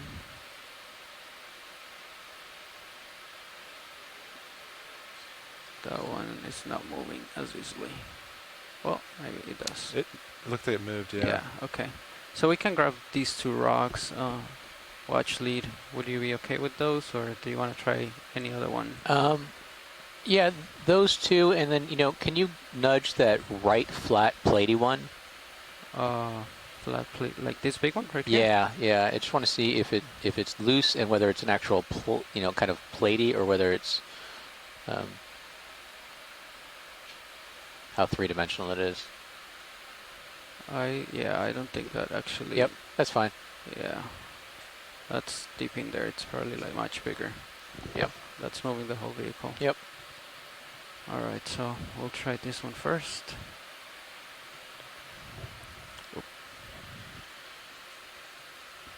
And then, yeah, pilot, just a reminder, depending what box you want, you might have to open the lid if you want to go for port. Yep. Okay, so. All right, would you bring the wing in a little bit? Yep. Let's see. Coming down. Valve packs on. Winging inboard now. All right, perfect.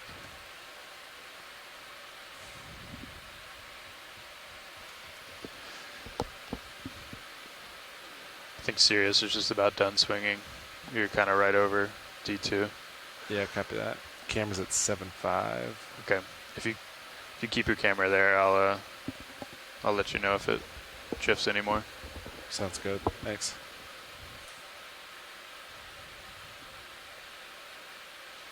All right.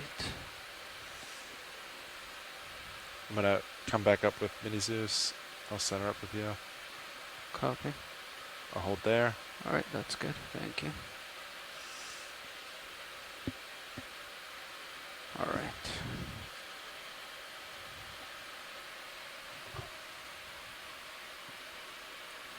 Okay, so grip force 5, that's fine, right? Yeah, There's sounds no good. need to change it. Okay, so would you go a little bit in on both cameras video, please? Okay. Yeah, a little bit tighter on Minisus. That's good. Okay, thank you.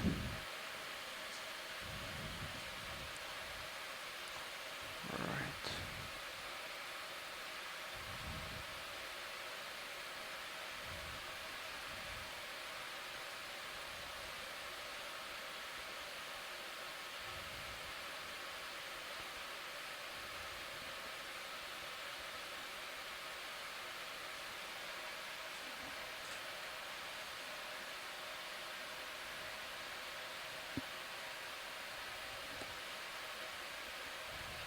Okay. And then come out on the Zeus.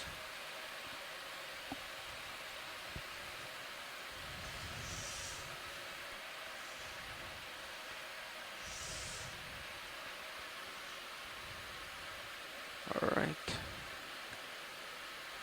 Rotate down a Mini Zeus. Thank you. Okay, we have a good ID video. All right, let's put it in. Do you want to come out on Mini Zeus a little bit? Yeah, well, I wasn't using it, but yes. Oh, okay. Yeah. Thank you for letting me know. I was gonna look at it and then it was gonna super blown up. All right.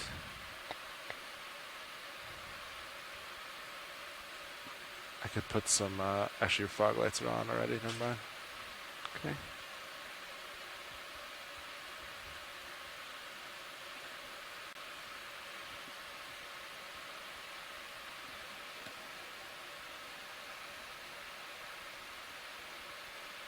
All right. Yes, sir. Nice. Do we go for, are we doing multiple samples? I believe so. Yeah, Okay. let's grab 2 for sure. The second Just one. I'll center back up on that secondary rock then. have the best Let chance me of getting something see if I useful. actually, it should reach, right? To that one. No problem. I think it should be good. Okay. If you need to, you could always Alright, auto yeah. head to port a little bit. Copy. Let's try that.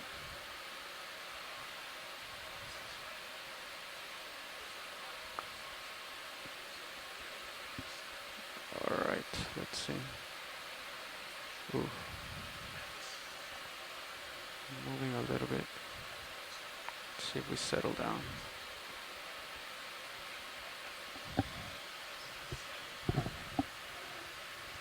And so we're currently, if you're just joining us, we're sampling some pieces of basaltic talus that have fallen off of this large outcrop to the right of us, most likely. We're near the summit, and we don't see much in our blue view sonar ahead of us. So there's not a lot of places that this rubble could have come from. It's one of the things we're trying to stay cognizant of. If we're going to pick up a rock that is not being broken off a primary in-place location, we want to make sure that we have some constraint on where did it come from. So if we're sampling things at the bottom of the talus shale, they could have come from a wide range of places upslope.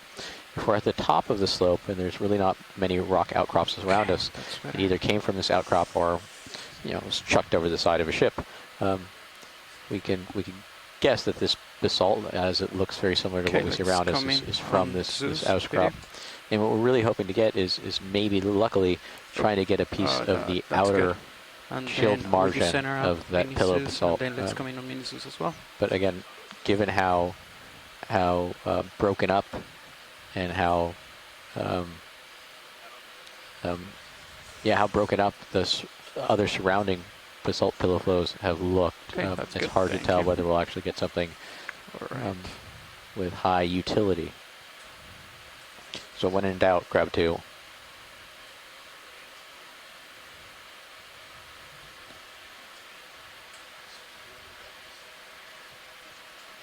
I was going to wait till the end. We're going to do it all as one sample.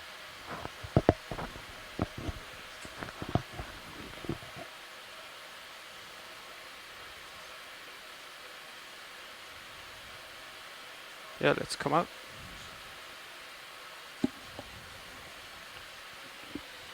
Video, let's come out on Zeus, please. Yeah.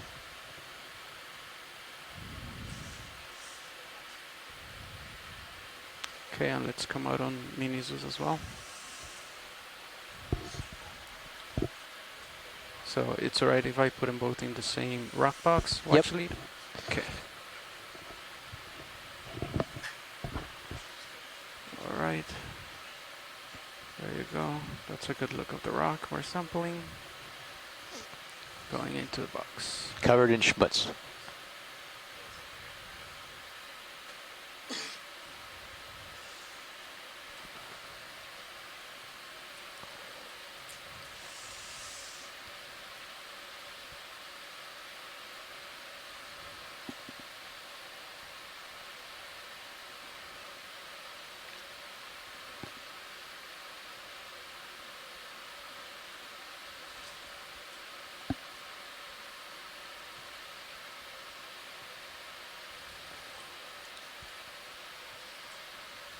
Oh, it stood on end. Okay. Awesome. Thank you. And then, Is there more? Or? No, that's good. No. that's just those good. two. Okay, so let's close it up. Okay. I want to leave you time to grab something gooey. Oh.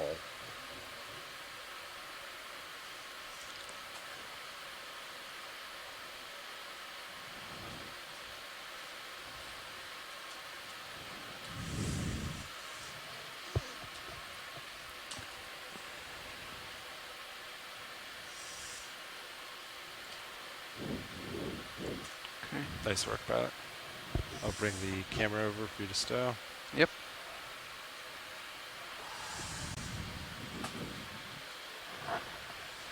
And then do we have the... Blades look out at this moment. Usually like them in. Okay.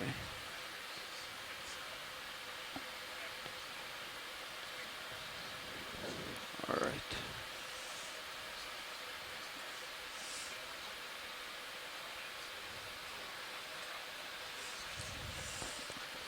I should take this opportunity to recognize right there, some of the shoreside team that have taken away from their Saturday to join us here. Disengage Really appreciate it. arm. So I'll read through some of the names that I see here in the chat room.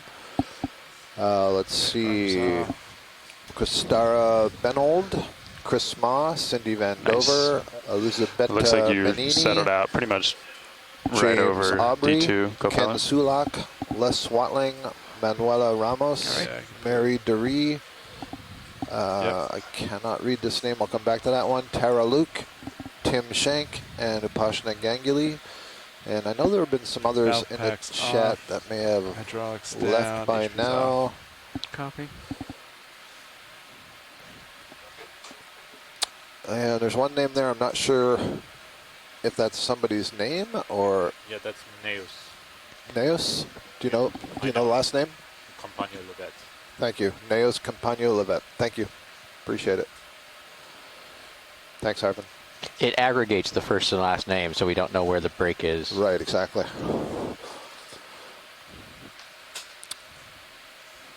Nice crinoid there with, can't quite tell what's wrapped around its stock. Let's quick zoom video.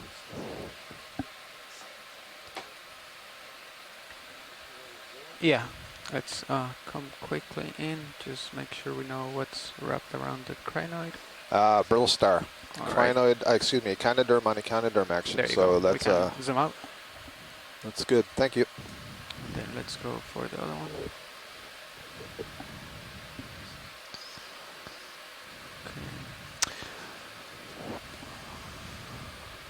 So did you see that rock that protruded like a big toe to the left of that? Yeah.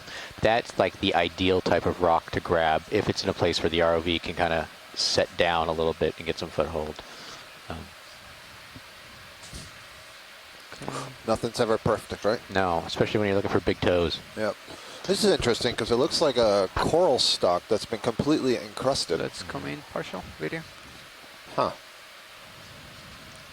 Hold right there. Oh, it's I guess it's a sponge.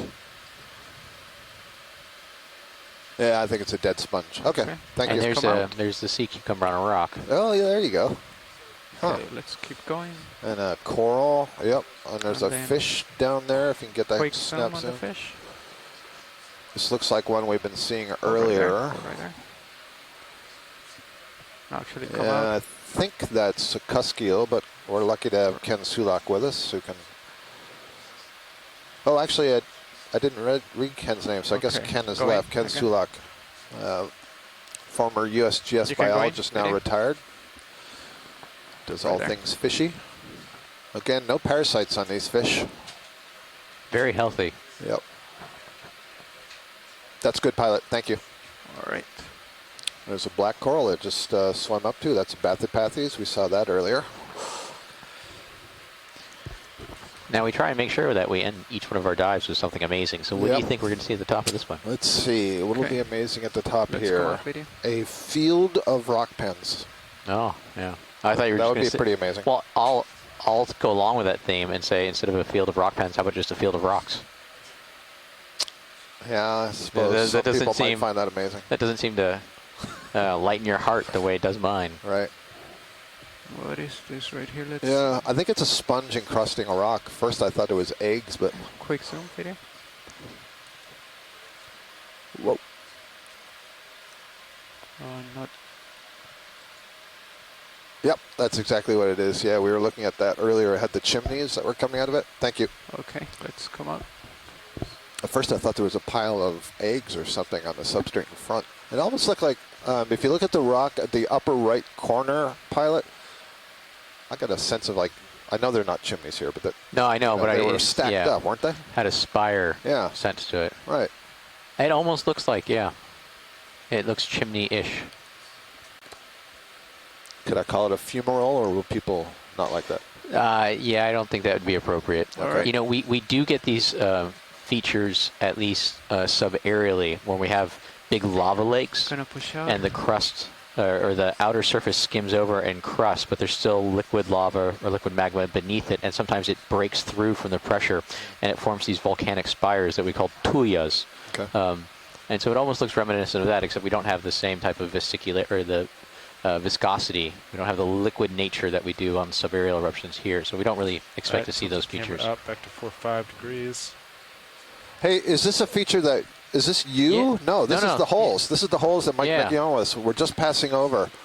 So I got to get back Hopefully to that paper. not too disturbed. Oh, but there's some more in the foreground, I think, too. So, Yeah, so Mike these- Vecchione wrote a paper, numerous sublinear sets of holes in sediment on the northern mid-Atlantic ridge Yeah. point to knowledge gaps. And so here are these holes. There's a holothurian bunch at of the them. end of them. Is there? Isn't that? Oh, sorry, over there. Sorry, I was no, looking not directly at the end. into No, no. But definitely,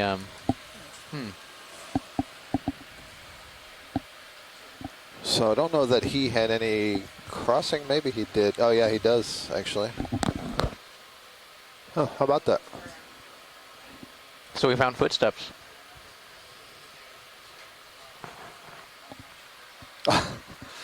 Now, Tara's got the right idea. She says a field of rocks covered in rock pens. There you go. We'll all be happy. All right, maybe I should look at the And so we're about, abstract here. we're almost at the summit of this feature. We're undergoing an ROV shift change right now. We're probably just Hey, pilot. Hello, co-pilot. less than Just a heads 20 up, you're kinda meters near the end of your leash. distance over Copy. ground So we are due for a move. to the top, but Sure maybe about are. just 5 meters of We're vertical gonna lead. about 300. And we're currently that's what we've looking been at doing. these Okay. It's little flattened out a lot with some outcrops here and there. holes, pukas. So We call them I in think they are Hawaii. interested in these kind of trails, These little holes these linear trails, on a with, linear like, ridge. kinda Oh. divots or holes in Is them. that Mike? Hello, Okeanos. Yeah, Yeah. Mike. Here's, All right. here's your I'll, opportunity. Just turned on my I'll kind of computer. try and take a look at them while Good I set timing. her I up. don't know if you've seen these before, but these are exactly what I was asking about. Yeah, no, this is the first, Mike, and we're very close to the top of this feature, which is kind of interesting. Yeah, Andy, I was just letting you get stretched out a little bit on the pilot Yeah, shift we've here, got but no idea I what guess as makes soon as these John things. gets swapped in, We don't even or know I if can go ahead and it's get a made by moving for you something now if you want. underneath Yeah, the I think surface, we can making go a ahead because there's a tunnel, bit of a delay, right? Understood, occasionally yeah, it's punching about up a 6 hole, minutes before but Sirius made is by feeling it. something, Okay. So we'll do walking along 20 the surface meters and at down through the 300 heading. You That happy with sounds that? good.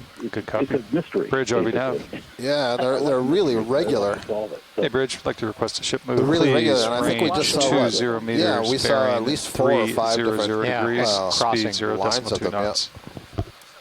We're just doing a pilot change, yeah, Mike, so and if you so, see any indication, okay. yeah, and when Good the copy, all. Thank pilots you, are Bridge. settled, we'll look Indication back. What's making them? That would be a good Is there thing. something nearby that you were looking Yeah, for? to the Marshall? right, Okay. we're looking at these lines of holes in the sediment, and we want to see if there's anything sticking out of any of those holes. Okay. I I can't go too far to the right at the Oh, moment. that's too but bad. Okay, so we may have passed them. But maybe it's hard to see if there's. I wouldn't be surprised if you see more of them. Yeah. Yeah, so let's just keep going upslope. I'm not sure if this is one or if that's a feeding trace. Yeah. You see the lighter colored part of the sand head through the sediment there? Let's Yep. head towards that, pilot. Okay. Thank you. And if you look in close, it's pretty easy to tell Yeah, I which think I ones can are just crashing, about which reach ones that, have been and then we just put sitting a for a move long in time, 'cause on the they- ship, which will they take fill in with, about 8 phytodetritus minutes or so. and things like that. to- Yeah, the ones we just saw Realize. previously look Fresh ones. pretty fresh in terms of they look like well-defined kind of cookie cutter holes, round cookie cutter holes through it. Yeah. I see one up in the distance now. Just Yeah. one line of them.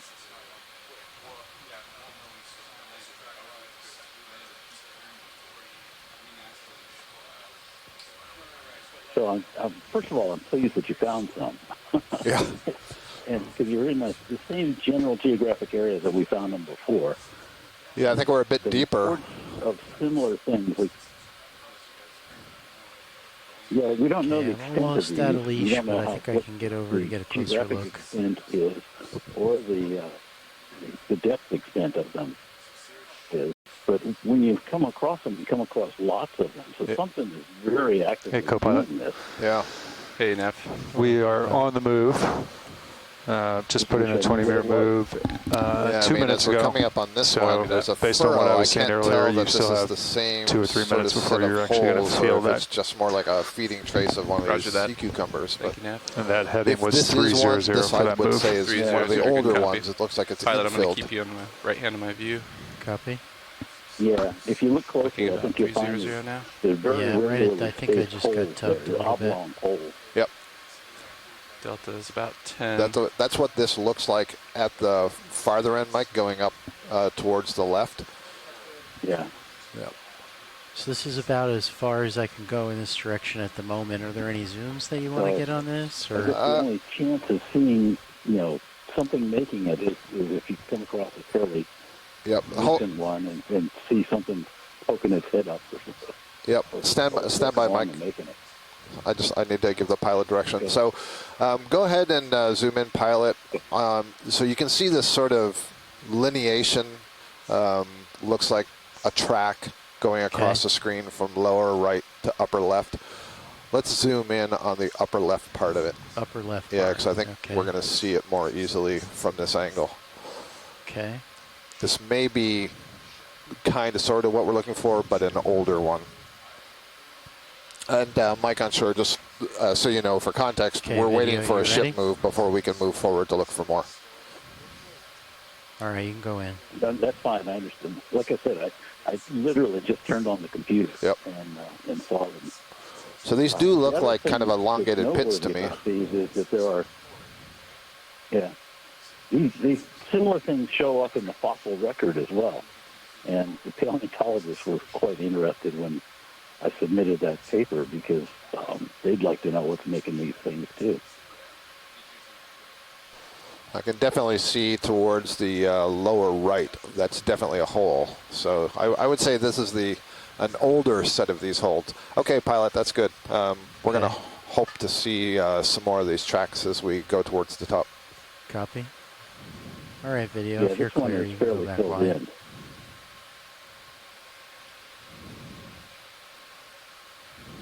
All right. Co-pilot nav. It's probably been what, like just 2 minutes, 3 minutes? Yeah, 4 minutes on that move. A little bit more I think I've said everything I can say about these things. Okay. I'm just Go ahead, going Rich. to shut up for a while and watch Ship as you move is cruise complete around. now, gentlemen. Copy that. Copy.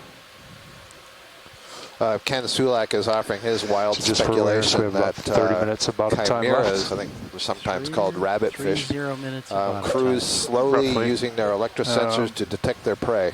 They have parrot-like you beaks and are equipped to crush mollusks and other shelled Setup inverts. time here. Chimeras descend to the bottom when such prey is detected. I can imagine a chimera So we're feeding gonna on a call linear that track, periodically About munching 20 minutes, actually. detected shelled benthic Sorry, invertebrates. I just gave you just So the lost 10 question I minutes. posed to him as well, Lost what? how deep a hole would they make? I told you 'Cause those 30, but it's did closer to seem 20. pretty deep holes, Okay. what I saw in your paper. Yeah, when you zoom in, they do look fairly deep, and they're Yeah, it also does look like you're very catching regular. up, doesn't Yep. it? It's not Co-pilot? like they find something and Oh, you rotated up probe too. for it. It's like something coming along. Either it's something at the surface is doing it. It's Yeah, I just think I, it's probing down from very the regularly. pass at the down I big got, line. it seemed like it was But the around other 8 minutes alternative is delay something subsurface, in fauna. from a ship that are move to just Sirius making move. a tunnel and periodically. I believe, punching Chris, up was it a little through the closer to surface. 6 or 7? I mean, yeah, it's roughly in there. Literally Man. have no 6 idea what minutes kind plus. of organism does that. Pilot, upper right corner, I think I see Upper another right. line moving Okay. off to the upper right. Yep, I see it. I think I can reach that.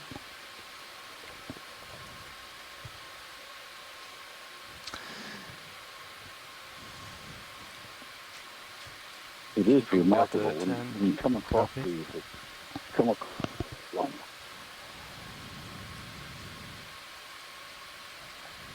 Still looking up at you, almost 30 degrees. Okay. Yeah, I can There's go one out to straight this ahead now. track, and then there's some rocks to port and starboard. Maybe look at them a little bit. I can't go much farther for the time being.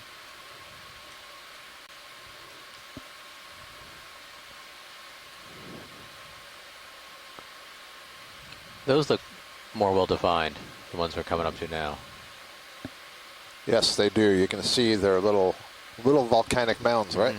There, I There you used go. it again. There you go. Thank you. We found the world's smallest volcanoes. And a whole chain of them. No, that's really odd. Yep.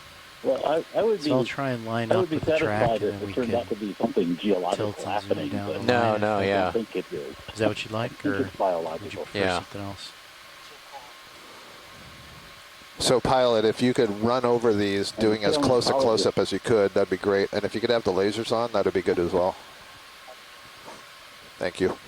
The paleontologists Okay. were pretty I convinced think that it's something going all the subsurface way that's doing down, I that, might 'cause not have when they enough tether for excavate that, or but when they see if I the sat down fossils, and I could they're zoom the whole similar way. to this. They're all connected subsurface. Mm-hmm.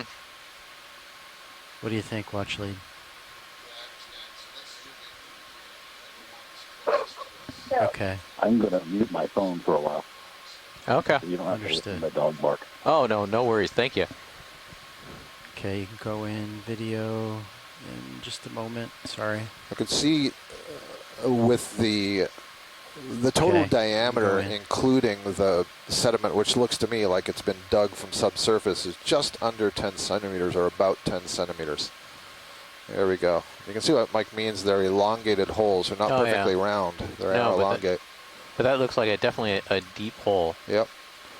So Ken Sulak had said that the chimeras have powerful jaws that project ventrally, so below the head, and are probably incorporate suction as well. So he could see them making these kind of holes, and he says skates do something similar.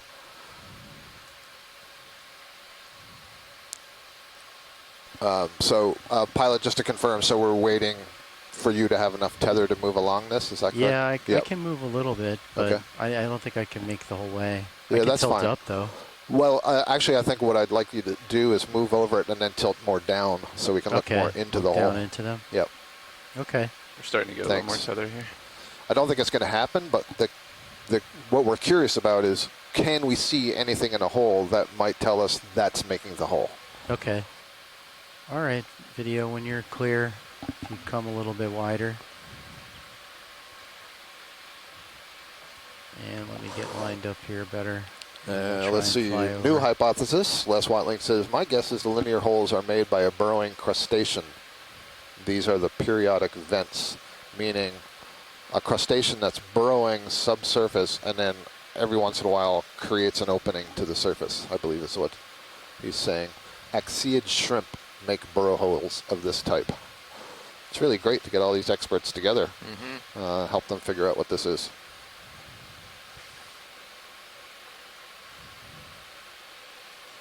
But it is peculiar to have the holes in such a straight line. Yeah, unless... And the regularity of the Yep. spacing.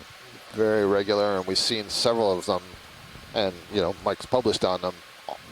They're always these very long, straight lines. I mean, the lines may be curving, but it's clearly in a regular row. Okay, that's The holes as far themselves down have some as I can elongation, go. like almost. Yeah, see, it's hard to tell if it's from the tilt but it almost looks like they're not cylindrical. Okay, you can come in a little tighter, video. It's not like the sprockets of some kind of a wheel of a trawl, right? Nobody's going to be trawling way down here. I mean, that's...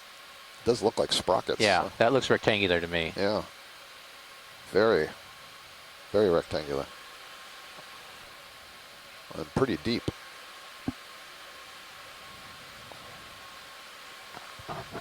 They're almost blade-like instead of rectangle. Well, yeah, that one's blade. Like the one before that was rectangular more. Okay.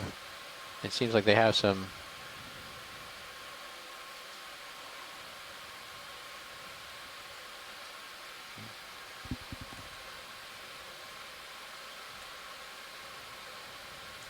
There's a little rock in my way.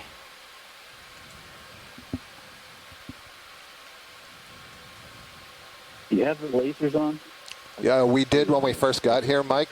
The lasers showed that the mounds that you see were 10 centimeters across. Am I off track? And so the whole... We could turn the laser. Could we turn the lasers back on? I think they're still on. It's just you we're can zooming go- in so much. You can go wider. Yeah, I mean, look how... Look, That's yeah, the fresh Where are one they? You're looking at I right don't see now. 'em. yeah. Look They're how up above you. And I Ah. just had to guess at the size because our lasers weren't working on the here. Norwegian ROV when we came across these before. All right. Well, here are the lasers, and yeah, those are much more rectangular than I assumed. Yeah, that's a very fresh track there. Yep. Oh yeah. I mean, looking in the hole, it looks like something just punched it. Well, It looks like a big wheel to me, I mean, except that there's no continuity from one to the next. it looks fresh. So when in doubt, go to the beginning of it and go to the end of it. Yeah. I think the closer one is the fresher part. The fresher These part, look, a little they're filled in. infilled over there. Yeah. So I think we're at the freshest end.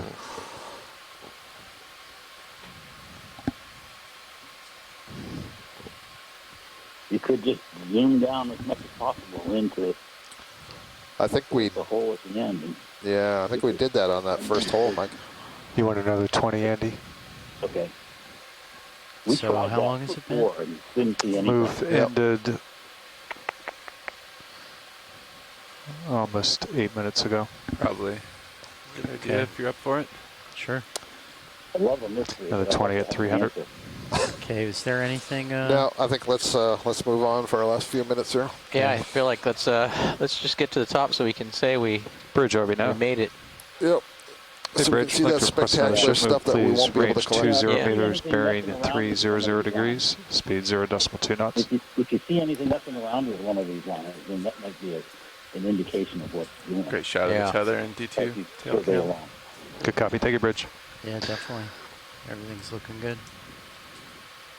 Sort of like the trenches that have been ascribed to feeding activity of beaked whales. Nobody's actually seen a beaked whale make one of those trenches. Right. It's just based on measurements. And so it would be nice to actually know for sure what's happening. About 15 minutes left, pilots. Copy now. Copy. Bottom time. 5 minutes. All right, I'm going back on mute again. Okay, so then in that case, we'd be able to get. So we just put a move in. How long have they been taking to complete? See that to me They've looks only like taken about 4 an old minutes to inactive complete. chimney. All right, so that's one move. Yeah. more So or less. those look like old hydrothermal vents to me. Is there anything that we want to see here? Watch leads.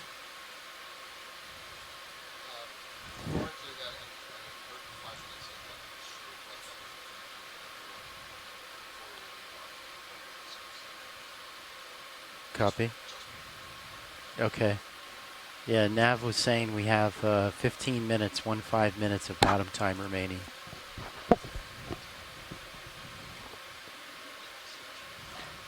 Well, did you want to get a sample of something? Nope, not right here. Well, I think let's just keep making our way to the top. I think these might be some old inactive hydrothermal vents, but Okay. I don't think we're spending too much time at them. It looks like there's some more rock ahead of us in the blue view. I think mostly right now I'm waiting for Sirius to catch up. Okay. While we're waiting then, in this sand pile on the rock directly in front of you, Yep. there's a coral growing out of the center Okay, at the top of the arrowhead there. take a look. Looks like a Chrysogorgia from this distance. All right, I'm gonna try and float for this one. It seems like a really silty bottom. I don't want to kick too much up. Do you All see right, what video. Cindy is saying? Mm-hmm. Yeah. You ready? Go for it. Yes, indeed. One of the bottle brush Chrysogorgia, and it looks like it's got a. Usually they have shrimp, but these kind of look like amphipods to me. That's good. Thank you. Okay. And I noted that just before you zoomed in, to the right was another one of the hungry sea anemones. You'd have to pull out on zoom. Okay. When you're ready, video. It's probably just off screen, lower right corner. Lower right. Okay.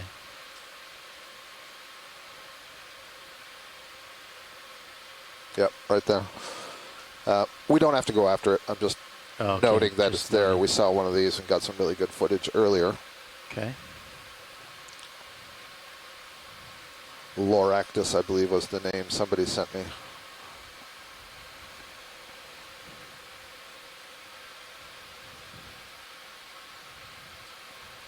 Los Actus.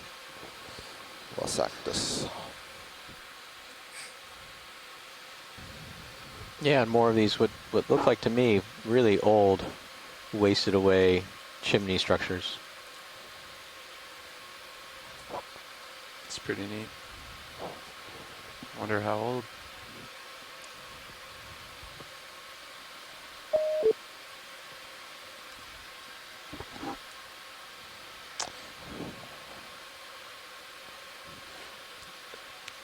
Is it possible to poke one? Sure. Yeah, let's give it a poke and see how hard it is, or whether it's still. Okay. Sirius is moving, pilot, but you have plenty of time. Okay.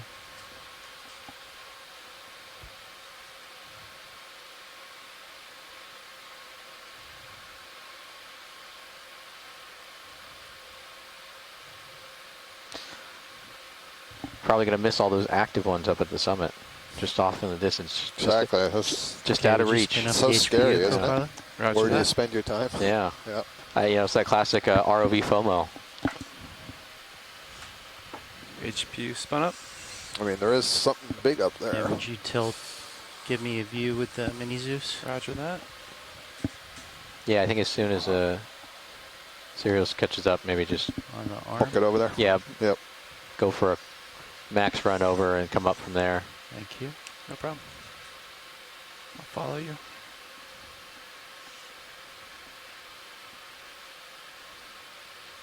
Oh, Oh yeah, so it's pretty friable, Cindy. I'd say. Is that all that you wanted? Yeah, I mean you can give it a little harder nug. Yeah. All right. So it looks like probably the center's pretty indurated, but the outside is still pretty loose. Okay, hydraulic secure. Roger that. HPU off. Thank you. No problem. Nice touch test. Thank you. All right, you're at 43 now. Yeah. So we got a Better configuration now. So the bit of- sulfide is much looser than the Well, basalt because of the way it's formed. Well, yeah. So the basalt's always going to be the most That's consolidated, hardest structure, unless it's Back to extremely 300. weathered or an altered right almost about to a there. clay. But we don't really see that too much. But those sulfides, when they're really fresh, you could put your hand, you can put the ROV manipulator Get right some through pretty them. big stuff up to your port They side. haven't Yeah, really I see that. cemented Thank you. together in any way. That's it. Go ahead, Bridge. And the Good older copy. they get, Ship's all stockpiles. the more consolidated they get, the more And how much chemical more time do we have? bonding they get between the surfaces. Maybe about 10 It's like when I minutes. put my pudding in my bowl and Okay. I don't eat it for a week. There you go. So Yeah. we I could get probably one more if you want. Yeah, let's try it. Okay. Bridge over now. And so if that was a really, Hey, Bridge, we like if that one was a more shipment, fresh chimney or please. active chimney, Range you- 20 they might have been meters, able to just bearing push it right over. 300 degrees, speed 0.2 knots. I made an observation that geologists like poking things. Good copy. Thank you, Bridge. Geologists like licking things. Set up for your And current poking patch. things. Be pretty Licking things and simple. hitting things I with think you're hammers. just gonna- Yeah. You're going to come under me and turn to port. And But push out there's pretty also much. some really interesting structure, just because we're And I'll turn we're slightly to nearing the port. top of this summit. Copy But that. here's this really oddly shaped outcrop. Can't really tell what it is yet. Yeah, and then I will but, turn to port 2, right? Yeah, really you're kind going of to turn hard to steep, port. Yep. probably pillow. Even bigger behind Yeah. it, maybe.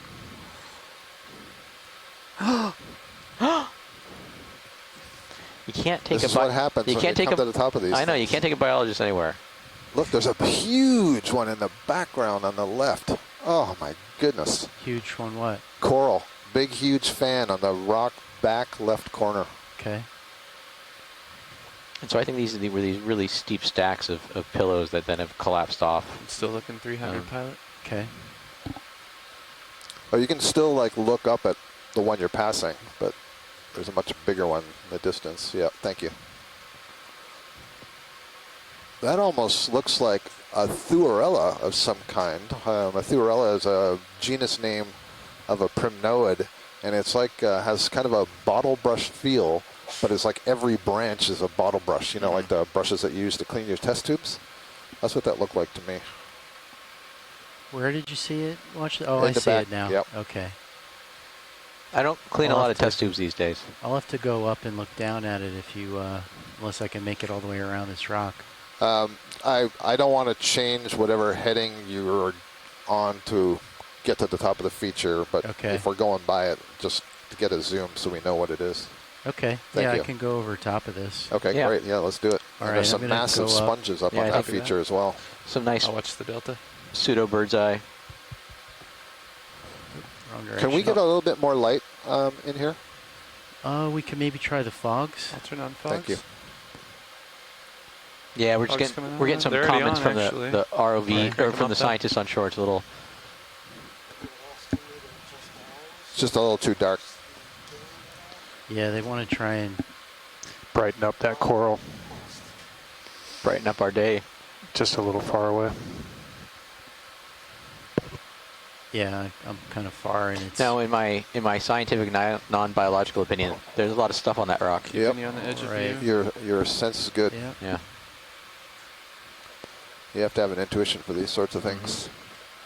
I Okay. mean, so in all seriousness, you know, they're all suspension feeders. Oh, there you they're go. all feeding on things in the water column.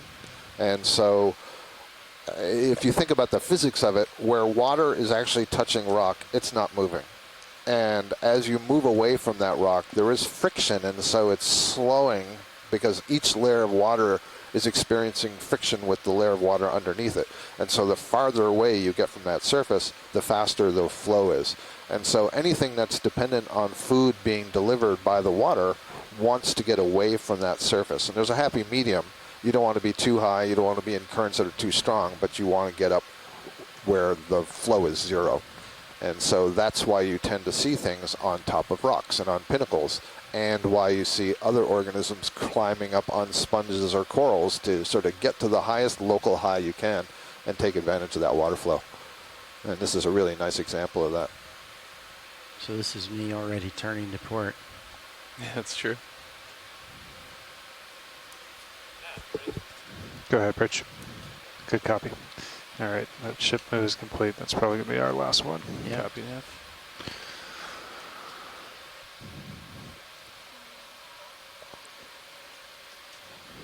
And how much time again, Nev? You have about 5 minutes. Okay. Sirius should be on the move till just about the end of that. Along 300. Affirmative. Okay.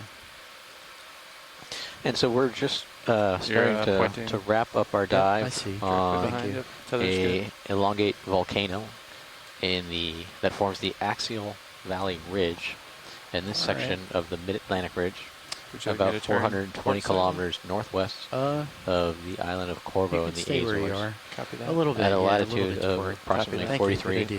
43.1624 north, 29.0279 west. Camera up. We're currently at a depth of Okay, a little 2,525 stretched out meters there. below sea level. At the top, right. the summit, Now I'm of this over top of that volcano, feature. looking down, and kind I'm of getting gonna a slowly swing back around bird's to eye. 300. Copy that. lot more biology Every than I time expected. And Just enough time actually, to stretch out. Yeah. yeah, I'll I just agree. kind of head over to center back up. Roger that. So John, I had in the log over there, handwritten, when we acquired bottom, I came to port. Right. So just So as I a don't know if you note wanna for undo sure that about move what's happening, one of the things when that's we come back important up. is the Sirius and the Well, we came to D2 port because we had systems work spiraled to together, starboard on the and there's a descent. pilot for each of those two systems.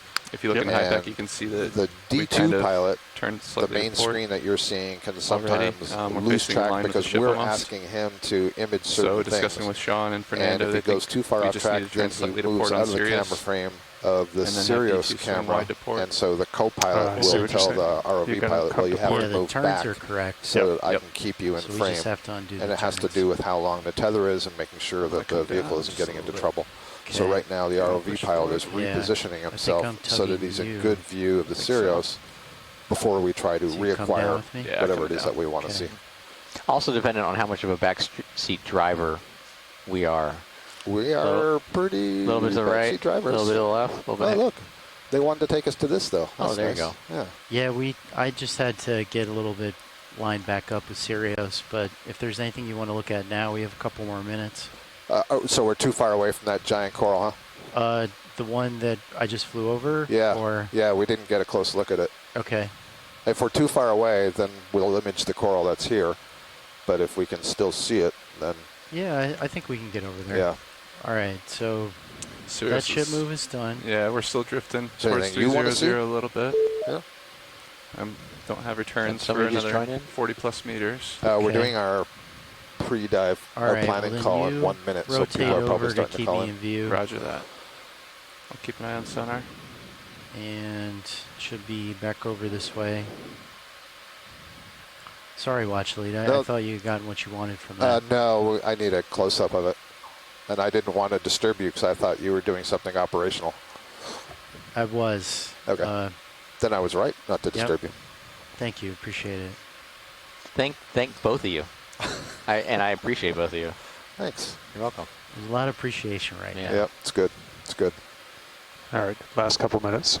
Okay. Copy that. I think Thank we'll you. be able to get in there and get this right before Oh, we Ken gotta go. Sulak adds on to what I was saying about why we see these organisms on these high features. A really good point. And that is that he says there's a hydrological jump at the crest of an elevated structure, and I always think of that kind of like a plane wing. He says a snow fence effect that turns laminar current into turbulent current. The effect is to keep Okay, particles video. circulating We can in a see crest-top what we eddy, can thus see more from here. available to filter our particulate feeders. So instead of the particles all just sort of swooping by, they get caught up in this little spiral near the organisms. Yeah, that's great. So I think I can get this closer. is okay. Yeah, that'd be great. I All think right. it's probably that bamboo coral that we've seen a couple of times now. Yeah, Okay, I'll and I just can kinda see try the and nodes. fly Yeah, in no, video. we're good. Let's just have a look around here before we go. and Okay. That's good. That's the Jason Isis one. That I believe we they saw. wanted to take one last Niska And before it's we got left. the Sure. You want to confirm? stylastron hydrocorals there. No. I even remember noticed that's what they want to do. Okay. the sponge down below. Or is that It's bottom called time? something like Is that what you're polymath. That's saying? it. Yeah, we're done. Okay. So the Niskin. All right, Watch Yeah, are Lead, you did ready to fire that Niskin? I'm ready to have it. Yeah, taken. yeah, we can fire it. Thank you. This would be a good spot, actually. Thanks, Ashton. Oh, don't thank me. I heard the ROV team talking about it. So Well, All right, They were on video, it. would you go wide, please? And co-pilot, when you're ready, you can go ahead and fire. Roger that. Job's coming on. Job so packs 5 enabled. was the rock I didn't write down, so this would be 6. Resetting Niskin. And firing. Sample collected. All right. All right, so let's get It fired. say maybe 10 meters off the It bottom fired on a. when you're after you're done firing. Roger Oh. that. Securing HPU. Yeah, it did. Yep. All right. Everything's done. All right, let's get maybe 10 meters off the bottom so Copy you that. come up with me. Coming up with you. That's the And EDNA Sirius is 4. almost in the perfect orientation Bottom. already, so Okay, and you can, as you're ready, you can stow the swing arms. roger that. Water. I think we're calling it water. Sorry, that was mean. And that's a good Your voice delta, just you came can in, keep that right Yeah, now. Roger he was that. getting me back. yeah. Okay, I'm going to back up a little bit and Copy that. go up. Yeah.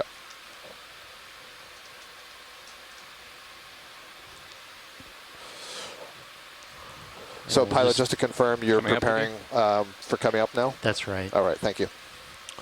All right, folks, so that's the end of our Just benthic hold dive here today. It until was you're- Bridge, really now. quite interesting. As Copy that. Ashton just said a short Hey, time Bridge, ago, just letting we you know really the didn't know vehicles what to have expect left with bottom. biology, We're and I was coming up really the surface. impressed, actually, with the diversity that we saw. We didn't see huge numbers because we Lower didn't see swing arms a whole fully lot of outboard and then outcrops, but we stow. saw a really nice Yep. diversity of You just got to rub it organisms. in. We didn't see a whole lot of outcrop. Yeah, sorry about that. No, it's okay. I think seeing what I hypothesized I'm were holding my those depth little right now. old inactive hydrothermal vents chimneys was a good way to kind of get to the top. Swing I think arms that, you know, are secure. All might right. All right, so we'll get be a a good few example more of maybe the meters off difference bottom. between kind of maybe a come up with me. geological Copy that. focus coming up. dive and a biological focus dive. On the geological side, it's all about covering ground to see as much of the terrain as possible. Whereas the Yeah, biology, I think feel that's like good. you Copy could that. spend All right, 8 so I'm gonna hours and back to 20 you. square meters. And we'll get Yeah. un- There's I'll a get lot to see underneath there. There is. Yeah. looking Um, straight down, and then we'll make our heading The changes. closer you look, the That more there sounds is. great, So. Les Watling noted that it was I'll a maintain pretty about a 20 depopulated meter area delta. compared to the Copy. seamounts. Maybe larval delivery is intermittent. Ken Sulak says, good dive, but lots of enigmas. Obviously high surface productivity and fallout in terms of the flock and the sediment and the pteropods, but curiously low abundance of mobile megafauna, both fishes and inverts, both benthopelagic and benthic. Also the mystery linear series of holes. Okay, I'm backing. And he was Copy just that. I'll follow you expecting with bare my main basalt Zeus. today, which I think a lot of us Yeah. were. So we continue to be confounded by the ocean. A lot of us were looking forward to. Yep, sorry. No, it's okay. It was a beautiful dive. I have to say those what I think are rectangular puncture or rectangular spit out holes. That's just absolutely odd. Looking down 80 degrees. Copy. Tracking. 90. All right. I think Straight we'll down. go ahead, and I will make my port turn now. So, Actually, folks why don't on you go shore, ahead give us and just line a up with couple the of ship. minutes. You We already have to are. get our Yes, sir. mapping lead in here right, and our I'll make my EC, port and then turn. we'll begin a discussion about tomorrow's dive, which will be on a looks feature to our south, which will be kind of similar to what we did on And dive now I'll 1. push forward. I'll Roger refer that. to it as I'll a follow seamount. as It's far at as I least a can. local topographic high on the west side of the Axial Rift Valley. We haven't got the specifics in yet, but this is kind of I've what we're got you looking in my at. We'd Titan like as to well. discuss with you Copy. all what you think. So be with you in just a couple of minutes. All right, full back on main HD. Copy. Looking good.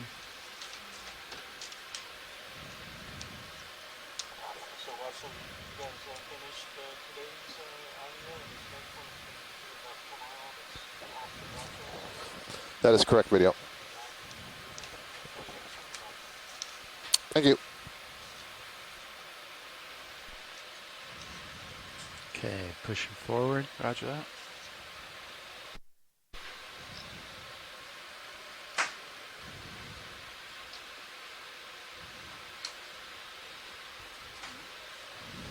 Nice work with the Titan. Thank you for keeping that view. Of course. All right, and I see you disappearing into my light pool. Yep. Should be popping in. Oh yeah, I've got you in my tether cam. Copy that. Okay, I'm gonna start. So you hold this altitude. I'm gonna start pushing up. Copy.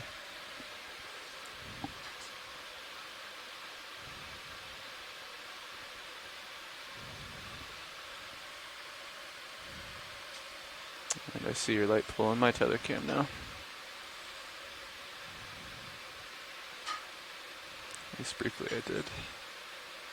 There you are. All right. All right. Well, when you're ready, we can start heading up. Roger that. Ready to come up. Ramping up. Pulling back on winch. Ramping Copy. to 30 meters per minute. 15 presently. Ramping. 20. Okay, looking good. And right about there is 30. Dialing in. Is there anything nearby, Nav, in terms of bathymetry? I guess the ship's not moving. Ship is not moving. All right, pilot dialed into about 30 meters per minute on winch. Okay. Would you like me to disengage auto heading? Or Yeah, that sounds like a great plan. Roger that. I will as well. looking good. Nice work. Thank you. You too.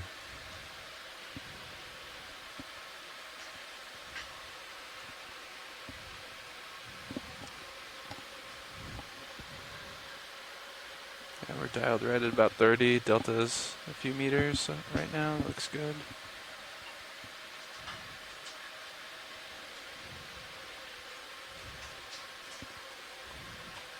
Is it okay if I sort of work the ROV primary iris control? Sure.